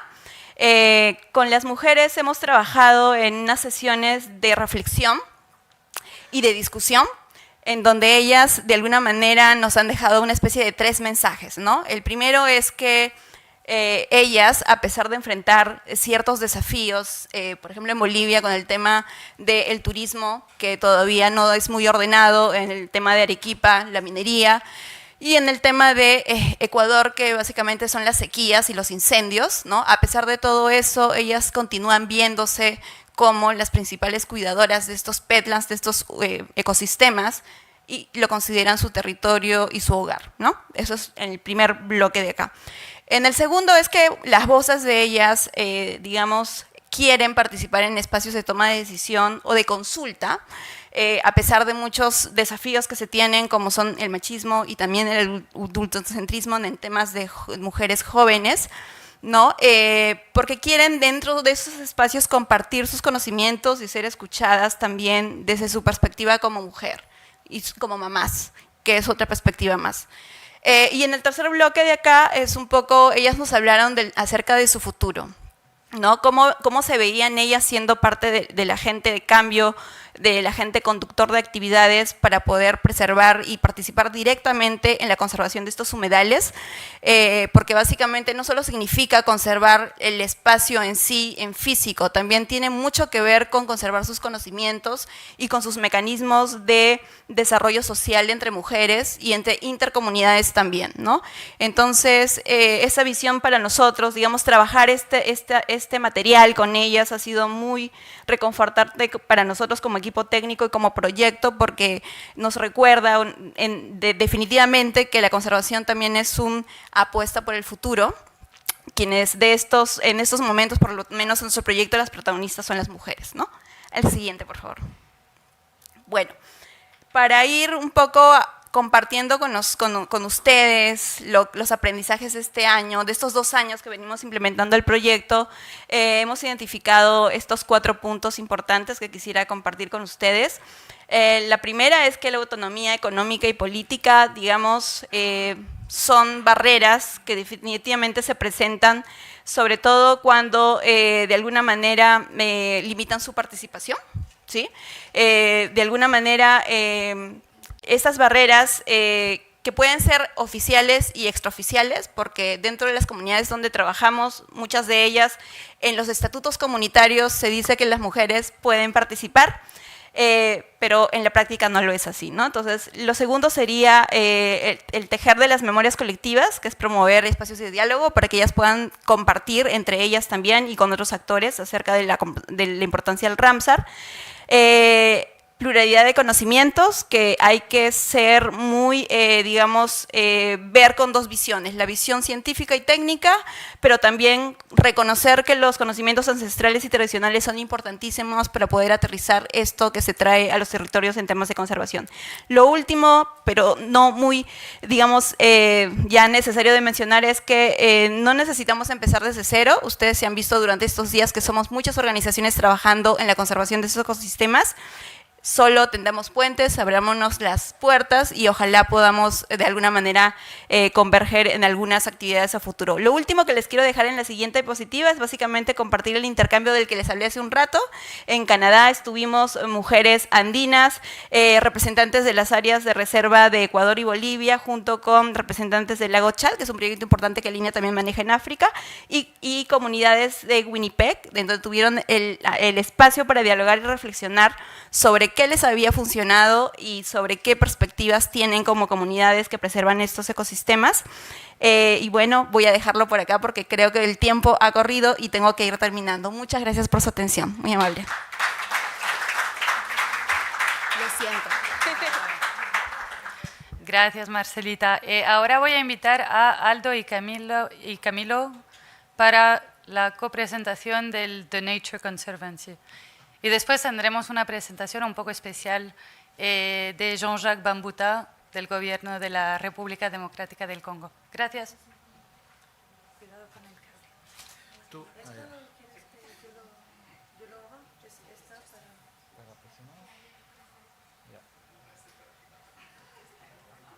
¿Cómo regreso? ¿Cómo regreso? Mejor tú.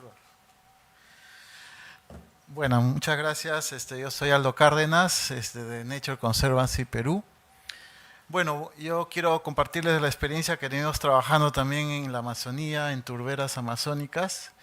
La siguiente, cuando hablamos de mecanismos financieros para conservar las turberas, muchas veces pensamos en grandes mecanismos como pago por servicios ecosistémicos, mercados de carbono, créditos de biodiversidad que pueden funcionar para otras realidades, ¿no? Pero cuando uno a veces se ve dónde están ubicadas las turberas y como pueden ver en zonas tan inaccesibles a veces o mucho tiempo viajando, con diferentes realidades, uno choca y se da cuenta que todavía estos mecanismos no son adecuados para empezar a trabajar en este momento.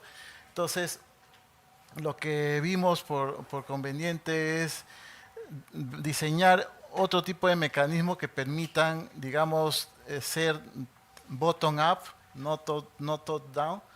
Y cuando conocimos estas comunidades, como son las urarinas, también están ubicados también, para variar, en la zona de Loreto, en la zona también de sitio Ramsar, que es el abanico del Pastaza. Estas comunidades realmente son bastante aisladas, son 10 horas en bote que se tiene que navegar, tienen una economía de subsistencia, no hay a veces todavía mucho intercambio de dinero, a veces hay el trueque en estas comunidades y entonces no tienen acceso obviamente a ningún tipo de crédito.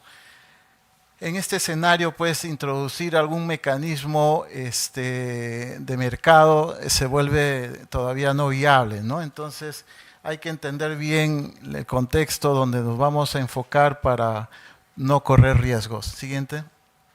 Entonces, ¿qué es lo que hemos hecho en este año de proyecto?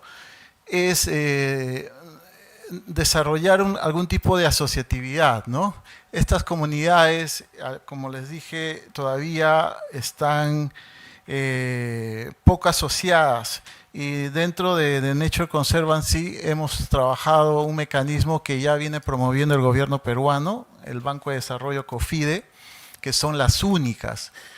Únicas es un mecanismo de microcrédito comunal, ¿no? Que permite que las comunidades se junten, entre 15 a 30 personas, aporten su dinero propio, no les damos nada a nosotros, ellos mismos ponen su dinero y se genera un ahorro.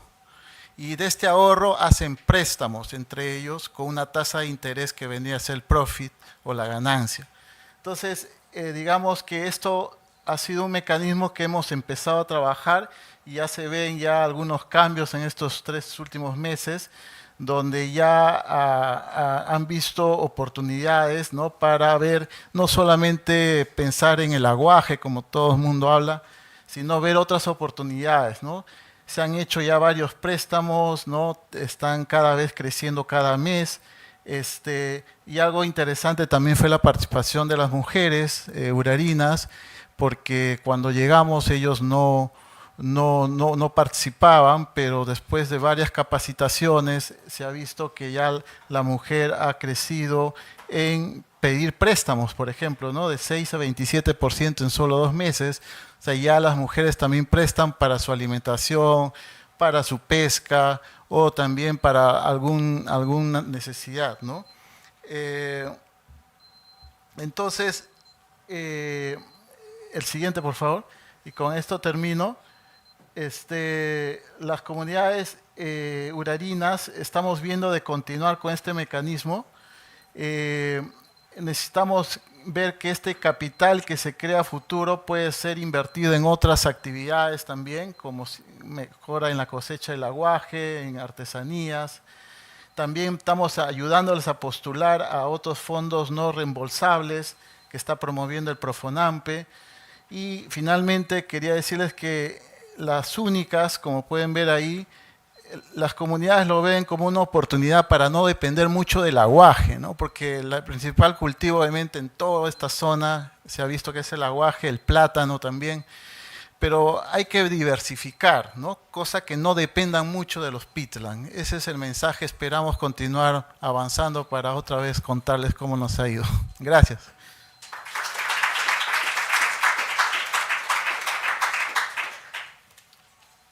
Now I invite, Camilo. We're a bit late on the agenda, so let's try to... Perfect. I'll do that. Si tú me la puedes pasar tú, ¿cómo funciona? ¿Sí? Hola a todos y todas. Mi nombre es Camilo Navarro, formo parte del equipo de TNC Chile y hoy día queremos mostrarle un poco sobre el trabajo que venimos desarrollando para el manejo sostenible de turberas en la Patagonia. La siguiente, por favor. Lo que pueden ver en esta diapositiva es una visión general de la cadena de valor del musgo sphagnum, el principal producto forestal no maderero que exporta Chile principalmente hacia el mercado asiático para suplir las demandas de la industria de las orquídeas. Esta industria posee una relevancia económica muy importante para el país. Genera ingresos en conceptos de exportación cercanos a los 24 millones de dólares anuales, pero también está muy relacionado a un problema, y es que se relaciona esta industria con una de las principales amenazas que tienen hoy día las turberas patagónicas, que son las malas prácticas de cosecha de musgo sphagnum. Es por eso que estamos ejecutando un proyecto para promover buenas prácticas de cosecha del musgo en conjunto con socios clave, como lo son los recolectores del musgo, las empresas exportadoras y también la Universidad Bernardo Higgins en Chile. La siguiente, por favor. Se desordenó la diapositiva, pero les comento que la idea de esto era responder una pregunta muy importante antes de ejecutar el proyecto, y es que debíamos saber quiénes son las personas que están realizando esta cosecha del musgo para poder intervenir y ejecutar las actividades, ¿no es cierto? Es por eso que aplicamos una encuesta en estos lugares que se ven acá en el mapa, que básicamente es la región de los lagos del sur de Chile. Y levantando esta información nos pudimos dar cuenta que muchas de las personas que se dedican a la cosecha del musgo se identifican como pertenecientes a pueblos originarios o indígenas, principalmente las etnias mapuche y huilliche. Y también nos pudimos dar cuenta que estas personas poseen una gran dependencia económica de este recurso natural. Y lo que tiene mayor relevancia si es que consideramos también que muchas de estas familias están cercanas a los umbrales de pobreza. La siguiente, por favor. También, a través de la implementación de esta encuesta, identificamos puntos buenos, como por ejemplo, que las certificaciones y capacitaciones que ejecuta el Servicio Agrícola Ganadero, que son las instituciones del Estado que velan por la cosecha legal del musgo en Chile, se relaciona positivamente con altos conocimientos en el manejo sostenible de turberas. Sin embargo, eso se contrasta con una de las brechas principales, que es que al parecer las personas que se dedican a la recolección del musgo no tienen mayor conocimiento sobre los beneficios ecosistémicos que las turberas proveen. Por ejemplo, en relación a la provisión de agua dulce o el rol tan relevante que tienen las turberas para combatir el cambio climático. La siguiente.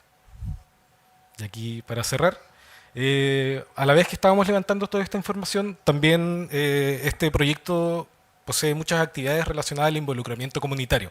Acá nosotros buscamos cambiar hábitos y es muy importante trabajar con las comunidades en ese sentido. Es por eso que me gustaría destacar una de las actividades que son los encuentros del pompón. El pompón es como se le llama al musgo sphagnum en el sur de Chile. Y en estas instancias pudimos levantar información muy relevante con respecto a la cadena de valor, a las dinámicas de género dentro de la cadena de valor, también conversamos sobre conceptos de trazabilidad y también quizás mucho más importante cuáles son las percepciones que tienen las comunidades recolectoras con respecto a la legislación vigente que regula justamente su actividad económica. Toda esta información luego nosotros la resumimos y la entregamos como resúmenes técnicos hacia el gobierno de Chile para la elaboración de políticas públicas en relación a esta actividad económica. Eso. Muchas gracias a la organización igual por permitirnos compartir nuestro trabajo.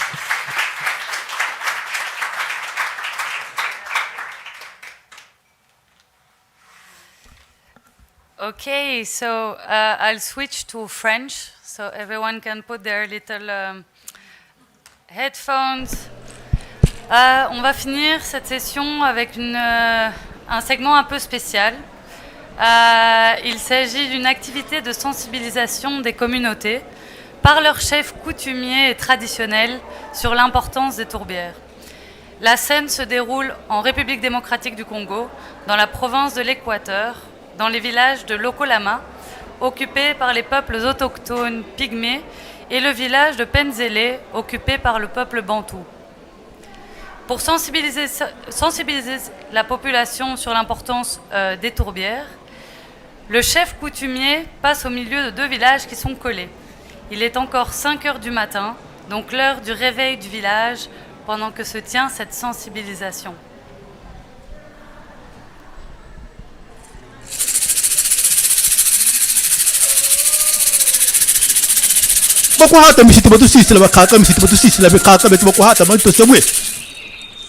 Honneur aux ancêtres qui nous ont légué la forêt.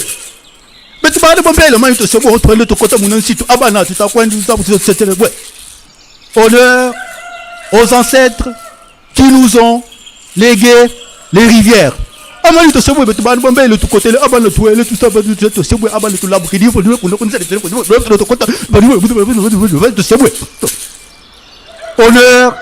aux ancêtres qui nous ont laissé les tourbières. Habitants de Lokolama, habitants de Penzele, ici votre chef, Mobali Nguya, celui qui tient son pouvoir des ancêtres. Aujourd'hui, je vous apporte 3 messages. Habitants de Lokolama, habitants de Penzele, nous observons des phénomènes qui nous étonnent ce jour-ci. des pluies d'une grande intensité qui détruisent nos cultures, des inondations, des glissements de terrain, surtout chez tous ceux qui ont construit au bord du fleuve. Habitants de Penzele, habitants de Lokolama, les savants sont passés ici. Ils nous ont parlé de tourbières. Ils nous ont dit que cet écosystème est important pour pouvoir atténuer le climat global. Nous aussi, nous devons conserver ces tourbières pour ne pas vivre de conséquences désastreuses. Vous avez vu, nos cultures prennent du retard. Alors qu'au mois de septembre, nous plantions le maïs, nous plantions le manioc. Maintenant, il faut attendre que les grandes pluies se calment avant de planter. Habitants de Lokolama, habitants de Penzele, protéger les tourbières est notre responsabilité en ce moment. Parce que si nous souffrons, le gouvernement arrivera en retard. Or, nous, les communautés, nous puisons nos moyens de subsistance dans ces tourbières.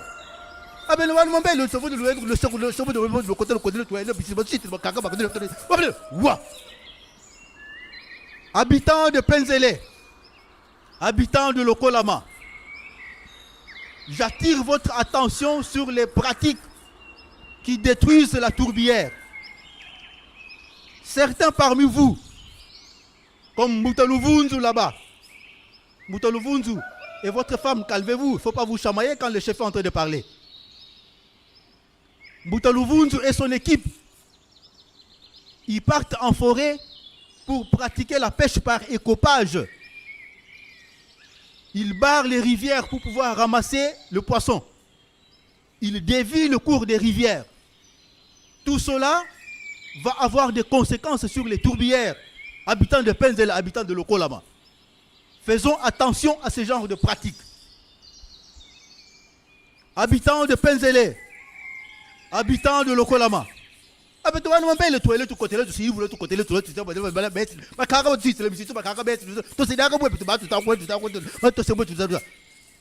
habitants de Penzele, habitants de Lokolama, nous gardons espoir.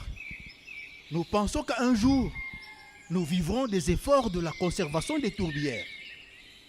Nous pensons qu'un jour, nos efforts seront reconnus en tant que communauté traditionnelle, qui est la première à conserver les tourbières.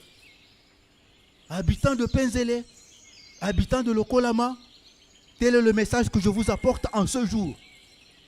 Habitants de Penzele, habitants de Lokolama, protégeons les tourbières parce que notre survie en dépend.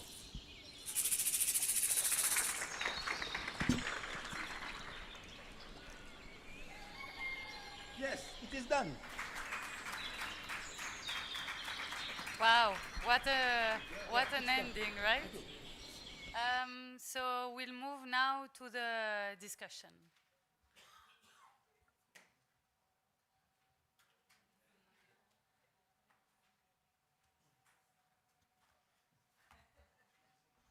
Thank you, everyone, and thank you for doing your best to stay on the short time that we have. We want to give the voice to everyone, so thanks for respecting those timelines. Now that we have that energy in the room, messages from afar, messages from here, messages across communities, messages as well across generations. I just want to open the floor for impressions, expressions, sharing your own personal experience, and sharing a little bit more your connection with work of different people and their different ways of knowing. So if anyone wants to share personally or professionally some experiences that you've had, please do take the floor.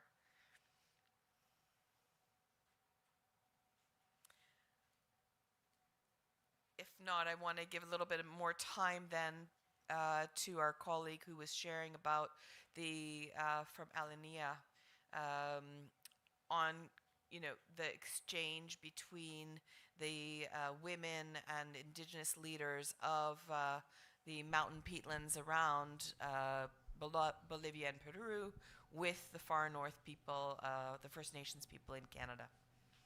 Thanks so much. Gracias, Diana. Gracias por los minutos extras. Definitivamente me hubiera gustado contar un poco más sobre lo bonito que fue el intercambio. Digamos, ha sido un proceso largo para poder llegar a tener ese espacio del pasado junio, hace pocas semanas. De hecho, mi colega Jenny acá fue parte del encuentro. Y en términos generales, Alinea como institución se ha preocupado mucho por hacer que también sus propios proyectos, digamos, tengan estos espacios de encuentro en donde distintas culturas de distintas regiones se encuentren para poder compartir lo que han trabajado desde sus propias iniciativas en acompañamiento con la línea internacional.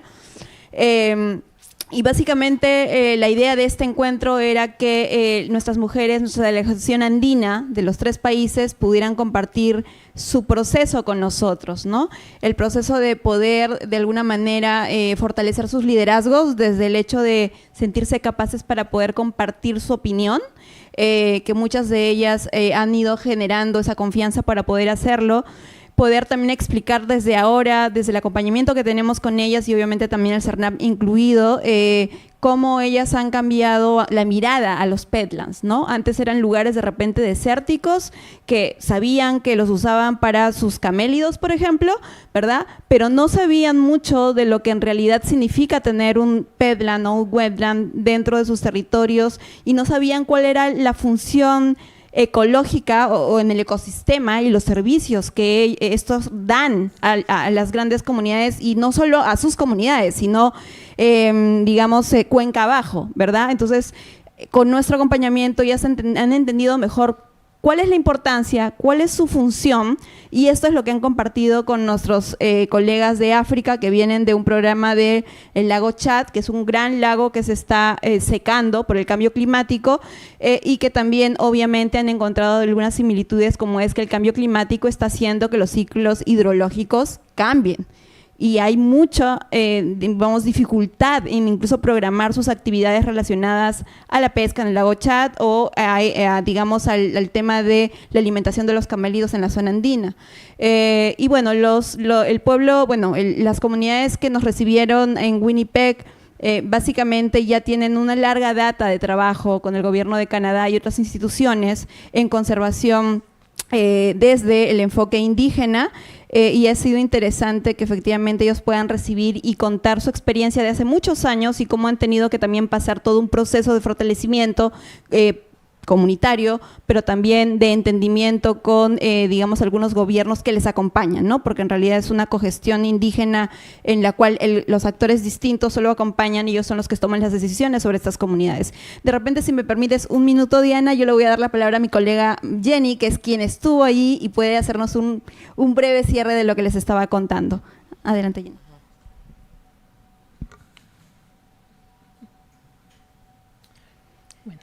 Buenas tardes, muchísimas gracias por la invitación a este evento.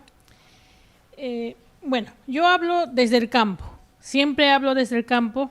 Yo soy indígena, soy profesional y soy madre. Entonces me identifico muchísimo con las señoras que están en la comunidad con las que trabajamos. Hay un personal en Bolivia y en Ecuador, de la misma manera, trabajan desde el campo. Y nos ha tomado un buen tiempo preparar a las señoras, desde el año 2024. Se ha trabajado con ellas, sacándolas en un inicio de ese miedo a poder hablar, porque en el diagnóstico que se realizó, su primera palabra fue: tengo miedo a hablar, no sé cómo hablar. Y precisamente una experiencia muy valiosa fue la participante de Bolivia. De repente hay unas notas periodísticas por ahí de una radio del evento que hubo en Canadá. Ella es una mujer indígena que no sabe leer ni escribir muy bien, pero es una lideresa. Tuvo dificultades para integrarse al resto del grupo, pero lo que se le indicó, lo que yo le indiqué de mi parte, es que usted sabe más que yo.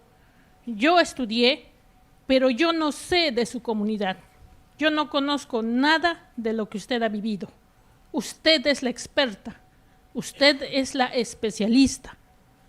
Y la señora en ese momento se sintió muy agradecida y habló frente a los participantes de África, habló frente a las comunidades de Canadá. En verdad fue un empoderamiento de la señora. Ese es solo un caso. Y porque, bueno, lamentablemente solo fue una participante de cada país. Pero de esta manera se puede identificar muchísimas mujeres que son las que lideran el cambio en los humedales. Ellas son las que se dedican al trabajo en los humedales. Los hombres, si bien es cierto, son los dirigentes, los que siempre han hecho el trabajo fuerte, pero las señoras son las que saben los detalles de cada uno de estos humedales. Saben qué tipo de residuos hay, saben el tema de comercio, saben el tema de extracción, saben todos los problemas de contaminación que hay ahí. Entonces, me siento muy orgullosa de trabajar con las señoras, como indiqué, desde mi parte indígena y también como madre las comprendo muy bien. Muchísimas gracias.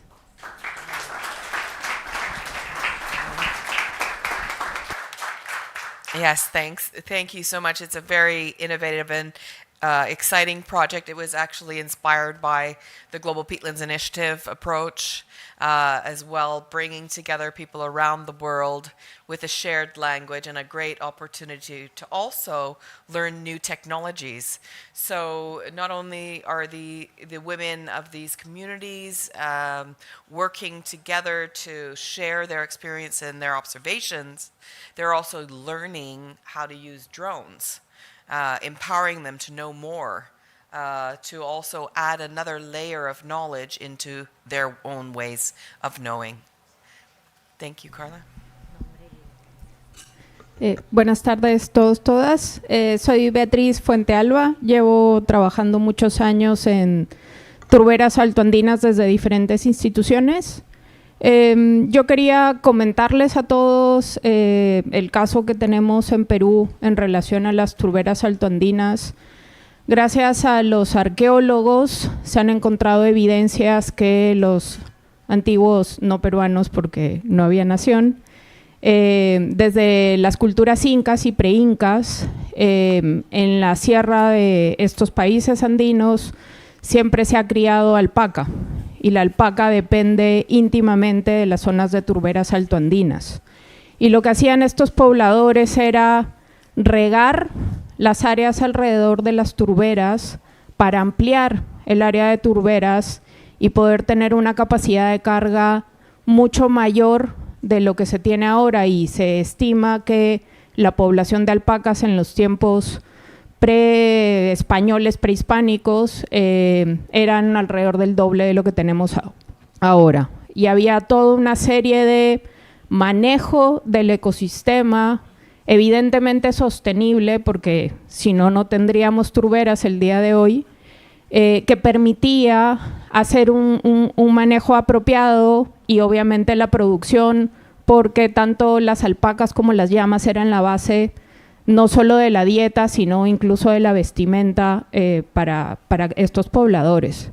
Entonces, todavía en el centro y sur del país de Perú se encuentran evidencias y se encuentran algunas comunidades que mantienen estas prácticas, y con esto nada más es comentar lo importante que es que quienes trabajamos en estos ecosistemas tengamos un enfoque integral, multidisciplinario, y escuchemos a las otras disciplinas, o sea, no solamente quienes tienen profesiones como nosotros, pero desde las ciencias naturales como yo, escuchar a las ciencias sociales y evidentemente escuchar a los propios pobladores, que son quienes llevan siglos manejando esos espacios, porque en realidad tenemos mucho que aprender. Entonces, muchas de estas técnicas ahora estamos tratando de entenderlas mejor como una estrategia para mejorar la resiliencia ante el cambio climático, y eso que se usaba siglos atrás pueda ser una respuesta que nos permita enfrentar el futuro, ¿no? Entonces, nada más compartir un poco la experiencia,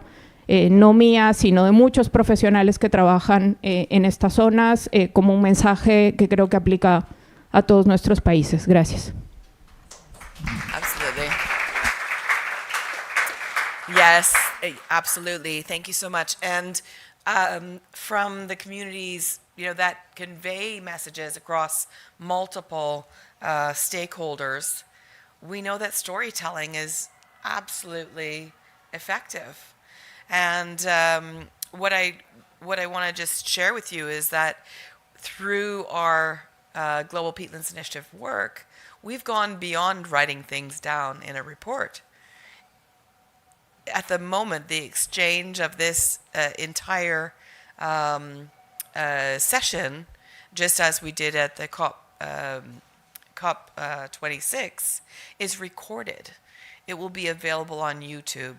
People that are not comfortable or confident in reading in language can also listen and hear of these stories. So what I'm hearing as well is something that maybe the Global Peatlands Initiative can work on better and more, is the storytelling, capturing individual stories from different parts of the world, acknowledging and appreciating the different depth of observation and knowledges that are out there. I'm going to stop there because I want to try to still keep a little bit of ahead of time, and I don't want to be red flagging everyone in the next session. So I pass back to you, Julie. Thanks.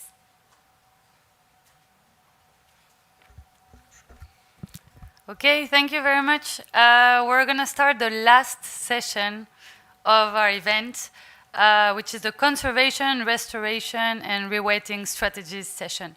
So we're going to start with two presentations. The first one from Mariana Montaya from the Wildlife Conservation Society, followed by Astrid Sotomayor from our UNEP Freshwater team. Thank you.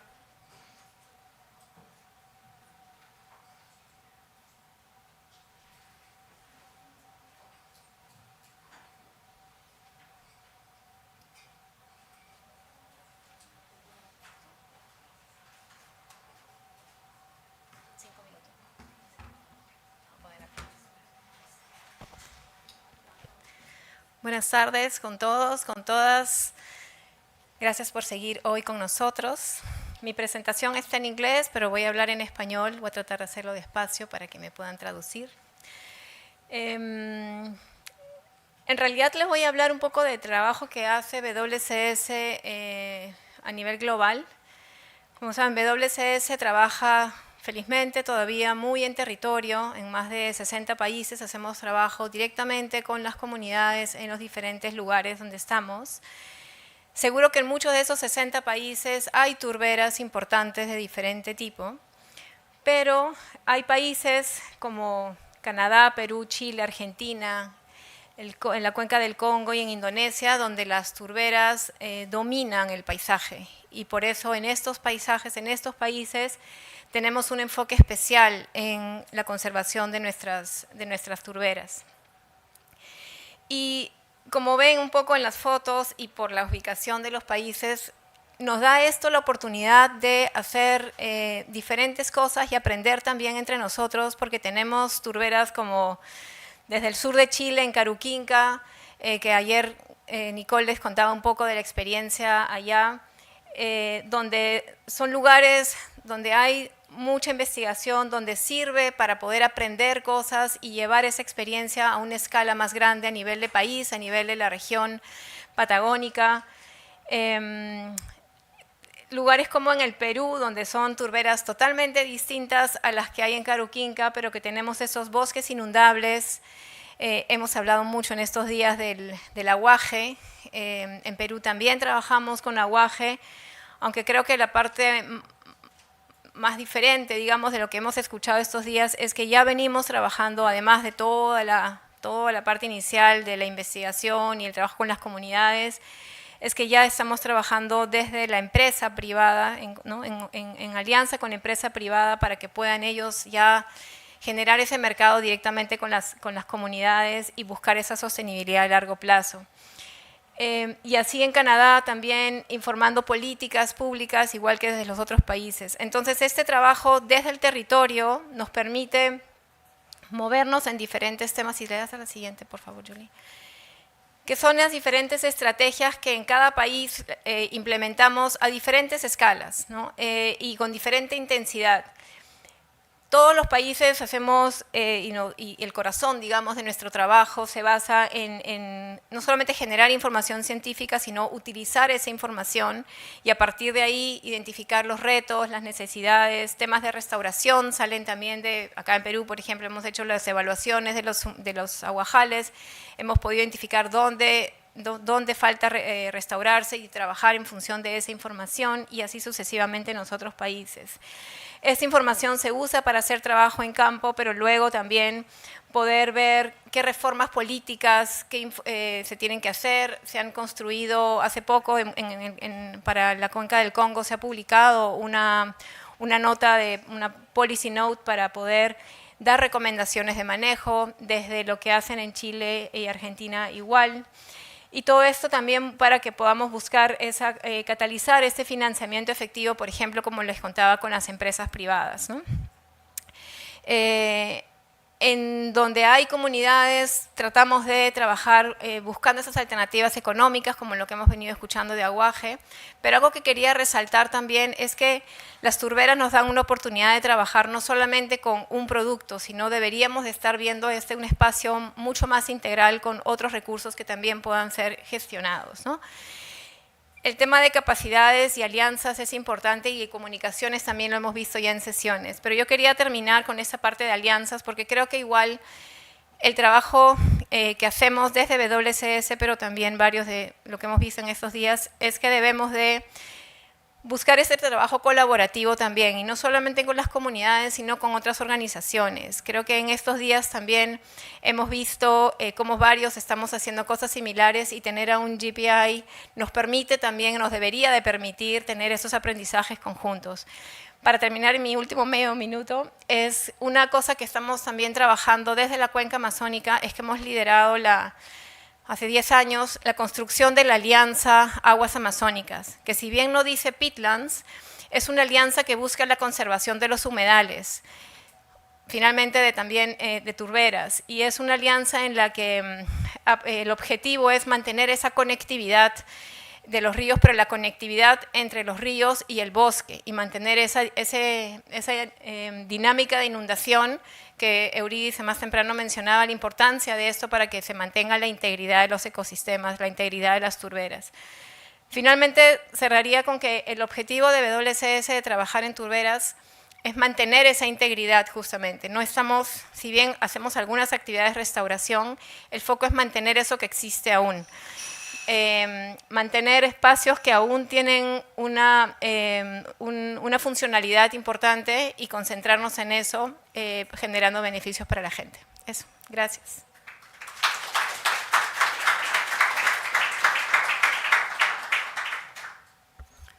Next up is Astrid.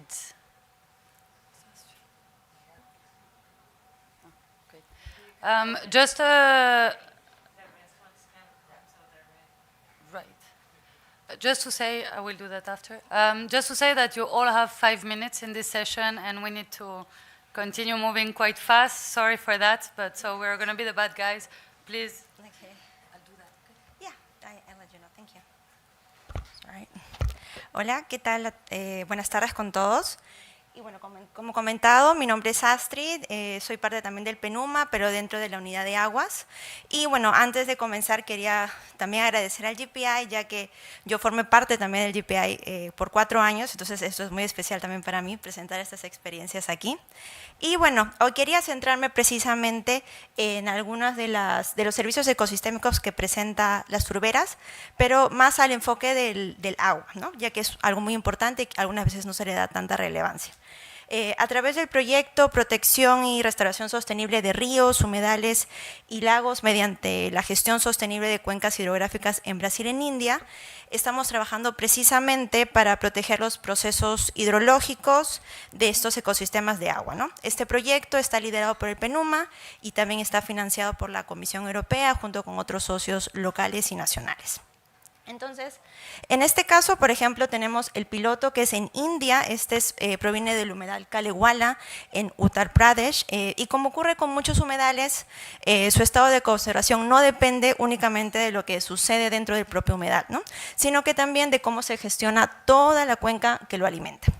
El uso de suelos aguas arriba, el uso de suelos aguas arriba, disculpen, y las prácticas agrícolas son las que afectan directamente este humedal. Es por ello que el proyecto adopta un enfoque de manejo integrado de cuencas, combinando la restauración del humedal, medidas de conservación de suelos aguas arriba, agricultura sostenible con aproximadamente 5.000 agricultores y monitoreo hidrológico y ecológico. Entonces, el mensaje clave acá es que la mejor manera de conservar un humedal es abordar las causas de su degradación y no solamente sus síntomas. Siguiente slide, por favor. El segundo caso es en Brasil y este es en la cuenca del Alto Araguaia. Comenzamos también fortaleciendo la gobernanza, apoyando al comité de cuenca, promoviendo la participación de actores locales y desarrollando un plan estratégico para la implementación de partnerships como por ejemplo el productor de agua y Todos pelo Araguaia. Siguiente, por favor. Y por último, si algo que me quiero llevar de acá es de que la condición de los ecosistemas que están ubicados aguas abajo depende de cómo gestionamos aguas arriba. Gracias.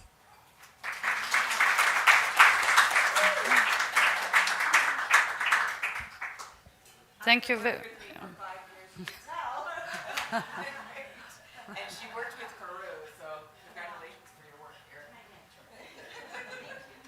Thank you so much, Astrid. Now I'll invite 4 speakers to sit here. So first speaker will be Carol Kagawa from the government of Uganda. Then we will have Ricardo Jaramillo Terran from the Michigan Tech University, Catherine Fitzgerald from Nature Conservancy, and Roman Baigun from Wetlands International. So, Carol, over to you. No, you can come directly. Do you want to do the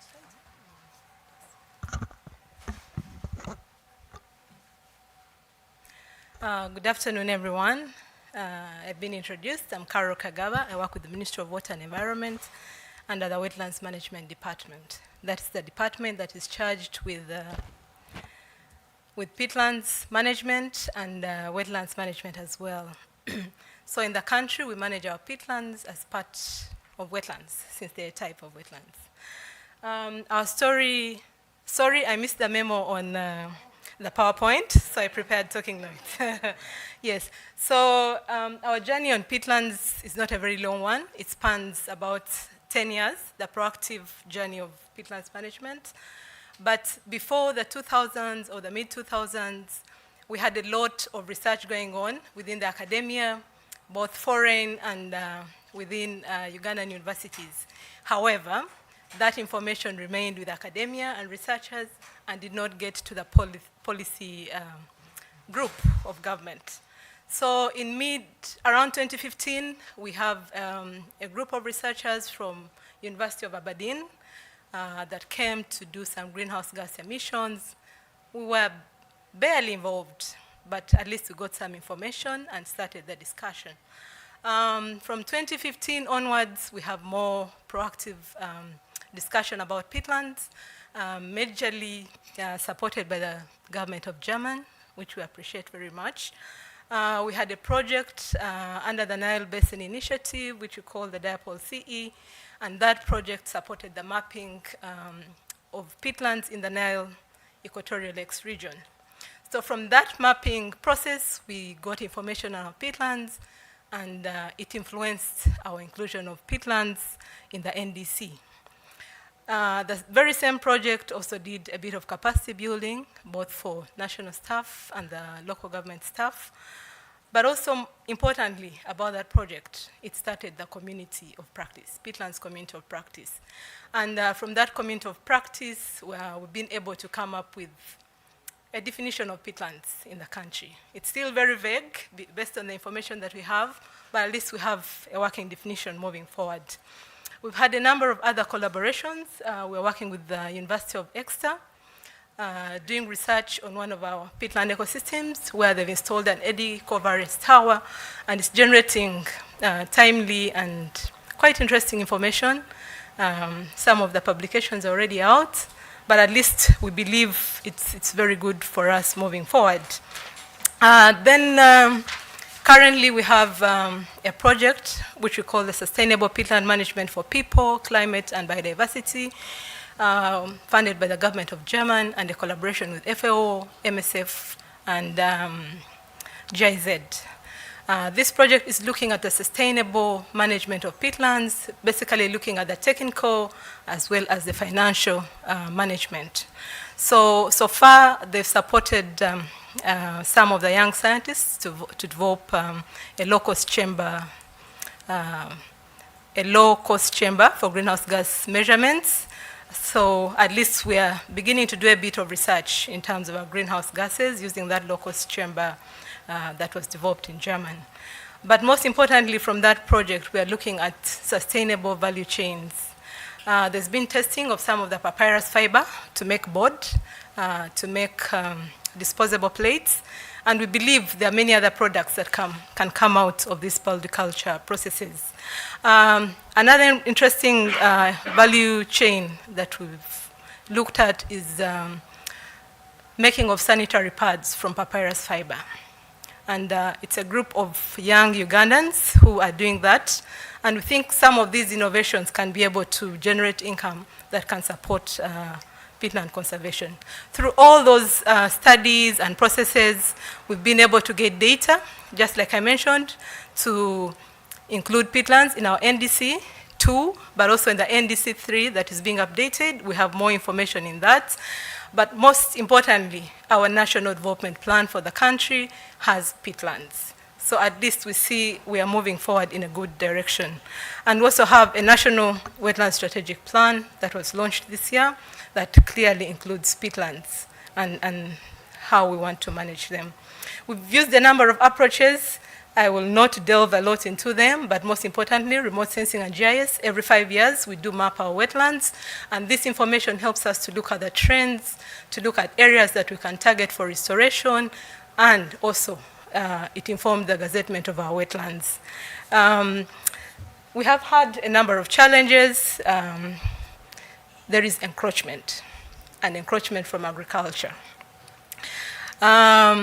We clearly know there's an issue of food security, there's an issue of livelihoods. So unless we address these things, then we cannot have conservation. Then we also have laws, but they're still weak. We need to see how we strengthen them. But there's an issue of balancing conservation and economic development. As a country that is developing, we think development should take the lead. So we need to balance the two areas. There's limited capacity, both technical and financial, but there's also scanty scientific information in the country. If you look on the web, of course, there are a number of people who have done studies. The information is conflicting. Some are saying pit depth is of 2, others are saying it's over 20. So there's still a lot of unharmonized information that we need to correct and have exact figures that we can talk about. What have we learned in the process?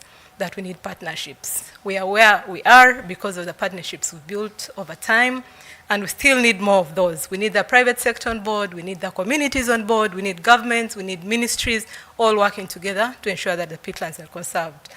The communities, at the end of it all, we are doing all this for our communities. So the people are the heart of the conservation. So we need to think of alternatives that can be supported, that can strengthen the resilience of these communities, so that we are not in a cycle that never ends. So if we are to have sustainability, we need to think of alternatives that work. Then we need to strengthen local capacity. We appreciate that there's a lot of science going on around the world, But for it to be sustainable, we need the local people doing the work, appreciating the science itself. Finally, on the lessons learned, we need the science that speaks to policy. Like I said, there's a lot of science going on, but it was not speaking to the policy. From 2015 onwards, we have the science that speaks to a policy, and then we see policy decisions beginning to happen around peatlands. So we need the science that informs policy. As a country, what are we looking at moving forward? One, we are looking at managing our pristine wetlands. I'm sorry, I'm closing. Yes, we're looking at conserving all our pristine wetlands, but also rewetting or restoring what is degraded. We know we have about 4.1% of our wetlands degraded, so we are thinking of how best we can restore. We're also looking at incorporating peatlands and wetlands in other relevant policies. We're talking of agriculture. How can we speak to agriculture? How can they integrate peatlands? Energy. Energy is looking at energy production. So how can we be speaking about peatlands to them? We need more data. We need to know our carbon stocks. Fine, we know the extent of our peatlands, our wetlands, but we need to go deeper. We need to know our carbon stocks. Finally, we need to look at polyculture options that work. Sustainable value chains are very important if we are to generate income that supports communities. Thank you.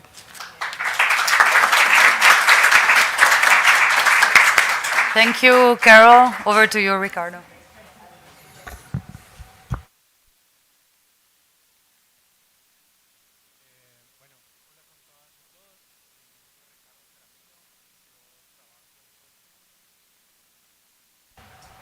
Ahí, ¿sí? Ya. Hola con todas y todos, mi nombre es Ricardo Jaramillo, soy de Ecuador y trabajo asociado a la Michigan Tech en Estados Unidos y a la Universidad San Francisco de Quito en Ecuador. Entonces, bueno, ahora yo les voy a hablar un poquito más sobre unas turberas que están sobre los 3.000 metros, que se caracterizan por una vegetación mucho más corta, más bajita. Tenemos unas plantas a las que les llamamos cushion plants o plantas en cojín. Entonces, estos sitios... ¿Tienes la...? Ah, está en proceso.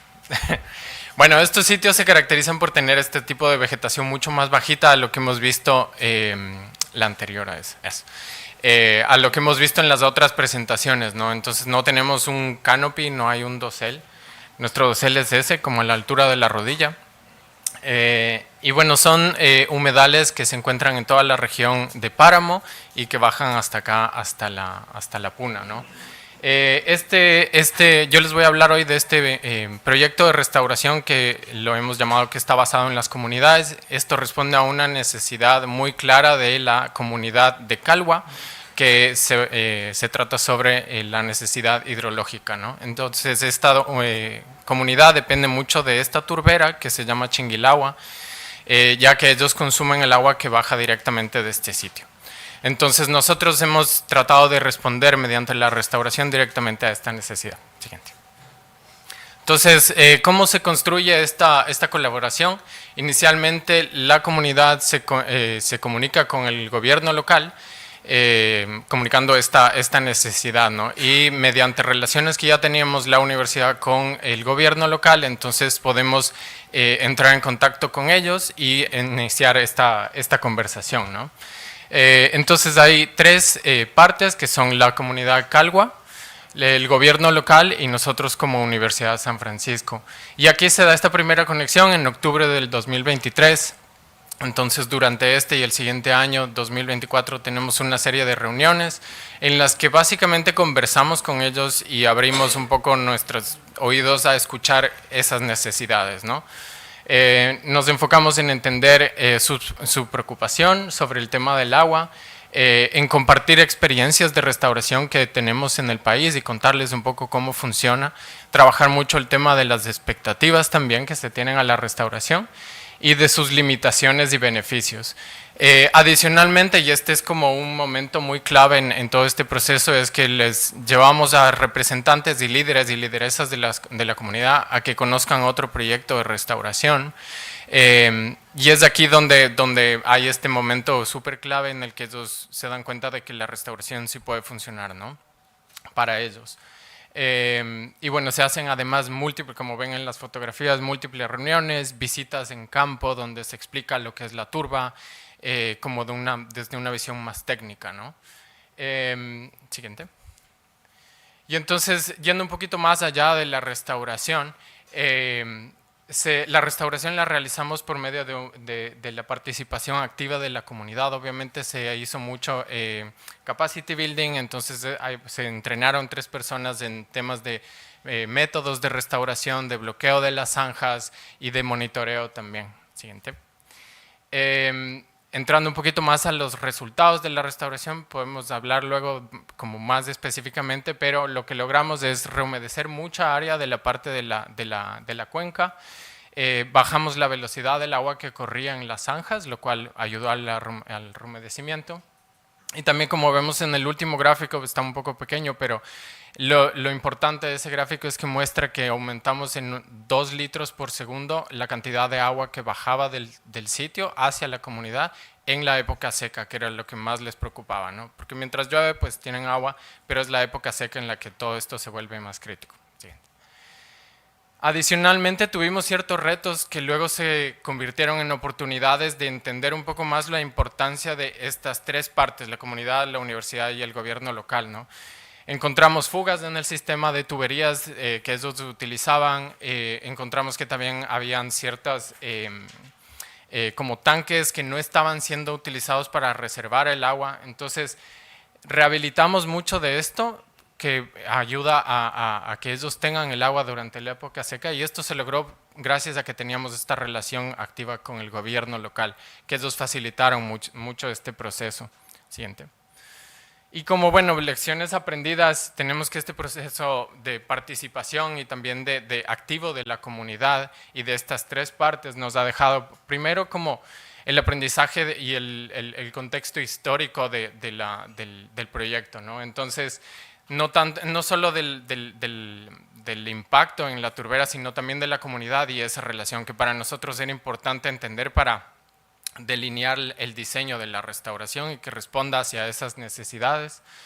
Luego, alinear, bueno, la ciencia, digamos, como las prioridades de la comunidad.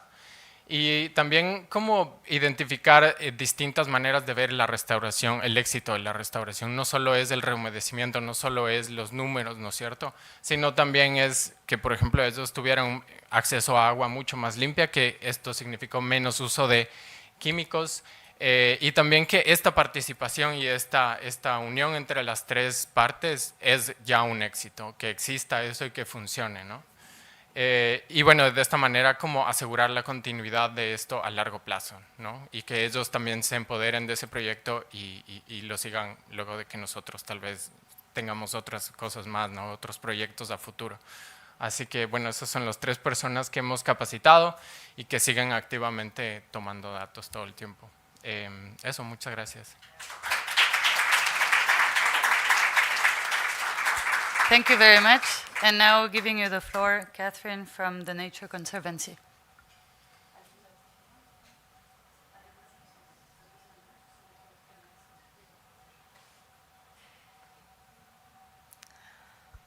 Hi everyone. If I haven't met you yet, I'm Catherine Fitzgerald with the Nature Conservancy.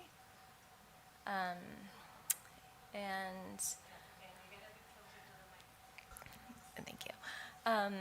So I'm going to share a bit about the work that me and my global peatlands team and our peatlands colleagues around the world are doing today. You can see that we have this global peat network where we have local to global and peer-to-peer exchanges across peatlands conservation, restoration, and improved management. And today I'm going to highlight a couple of our projects that are focusing on the intersection of peat fires and restoration and livelihoods. So focusing first in Indonesia with our local affiliate Yekan has worked on peatlands projects. So here I want to start with a story about a woman named Tika who lives in Malikian village in West Kalimantan, and just a couple of years ago, her village was frequently experiencing peat fires, resulting in the health hazards, school closures, crop failures. But now, her village is a fire-free village. That includes fire care community groups that work together with the fire brigades, the Mangalaani, and they implement no-burn agriculture on rewetted peatlands. And so this has allowed Tika, the woman here in the middle, to start her own business based on pineapples that would have been discarded otherwise, turning that into pineapple syrup, jams, and candy that is all halal certified. And how that's been able to happen is with the rewetting. The canal blocks have raised the water table and have allowed the villagers to harvest crops year-round. So it used to be just during the rainy season, but now they can plant and harvest every day of the year. And they're able to have a pretty diverse set of crops that maybe wouldn't normally be grown on peatlands, like pineapples, ginger, which is quite lucrative, tomatoes, watermelon, peppers, because they use this raised bed system where the crops can survive high water tables and floods. And there are now 4 fire-free villages, and so they have these village-to-village learning exchanges. And for this canal blocking part of it, we had a recent study published showing the effectiveness of different types of canal blocks isn't necessarily the same. So the ones that work the best are concrete, not wood. They work best if they're overlapping, given their kind of 250-meter radius of influence. So this also has a strong economic case for return on investment of over 100% within 10 years. With pairing this with the peat-friendly agricultural management can have this be a win-win in terms of implementing hydrology management for fire prevention. So all of these things work together in terms of the fire brigades, greenhouse gas measurement improvements, reducing uncertainty. They actually did a field experiment earlier this month, actually measuring emissions before, during, and after burning peatland, controlled burn. And all of this is underpinned with community livelihoods being the thing that holds all of this together. Another 2 quick examples in other geographies. My colleague did a study on Angola's emissions around fires, and starting with the threat analysis, identified fire as the main threat to the peatlands in the Angola Highland Water Tower, which is a critical source watershed for many other African river basins. And we also did a socioeconomic analysis, finding the fire is really a livelihood strategy. So similar to the above, or to the Indonesia example, if fire is a livelihood strategy, then the solution needs to be oriented around livelihoods as well. So in this case, fire is used for hunting, driving out the animals, and also land clearing for agriculture. And so this study found that if you burn the same area but shift from later season in October to just 1 month earlier in September, you can significantly reduce the emissions. And then in Alaska, we're still in the process of looking at what are the emissions from peat fires, but just a few highlights here. Peatlands cover over 7% of Alaska's land surface. About 1/4 of Alaska's fires burn on peat, but over 70% of the emissions from below ground soil carbon come, 70% of those come from below ground soil carbon. A few different conservation steps that can be similar actually to what we see in Indonesia in terms of early action fire suppression, mapping risk, assessing rewetting and conservation opportunities, co-creation of those project designs, and linking it with the human health impacts. So in conclusion, reducing peat fire can both result from and reinforce the success of the other pathways of conservation, restoration, and improved management. And we know we need to keep peatlands wet. How we do that matters. And we have to solve fire to solve peatlands. And this can help us ultimately achieve our vision of people and peatlands thriving together. Thank you.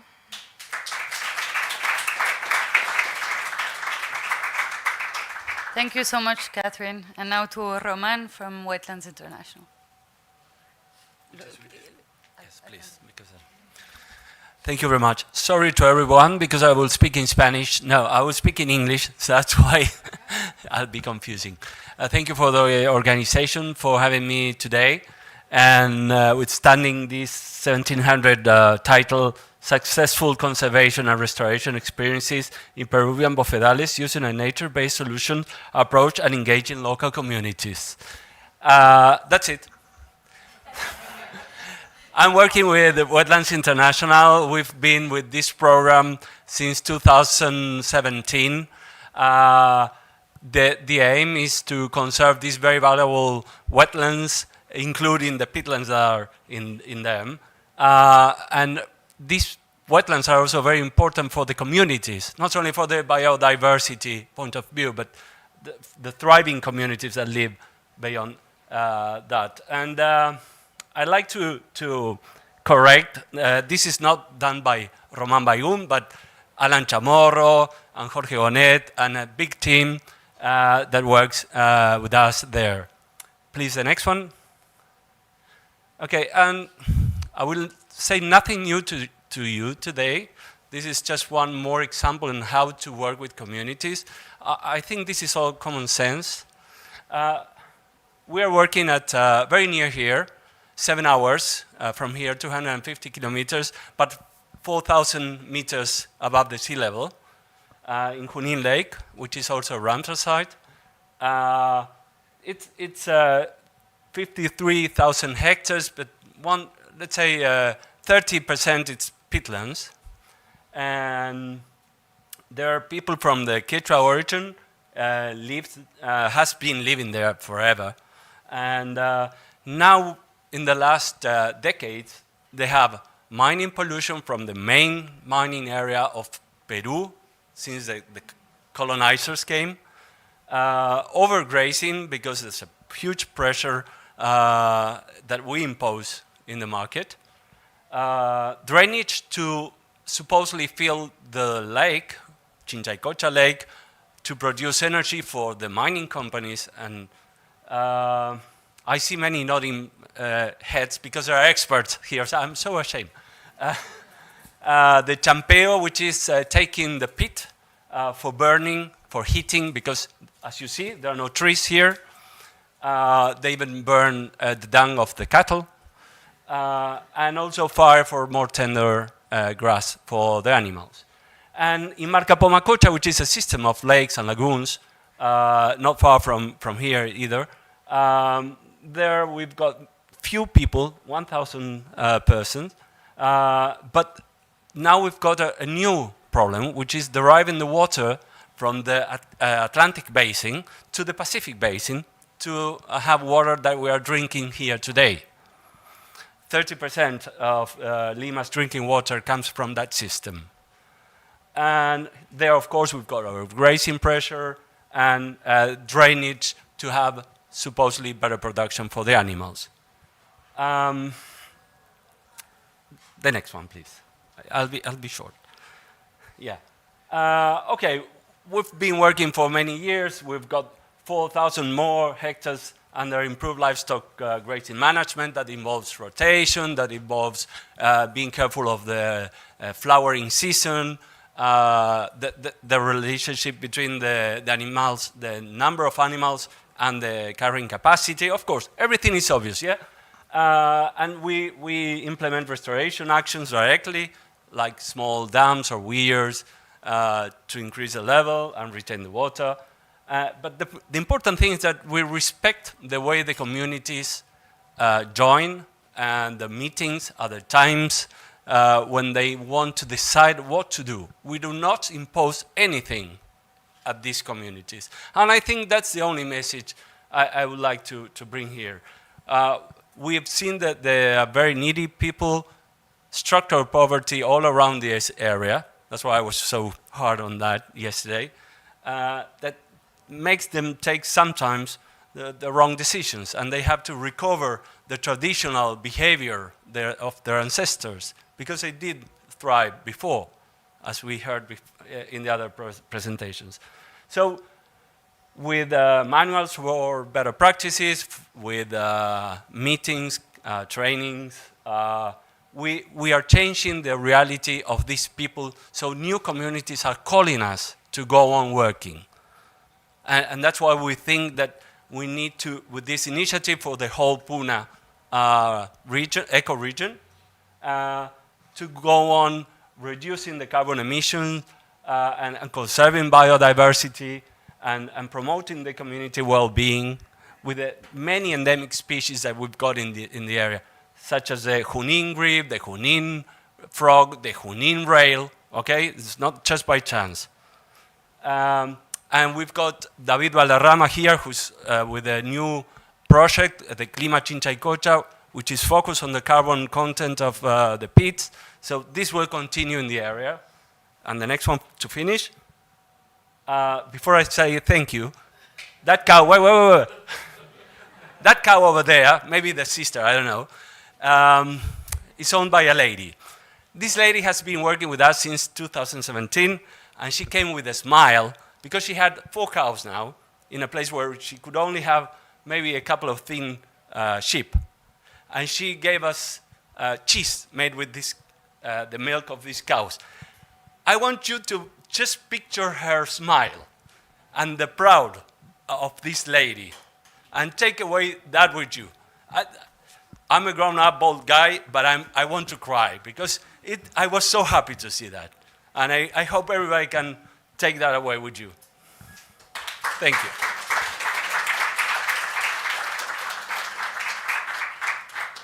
Thank you very much. Now I'd like to invite 4 other speakers to join us on the stage. Hans, I'm sure you're not going to, but you're the first speaker, so anyways.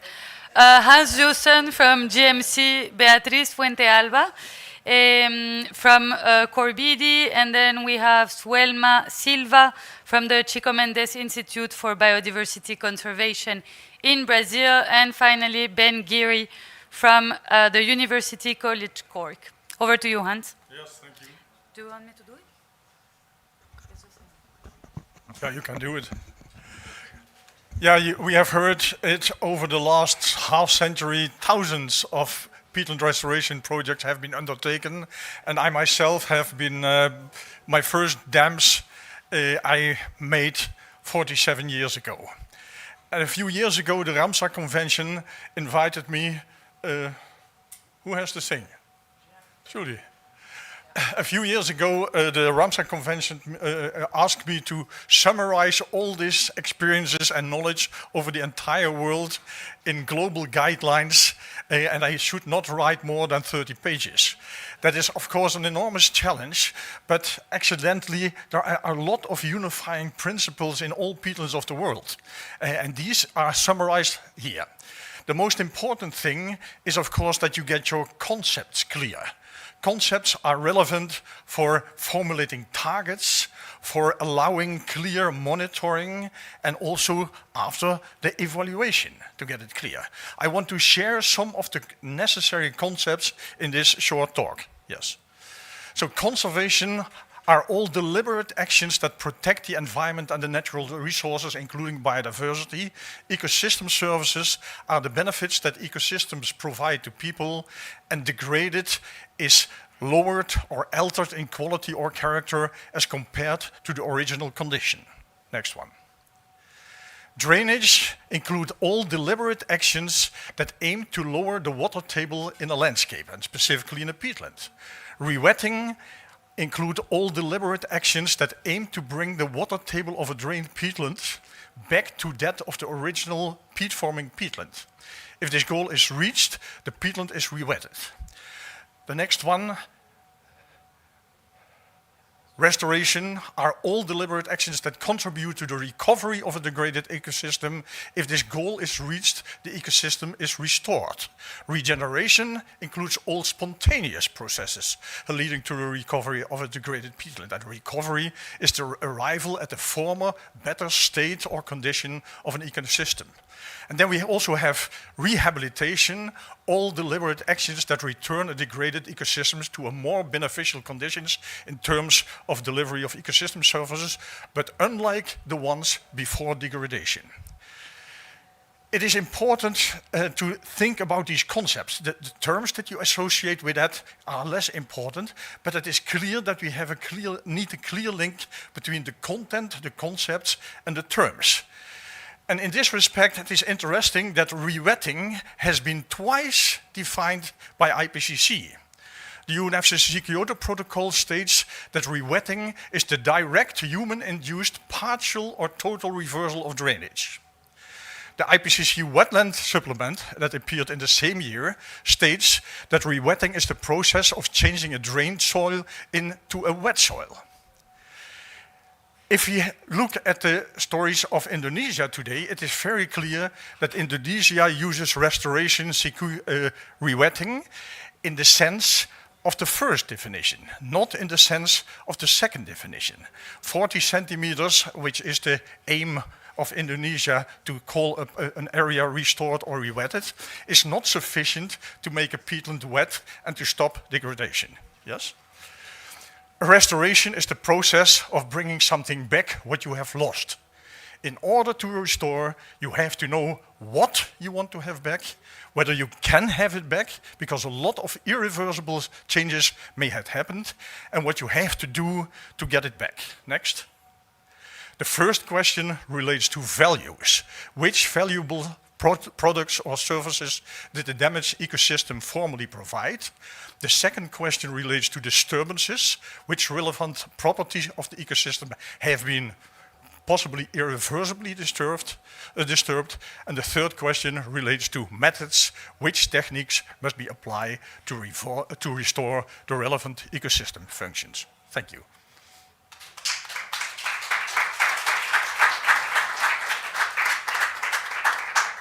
Thank you very much, Hans. As Beatriz comes to the stage, also please Michinori Yoshino, already come on stage, that would be great. Buenas tardes, estoy en problemas, ahora estoy pensando si hice rehabilitación, restauración, recuperación.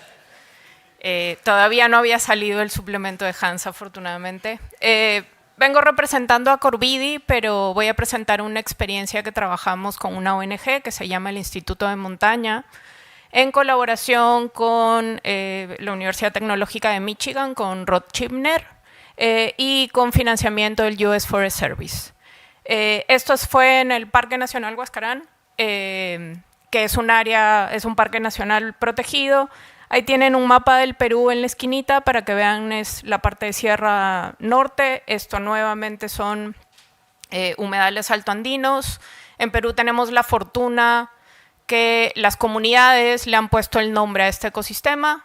Por eso escuchan que hablamos de bofedales. Bofedales fue un término local que la comunidad científica le ha tenido que dar un significado. Entonces tenemos muchas complicaciones porque no todos los bofedales son turberas, no todas las turberas son bofedales, todos ellos son humedales, pero eso en realidad a la comunidad no le importa. Estos espacios húmedos dentro de sus comunidades son bofedales. En este caso es un estudio piloto en una escala muy pequeña porque en general la restauración en este tipo de ecosistemas en el Perú se ha hecho empíricamente. Se hacen muchas experiencias, Román nos ha mostrado una de ellas de la mano de las comunidades porque las comunidades necesitan recuperar estos espacios que son fundamentales para la ganadería, sea de vacunos o sea de alpacas, y desde la ciencia estamos yendo un poquito atrás y lamentablemente la mayoría de estas experiencias no tienen un monitoreo. Entonces, frente a eso, el Instituto de Montaña con este equipo planteó este estudio piloto. Teníamos 2 sitios, ahí están los nombres. En el caso del sitio número 1, el principal impacto era sobre pastoreo. No es una turbera muy profunda, es bastante superficial la cantidad de turba que había, pero pueden ver cómo la vegetación de cojín está altamente fragmentada y eso es por el continuo paso de vacunos en esa zona. Y en el otro caso teníamos la construcción de zanjas de drenaje porque las vacas son muy grandes y en estos lugares que son pantanosos se quedan atrapadas y la gente de la comunidad no puede sacarlos. Entonces, una vez que un animal de 400 kilos queda empantanado, no hay forma de sacarlo y pasan ahí cosas terribles. Entonces, drenan estos lugares para que los animales puedan entrar de manera segura a lugares donde todavía tienen forraje. Siguiente, por favor. En el primer caso, en el caso de Ulta, y tienen una imagen, se dan cuenta, los vacunos pueden llegar, yo los he visto a 4.800 metros, hay gente que cree que no, pero llegan a esos territorios y en realidad escalan casi como una cabra, los encuentras en cualquier sitio. Entonces ahí pueden ver la cercanía del glaciar, ahí están nuestros pequeños cercos, eran cercos de 3x3, 4 exclusiones para el ganado, y se hicieron una serie de evaluaciones dentro y fuera de cada exclusión, tomando en cuenta el nivel freático, la cobertura de vegetación, y se midieron flujos de carbono. Entonces ahí pueden ver unas fotos de cómo se fue recuperando la vegetación dentro del excluidor comparado con afuera. Siguiente. Y en nuestro segundo sitio, el objetivo principal fue recuperar el nivel freático en este lugar donde había una zanja de drenaje. Este lugar, unos 4 años antes de nuestra intervención, había dejado de ser usado por el ganado. Entonces nos centramos en esos canales de drenaje y pueden ver el esquema que preparó Rodney, donde teníamos que poner estos diches, ¿no? Y ahí tienen una foto de después de implementado estos diches para frenar un poco el agua y rehumedecer los alrededores. Entonces ahí hay una gráfica donde pueden ver en rojo el mes en el cual se implementó la práctica y cómo la línea que es verde, que es el área cercana a donde generamos estos diques, cómo se recupera el nivel freático. El fondo gris nos muestra la época de lluvias, entonces durante la época de lluvias se recupera el nivel, pero en la época de seca todavía teníamos algunos problemas para recuperar ese nivel. Aquí se hizo un seguimiento, aunque el diseño es un poquito diferente, de los mismos aspectos: agua, vegetación y flujos de carbono. Siguiente. Entonces, como el tiempo es cortito, nada más les quiero comunicar de manera súper general cuáles son los aprendizajes que tuvimos a través de este proceso. Lo primero que tenemos, y hay una publicación de una estudiante de Rodney, Ana María Planas, donde estamos varios autores, donde pueden ver los detalles de flujos de carbono y recuperación del nivel freático. Y lo que hemos aprendido es que, y el día de hoy nos lo han mostrado nuevamente, cuando se recupera el nivel del agua, se reduce muchísimo las emisiones de CO2 y de metano. Sin embargo, la vegetación no acompaña esa recuperación. La vegetación en estos espacios es mucho más lenta en respuesta, y lo que nos pasó a nosotros es que nos hemos quedado... Lo que hemos aprendido es que el análisis de vegetación tiene que tener un enfoque mucho más funcional y no podemos hablar de la cobertura vegetal en general. Entonces, las gramíneas son mucho más sensibles y se recuperan rápidamente, pero la vegetación típica que forma la turba se demora mucho más. Finalmente, básicamente el mensaje de fondo es que los flujos de carbono asociados a el agua tienen una rápida respuesta, pero todavía nos está costando alinear eso con el tipo de vegetación que se recupera. Y ya estoy fuera de tiempo, muchas gracias.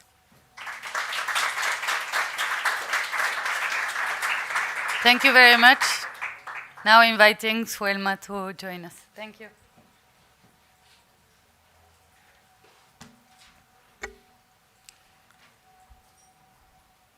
Sí, buenas tardes a todos. É um prazer compartilhar com vocês alguns de los avanços, portunhol, tá? Avanços que o Brasil ha logrado em el conhecimento, a conservação e o manejo das turberas. Por favor. Nós temos uma imagem de uma turbeira bastante famosa em Brasil, que é dentro de um parque nacional da Chapada de Veadeiras, que se queda no Brasil Central.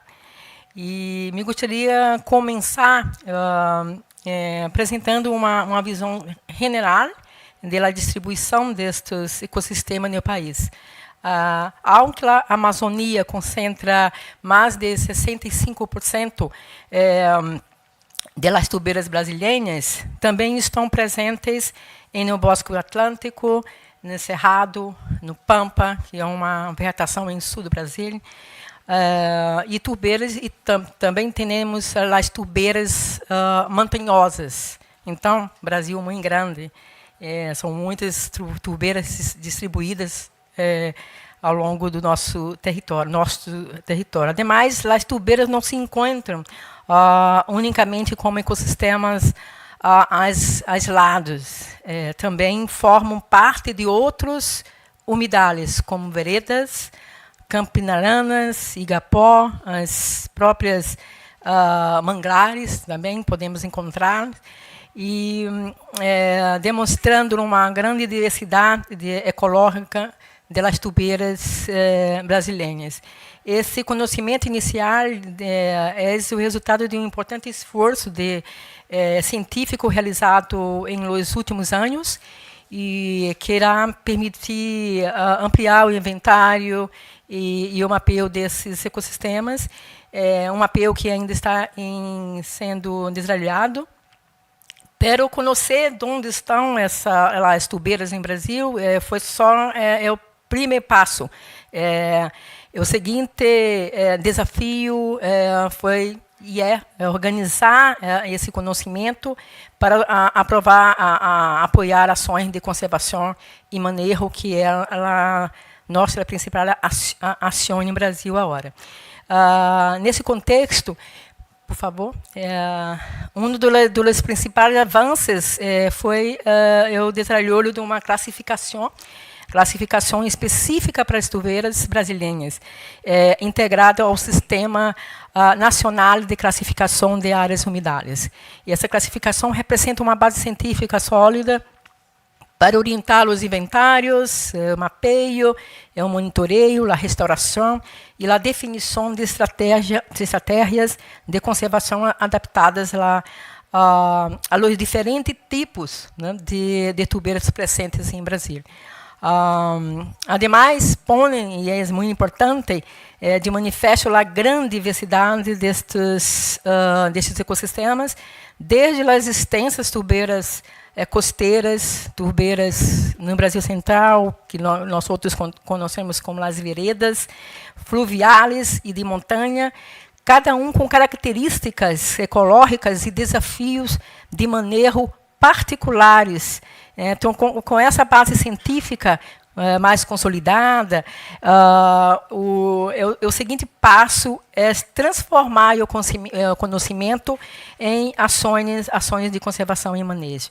Então, se nos últimos anos o Brasil ha avançado de maneira consistente na construção de uma renda nacional para a conservação das turveiras. Entre os principais avanços destacam o fortalecimento da investigação científica. Temos algumas publicações que foram publicadas, estão em português, pela elaboração também de estratégia para conservação e manejo no Policy Brief, e mais recentemente a aprovação pelo Comitê Nacional de Zonas Humedales, de Zonas Úmidas no Brasil, pela recomendação para o governo brasileiro, pela adesão do Brasil ao Peatland Breakthrough.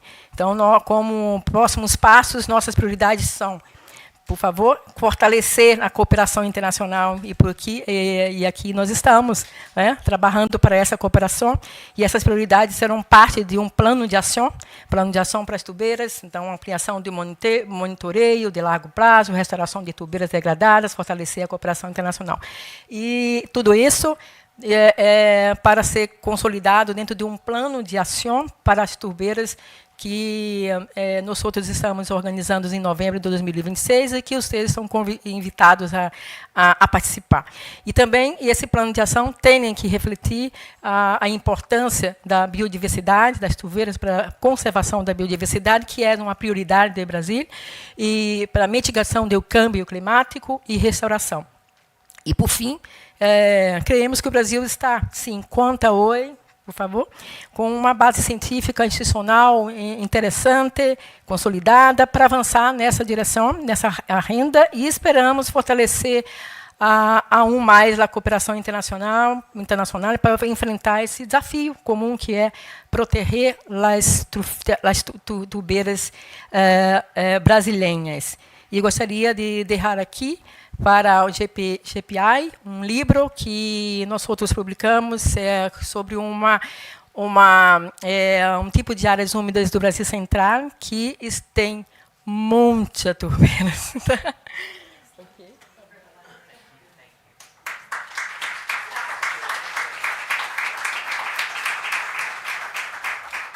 Thank you so much, Suelma. Ben, over to you.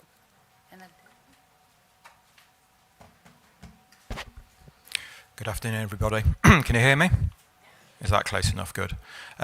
Now for something slightly different. As Hans and Simon's eloquent talks remind us, peatlands are landscapes of significant antiquity. They preserve not just carbon, they're important not just for biodiversity, they provide long-term records of environmental change, as we've heard. Also, records of cultural change, the archaeological record, of course. I think this is, I might be wrong, I think this is probably the only second time in this room archaeology has been mentioned. I'm happy to be told otherwise. You can see from the title on the top of the screen here, really what I want to bring to the conference, and that is that peatland archaeology in Northwest Europe has been in a state of crisis for decades. And this is, of course, because peatlands have been in a state of crisis for decades and longer, of course. The fate of the archaeological record is tied to the fate of peatlands. Now, you might ask, and we are in a crisis situation, of course, you might ask, and some people I think sometimes think this, and they say, why should we worry about the archaeological record? Do we not have other things to be concerned about? And there's various answers to that, but I'll provide one here. This is a quote from a member of the Lemanham Bog Group, peatland restoration group in the Midlands of Ireland, who says the following: "You know it's special to us. The roots are there in the archaeology. Of course, the bog preserved it. And if the bog is dried out, that's going to destroy what's left." Now in Ireland, we know of around 4,000 archaeological sites in the peatlands of the Midlands. Most of those sites have been destroyed by drainage and peat extraction. Next slide, please. However, the better news is this. In England, at least, we've made some good progress over the last few years in terms of developing strategies and approaches to ensure that the archaeological record is protected through and during programs of peatland restoration and rehabilitation. You can see there's Peatlands, the Historic Environment Guidance for Carrying Out Peat Restoration. And that is a document that was a result of collaboration between academia, Historic England, Natural England, and the support of the IUCN Peatland Programme. And great wisdom, going back about 14 or 15 years now, who included the historic environment within their peatland reviews. Next slide, please. So really, these are the messages I want to bring to the conference. The first is the fact that the peatland archaeological record is a finite resource. It is non-renewable. Once it's lost, it's lost. It's a key component of identity in many countries. Also, what else does cultural heritage bring for us? It brings opportunities for education and communication, as we heard yesterday from Repeat as well. We've collaborated with various artists and artistic organisations, including the Glucksman Gallery in Cork, on programmes of, on programmes of education based around contemporary Irish art and artistic engagement programmes. In fact, you can see here this fantastic drawing by one of the school children who passed through one of these classes. This bog is over 12,000 years old. I'm off to the bog. That is Bogman, in fact. There's a whole series that were drawn of this. Bogman goes around telling people about the importance of peatlands. And in a country like Ireland, where peat cutting is Also, as I think came up in one of the groups yesterday, is a component of intangible cultural heritage. This is key that we reach the younger generations to inform them and educate them in the importance of peatland restoration. There's another wonderful clay figurine. I think that's someone sinking into the bog, getting stuck in the bog. I think that's something we're all very familiar with. So that's nearly me. That's nearly my 5 minutes. It's not just the younger generations we can reach. We have to reach other communities as well. And I brought to the conference here an initiative that we've developed with colleague Shane McGuinness, who some of you may well know, and that is our archaeology and biodiversity themed drip mats. They're definitely not beer mats, because I couldn't endorse the drinking of alcohol, of course. But I'm going to hand some of those out, and you'll see what they are and what they do. They've got a QR code on the back of them. I'd be really interested in any feedback on them, and click the code and you get more information about the project. And that is me done in 5 minutes. Thank you so much for listening. Thank you.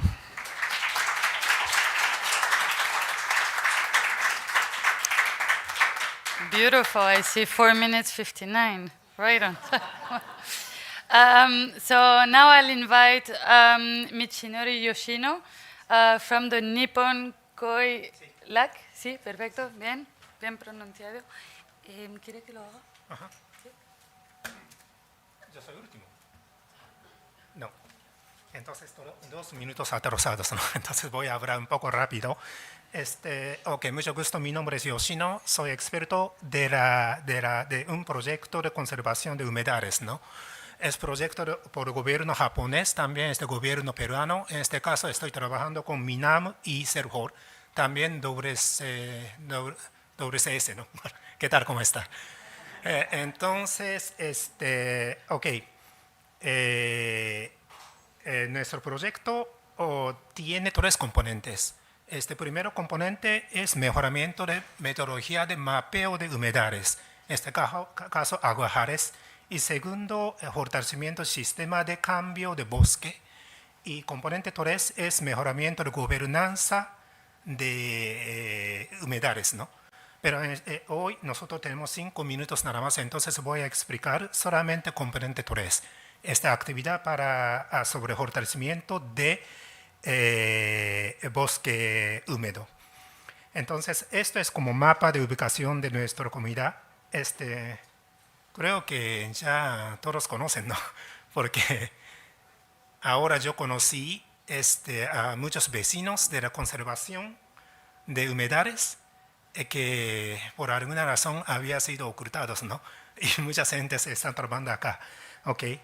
Estamos trabajando en Loreto, muy cerca a área protegida de ¿cómo se llama? Sí. Siguiente, por favor. Y nosotros estamos dando prioridad, importancia a 2 aspectos, ¿no? Primero, gobernanza de conservación y uso, y también mejoramiento del valor económico de humedales. Sobre todo para la comunidad, ese aspecto económico es muy importante. Entonces, estamos trabajando para todos los procesos de la cadena productiva de aguaje. La importancia de aguaje también ya yo no voy a explicar, ¿no? Voy a explicar solamente 7 actividades del proyecto, ¿no?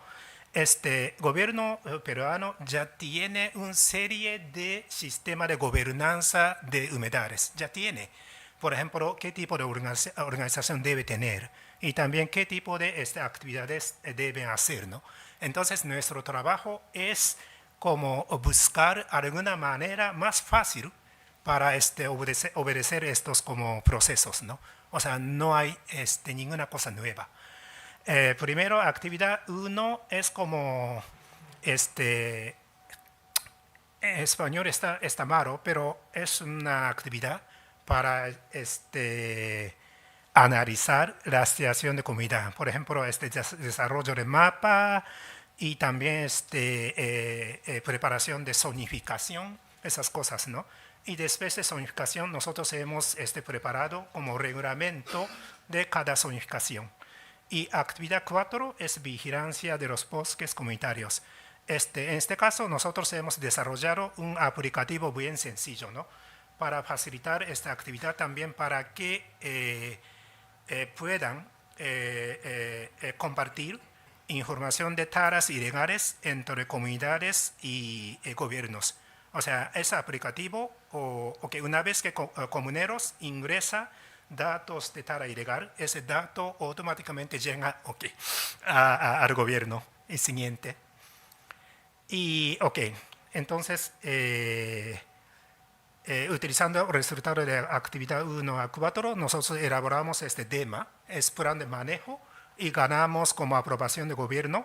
Y este tema le permite a la comunidad a realizar un aprovechamiento legal, ¿no?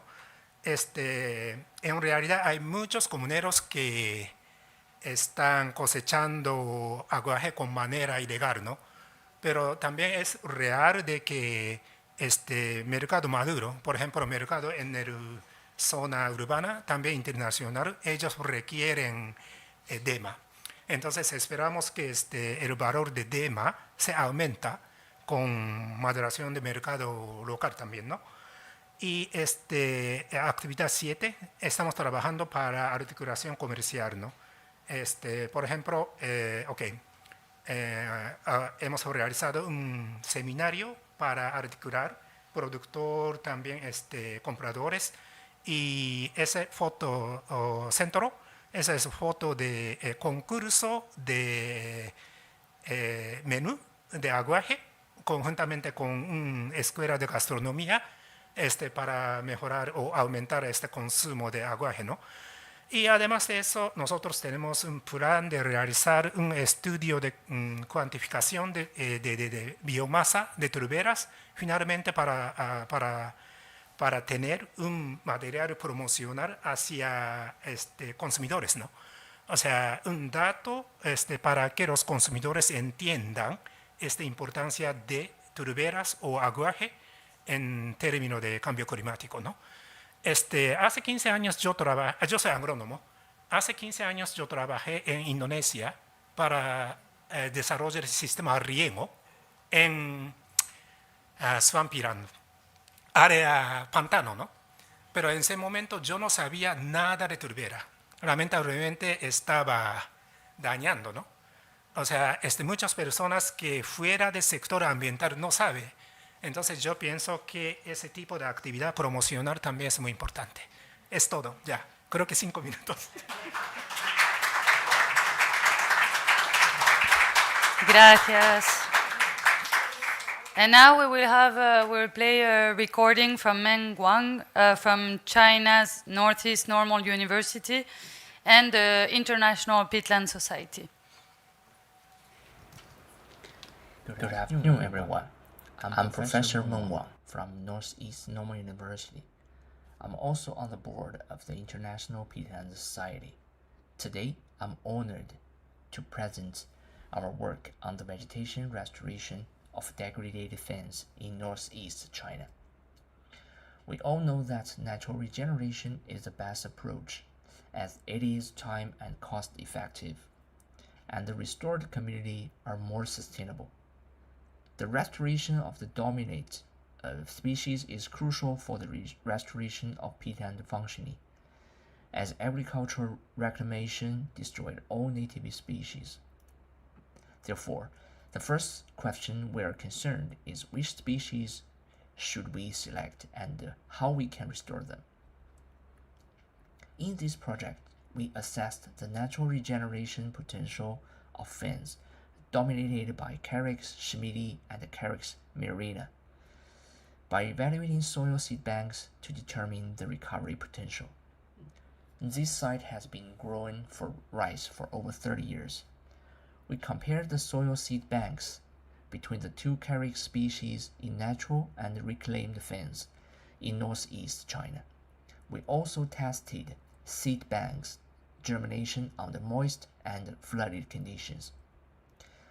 We found that more species germinated in the Carex schmidti fen than in the Carex murina fen, and also more in degraded sites than in natural sites.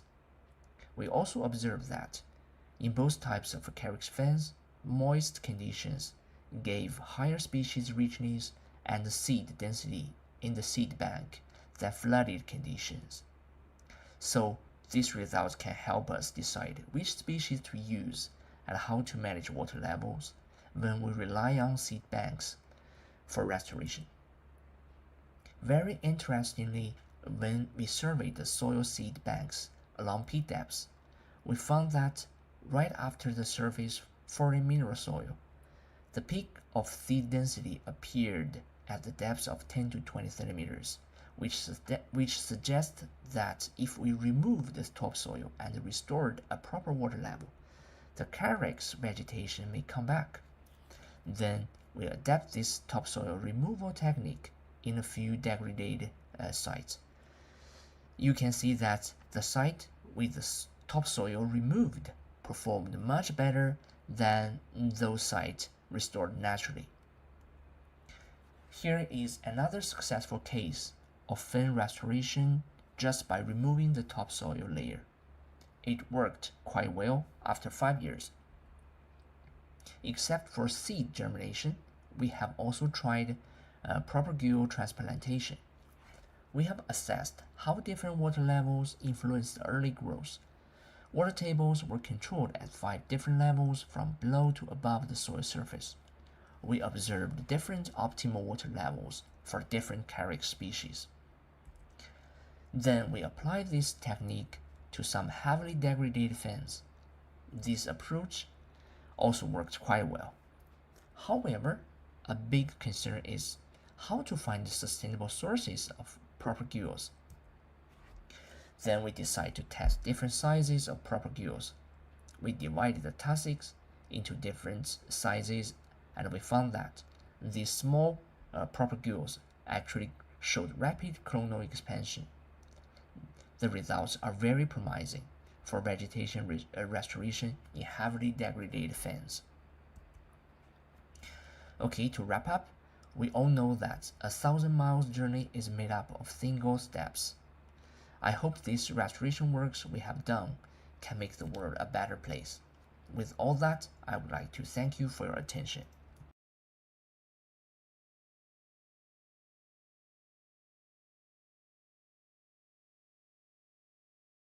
Invite Bambang Supriyanto from the government of Indonesia if you can keep it to around 10 minutes, that would be great, so we have time for discussion. Okay. Amazing, thank you. I tried my best.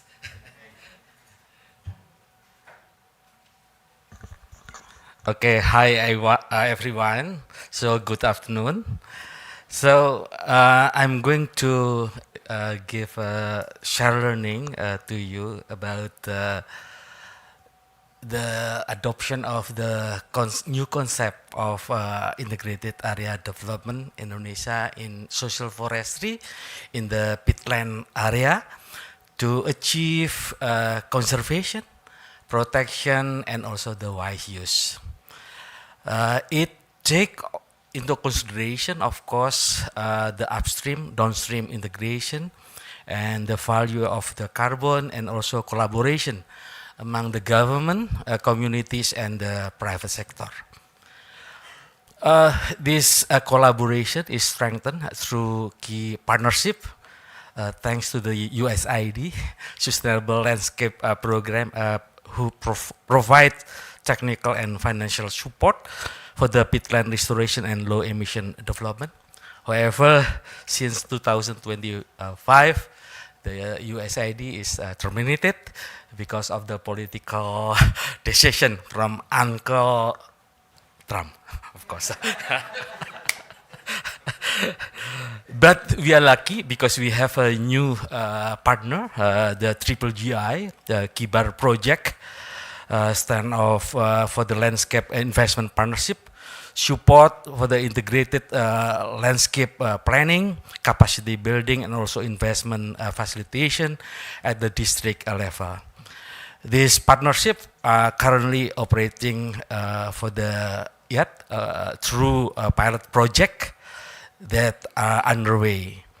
We are in the piloting phase. This is piloting phase. This is not upscaling in the big scale. In two locations, the one is West Kota Waringin Barat, This is a district in central Kalimantan, and Hulu Sungai Utara in the South Kalimantan. Lesson learned from this piloting phase will inform scaling and also for the replication. Next, please. So this is about the process flow and also how we work. The IAT is operational through peatland restoration process flow. Of course, it begins with the two input, developing an indicative map of the restoration and the peatland protection and utilization plan, and conducting what we call as survey investigation design and also detail engineering design and also rapid assessment. This is followed by a baseline and supporting activities including social, institutional, and also human resources baseline, plus stakeholder mapping and also free prior informed consent. And in parallel, we strengthen our affiliate community institution, fire care independent affiliates program. The core implementation cover the 3R approach, rewetting, revegetation, and also economic revitalization, followed by maintenance and also monitoring and evaluation. Supporting this this kind of activity, support by capacity building, and then also with the business development assistance and also business incubation. With the support of the USAID and also Triple GI Kibar, this activity accelerated through technical assistance, knowledge exchange, and also pilot funding. Next, please. So this is to deliver economic revitalization. We use the bioeconomy of the pallidiculture. They support sustainable livelihood on a peatland while maintaining ecosystem function and also the carbon stock. We adopt two main wetland types thanks to the C4 iCraft who provide these methodologies. The first is for the seasonally flooded shallow dome using the Sujan system and of the raised bed with the channel. The upper ridge is used for the rice and then chili and also the fish. And the lower basin support sagu palm and also local fruit, while the water area is for the fish. And for the second is the seasonally flooded deep dome using the Charon system. This consists of the rice field, swamp, and also pond for the rice vegetable and year-round of fish. Through the Triple GI Kibar project, we receive support for the developing pallidiculture business model, market linkages, and also investment readiness for the community group. USAID also support research and development on low emission crop varieties and also sustainable water management. This ensure pallidiculture improve food security, reduce emission, and also build community resilience in the district. Next, please. This is about for product scenario and stakeholder in West Kota Waringin district. So in West Kota Waringin district, we scale pallidiculture through 4 product development. The first is agroforestry mixed garden with a target of 1,000 hectares a year, producing a fruit and non-timber forest product, non-timber essential oil, and also cooperative and farmer group implement with research and development and local government leading. And the second, this is for the pit-friendly food crop with a target 2.3 ton per hectare per year of the quality rice. But this is unfortunately, we could not achieve this target, only 0.8 till 1 ton per hectare. This is still lower than expected. And the third, of course, this is for the third, sustainable water management target for the fish and vegetable. And the fourth is non-timber forest product focus on craft. This is purun. This is very important handicraft from this area, and then can be sold out not only in the province but also another island, especially for the Bali. And this is led by the woman group, of course, in that area.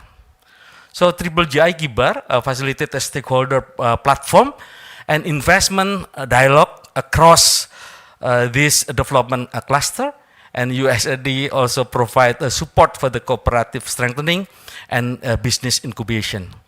All four scenarios are mapped across the district, linking local government, communities, and the research to scale in economic potential. Next, please. This is about integrated tourism adding a carbon value. This is very important. In our social forestry area, this is look like a conservation island, especially in the Kota Waringin Barat, because this is like island which rich in terms of biodiversity, home of the orangutan. And then we can find so many river in terms of the natural situation. That's why we can make like a networking in terms of the tourism destination with National Park of Tanjung Puting in other area, which enable to promote together with them. Okay, so because of the time, 2 minutes. Okay, next please. This is one of the example. At least there are 4 destinations we can make into one package, and then we can sell it through what we call as e-commerce, with the community sell the product, maybe for example 5 days, 4 nights, and then with fourth location for the destination, and then once you come to this area, the community will pick you up in the airport, and then they can overnight in the village, and then day 1 in one village, and day 2 in the national park, day 4 at 3 in another area. So this is like a package which enable, for the spend of the money for the visitor. This is will contribute for the livelihood in the villager. This is the idea of the integrated area development. Next, please. This is the last one.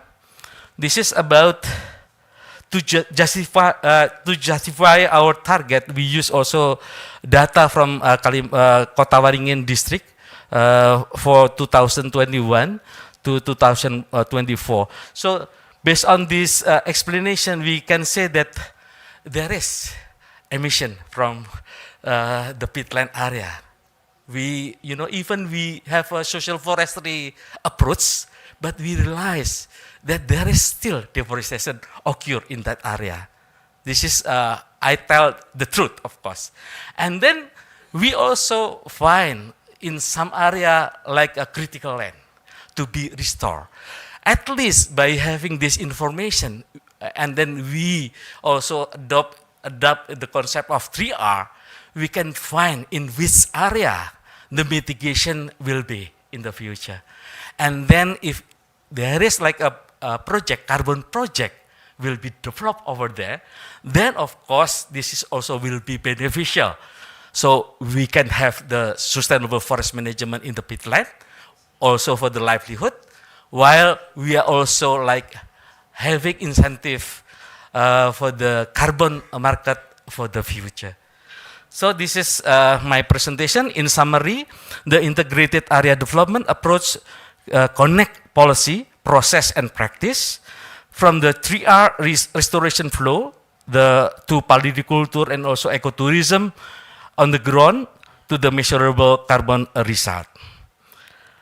This is made possible through strategic partnership, not only from the donor, but also from the private sector and other communities to play a key role in technical support, capacity building, and also investment facilitation for the landscape restoration. The expected outcome is restore peatland with increased carbon sequestration and also higher economic value for the communities in the district. This is a new model approach, and replication will depend on the evaluation. Thank you.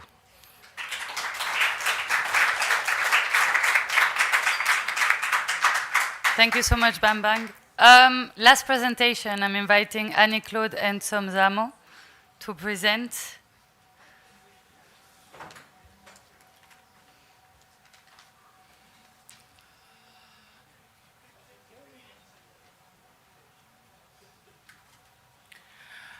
Thank you for giving me the floor. My presentation is in English, so I will speak in French. Thank you. Bon, je vais présenter de manière très ramassée les activités que nous menons en Afrique centrale, notamment en République du Congo et en République démocratique, en lien avec la gestion durable des tourbières. Next. Alors, c'est un projet qui a bénéficié d'un financement de IKI, l'Initiative internationale pour le climat, et qui a bénéficié également d'un environnement favorable.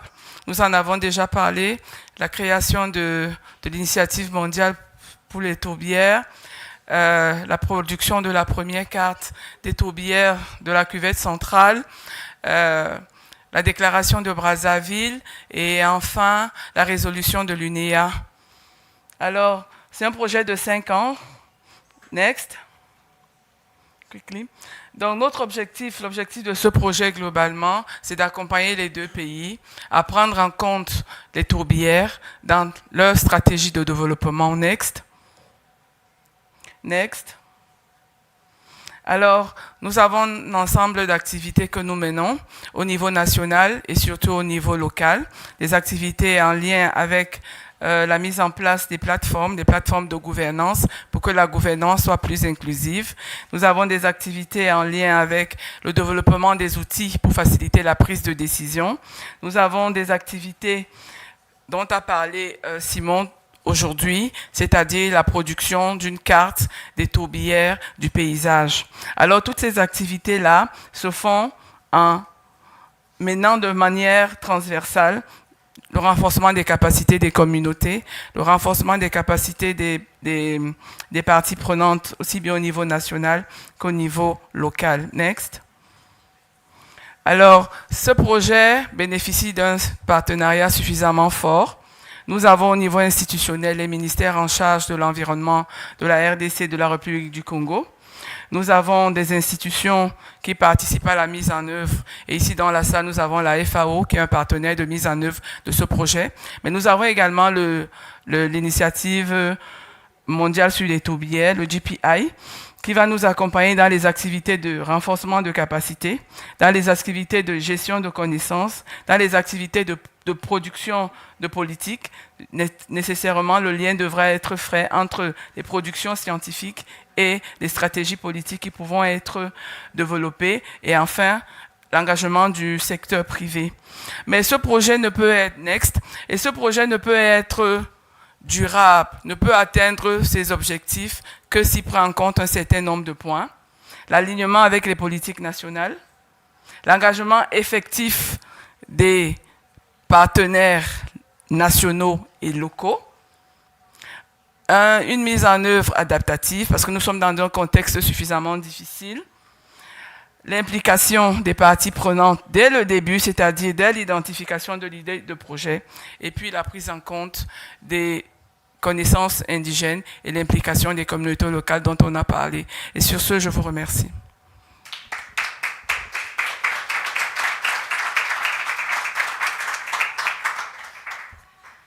Wow, incredible. We made it on time. And now we even have some time for discussion before we go to sadly, the closing segment of the event.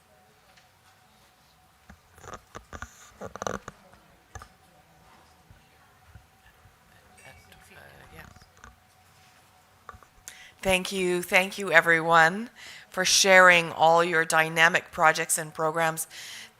The wealth of knowledge in this room on the practice is just incredible. And so I can see the threads, the common threads, the great lessons, the different approaches, and I can also see a lot of innovation of what else, what next, what's new. And I just want to just celebrate the fact that in this very difficult time of reductions and change, you've got this community to rely on, to support. We're here as cost-effective collaborators with genuine will and ability to work together. So thank you to all of the incredible practitioners for sharing your work. Let's give a round of applause there. Yeah.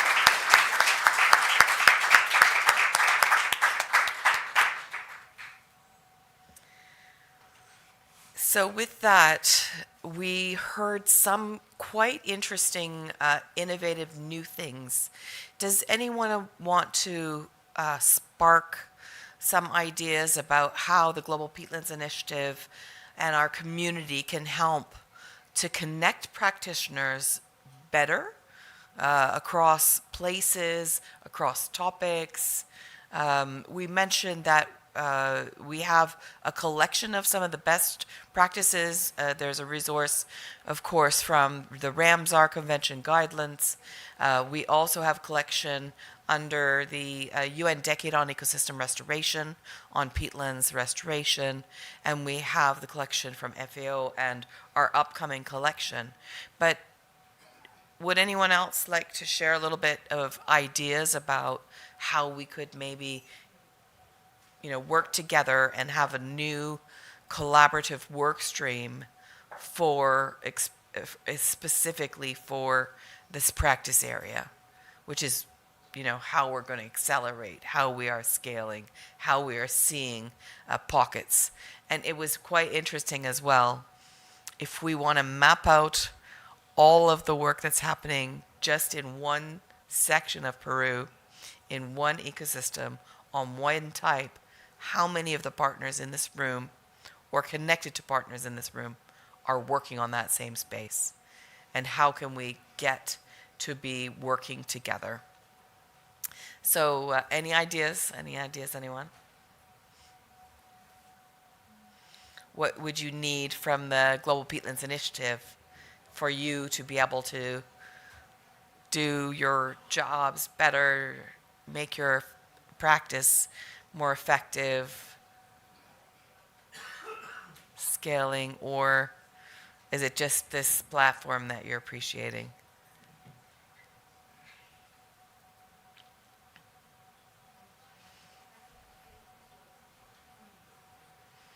Thank you, Rob.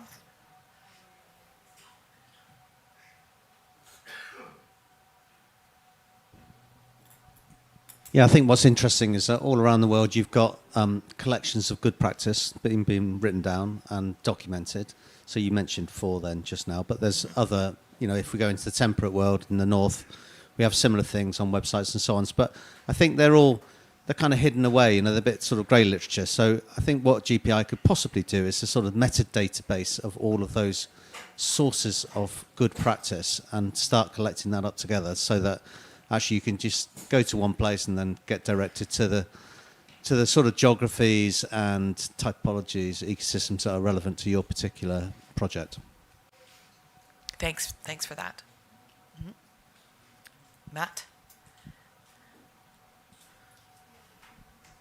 Yeah, thanks a lot. And I think, just to build on that, in the first round, I think FAO and the GPI, we tried to create a standard template where, we invited contributions where people could describe their product or their projects and describe the case studies. It was like a call for case studies. But the template, we didn't really get much of a response.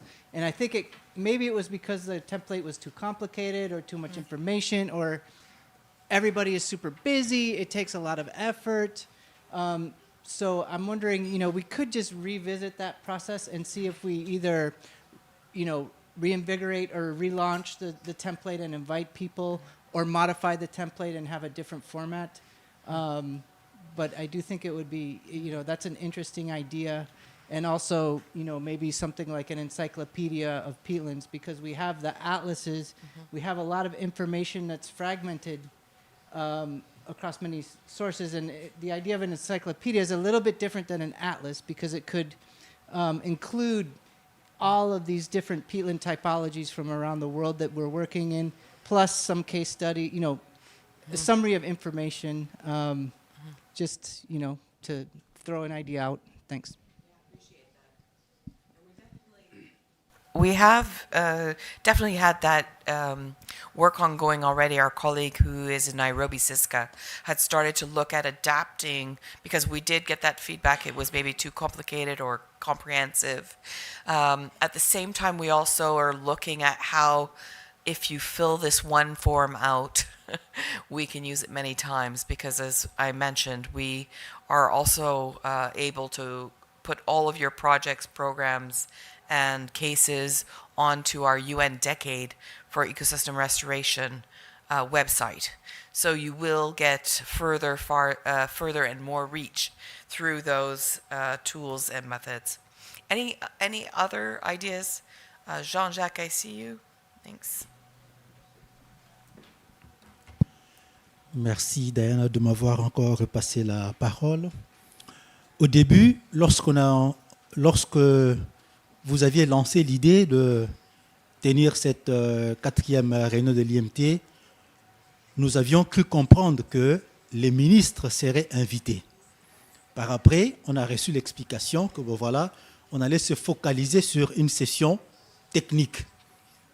Du coup, nous avons apprécié la présence de son Excellence Madame la Ministre de l'Environnement du Pérou, qui était venue, mais il y a les autres qui ne sont pas venus.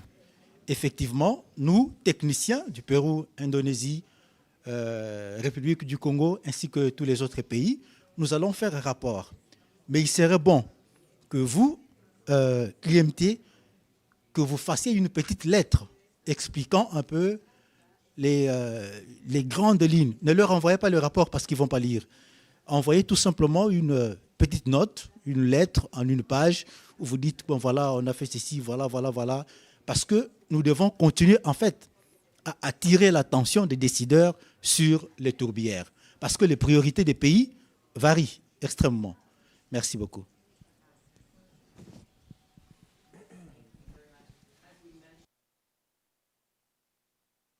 Here, also supporting us from the Landscape Alliance, are helping us to document everything. Not only will we have a joint report, which we'll also share with you before we circulate it and stamp it as the report for the meeting, but we will also have these short summary recaps, which were already produced, written for each day, a video. We have your quotes, which you should be sharing those out, the quote cards. And we will also then have each and every session available on YouTube, on our GPI YouTube channel, so that everyone can also, if they'd like to know more about one topic or another, can actually dive into it. But yes, thank you so much. Perhaps a one-pager, because some of the ministers have very little time, or some of our leadership heads of organizations have very little time. One pager, double-sided, to capture what we've accomplished here over the last 3 days with our kind and generous co-host Peru. Any more burning ideas, questions? Thank you, Hans.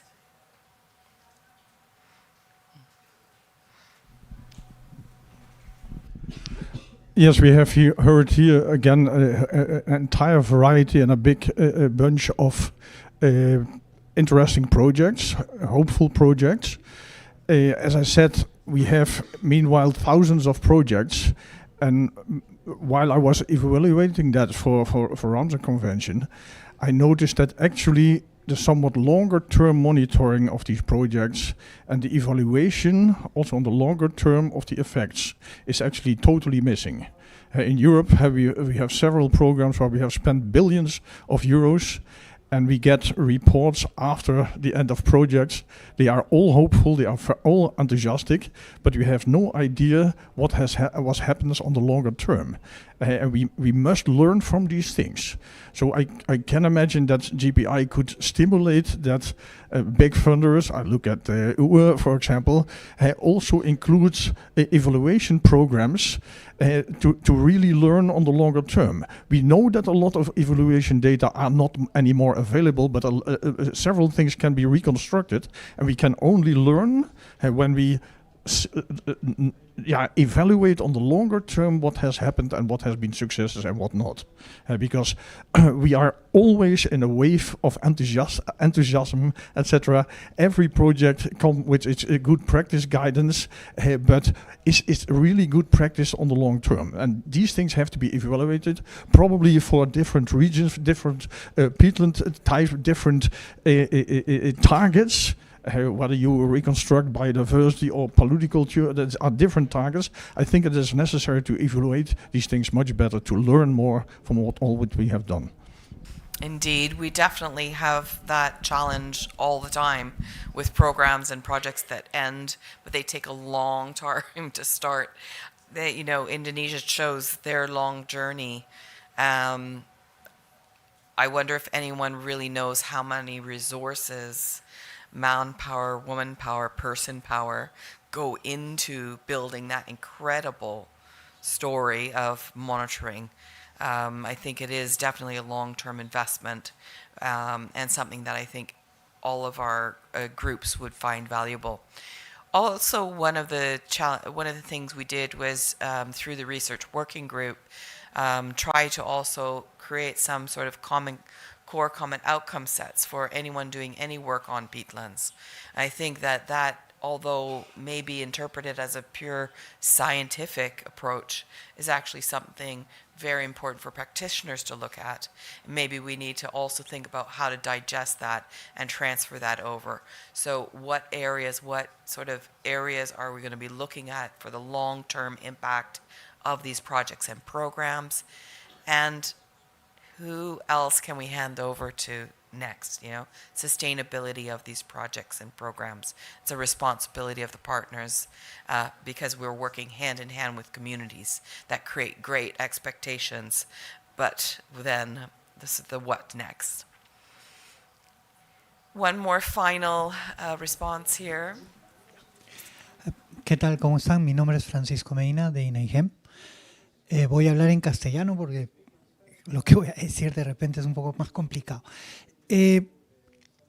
Agradezco el evento, creo que hemos podido ver de nuevo experiencias distintas, con recursos humanos, financieros distintos, con resultados distintos de acuerdo al objetivo. Y creo que lo que sale ahí es el reto de no hablar de cuál de estas experiencias es la escalable o la replicable, sino cuáles son las estrategias de éxito que permitiría reducir el tiempo para aquellos que quieren iniciar un proceso de restauración o un proceso de trabajo en turberas y reducir los tiempos. Está claro para los que hemos gestionado proyectos, el trabajar con las comunidades es el primer paso. Cómo hacerlo más rápido y no demorar 4 años, 2 años o casi la mitad del proyecto sensibilizando, trabajando con las comunidades. Y creo que en estos días se ha visto la experiencia y los métodos y las metodologías que se han dado. El tema de los recursos utilizados o no utilizados por persona o por área, que ya los comentó el anterior comentarista.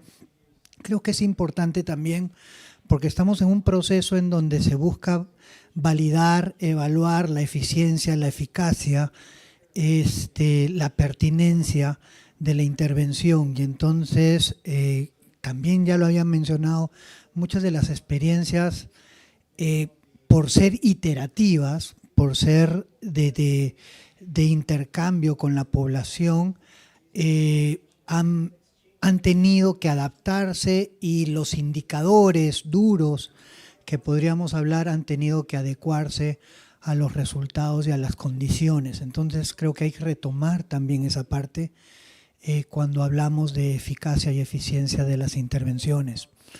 El otro aspecto, creo yo, que la iniciativa no debería de perder de vista este tipo de intercambios, este tipo de redes, para fortalecer dos cosas. Uno, la capacidad de propuesta de iniciativas globales o regionales, ¿no?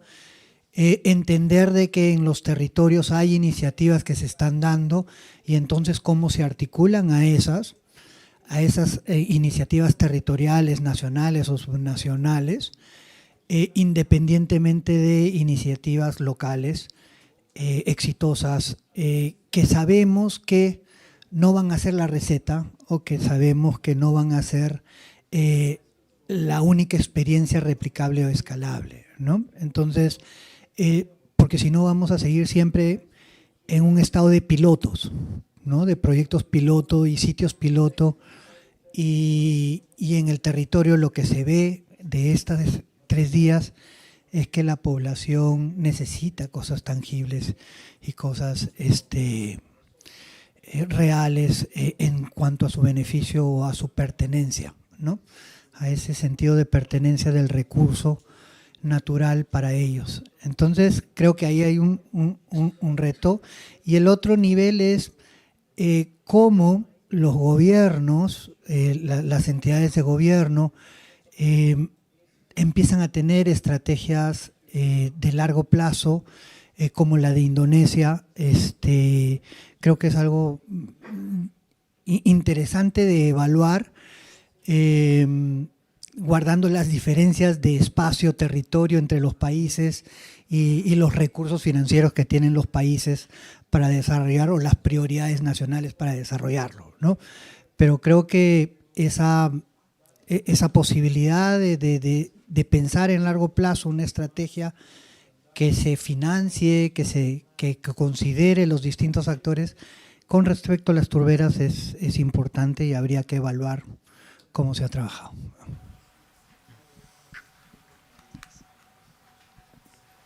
Thank you. Yes, thank you very much for those ideas and those also reminders of how we need to bring these things back together, and how else we can look at designing our programs in a more long-term way.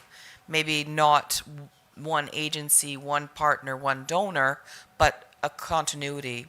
One of the end presentations from my colleague Annie Claude is, I just want to tell you that journey, is that the Global Peatlands Initiative worked with the Congo, created an enabling environment. We worked also with the Congo peat scientists and project people. We work with those that were there already on the ground working with these communities. And so that global project allowed a DRC and Republic of Congo collaborative project, and then we basketed in some additional funds from the Global Environment Facility. And then at the heart of that, there are 2 peatland projects under the Global Environment Fund. There's a whole basket around the entire Congo Basin. Now that is not me, that is not Simon, that is not Courtney, and that's not Narcisse or Jean-Jacques. That's a whole cluster of people that have been mobilized around a topic. And I think that is super important in this space. It was beautiful to also see, the Nature Conservancy has a global peatland program, very recent, and through the partnership of the Global Peatlands Initiative. Same with Wildlife Conservation Society. This is what we need. We need more actors taking these levels at every point and connecting back into this amazing resource, which is not only about science or practice or policy, but it's about people. These are individuals that are going to be retiring, so please do bring people into your fold, pass the knowledge and share your depth of knowledge and perspectives with the next generation. Let me pass to Julie to take us into our last and final session.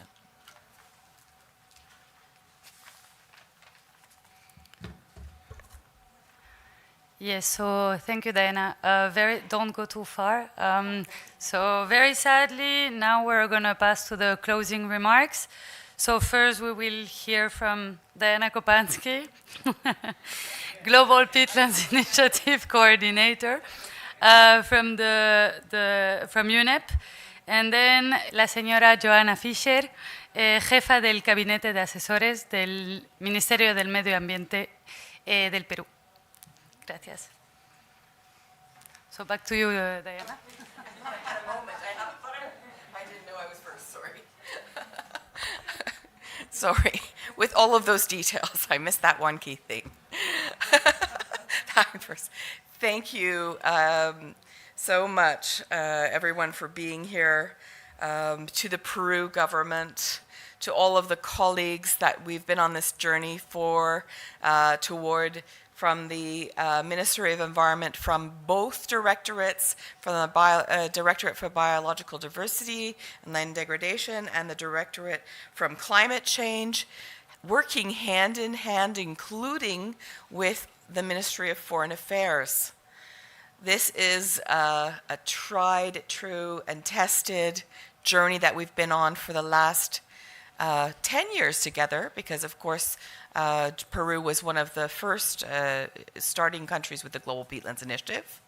But the persistence, the perseverance, the passion that I've seen for us to get through changes of individuals, and that is the journey that is that's the message I'd like to take home, everyone to take home from here, besides all of the content of the summaries, is that wherever you sit in your career, in your life, in the future, create space for someone to take up the work, to work together with you for the next generation, for the next community, for the next political leadership. This government that we've worked with didn't delay any further. We said we're going to hand over a beautiful package of this deep technical knowledge to the next group that's coming, whether that's us in the room or a new individual or someone sitting in my seat next week. So I just want to say that is something all of us as individuals need to take into our lives, into our jobs, into our careers, and also bring someone into the fold so that you can see them grow and learn from you, and also you learning from them. You know, this is an intergenerational wealth of knowledge. It's archaeologic and cultural knowledge that people need to recognize, and it's a greater connection actually to people and to our planet. So I'm handing over to Joanna for the next closing remarks, but thank you every single person in this room, online, in Minam proper, in the field, back in Nairobi, and around the world. Honestly, we've got a lot of people that are working on peatlands, not only individuals here, but it's a real strong global community. So if you know someone that needs to come into it, invite them in. Thank you.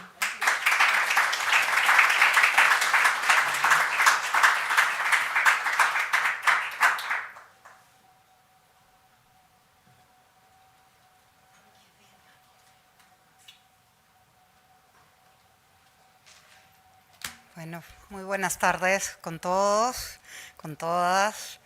Creo que han sido unos días bastante buenos. Veo que el grupo es generoso, diverso, y eso creo que trae buenas consecuencias para los motivos que estamos acá y para lo que queremos para el futuro, ¿no?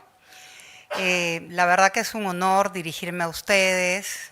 Vengo en representación de la ministra del Ambiente y clausurar esta cuarta reunión de los socios de la Iniciativa Mundial para las Turberas.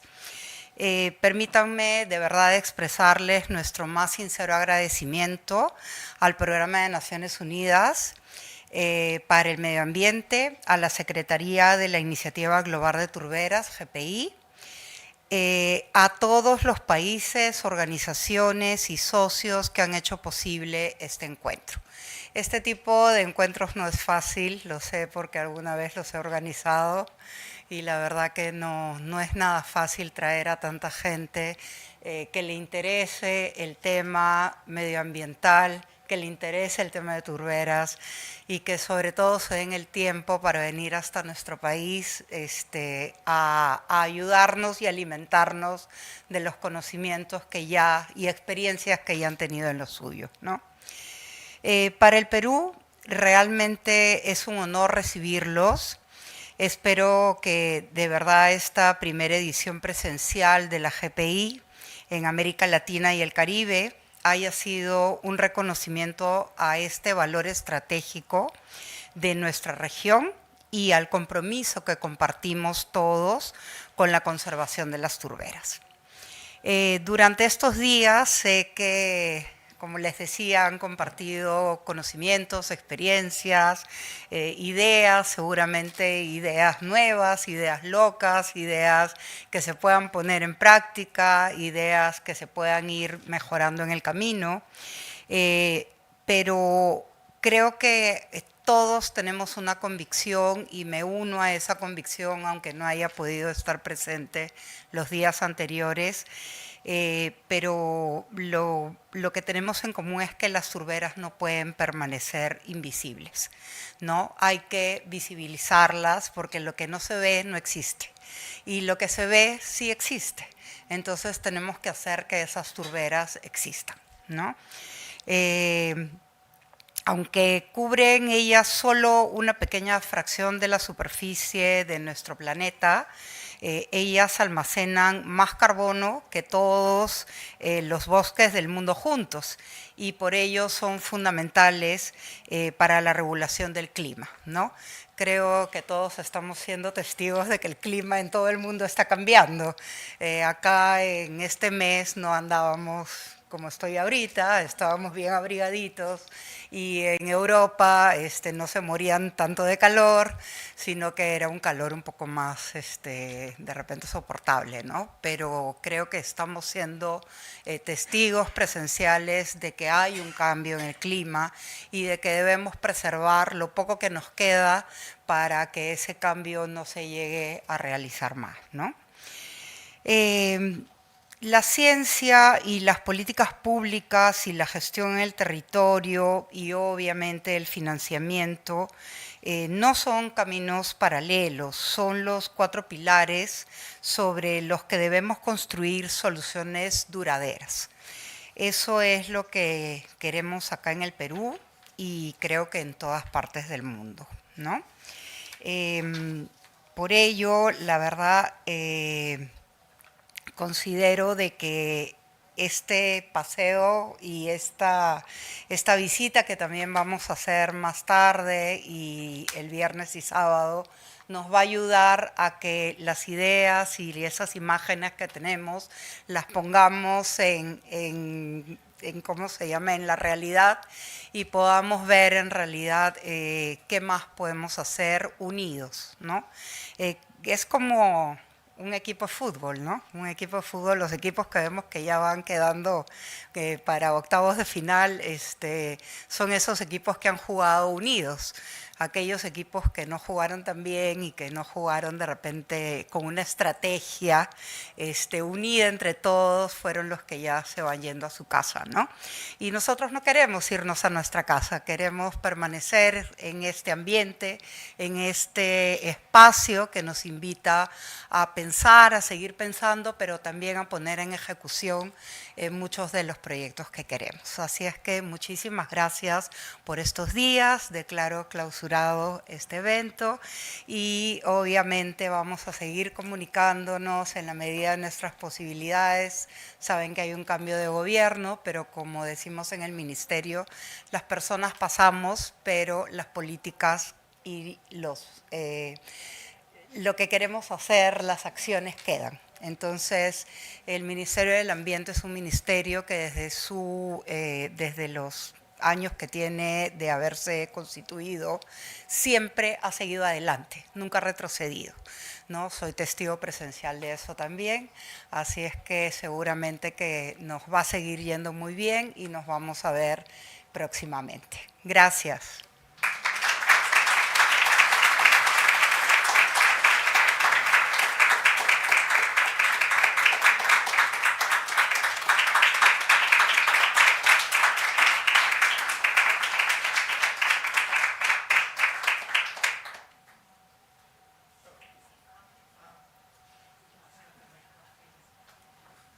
Since I'm standing up here, I'm going to take a photo of everyone. Can everyone, because throughout I've been taking some photos, but this is such a beautiful picture. Please do, cheer, be happy. Don't be too exhausted. Don't worry about our red cards anymore. They're gone. Okay. And yes, can we say on Peatlands Matter? 1, 2, 3. Peatlands Matter! Woo! There's some...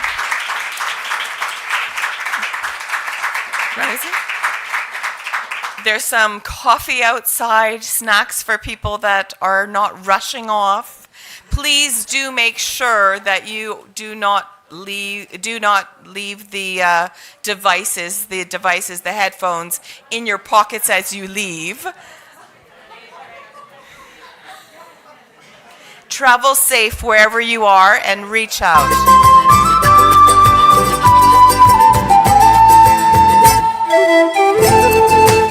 Also, we found a mouse, HP mouse, in case anybody lost a mouse. Un mouse lo encontramos.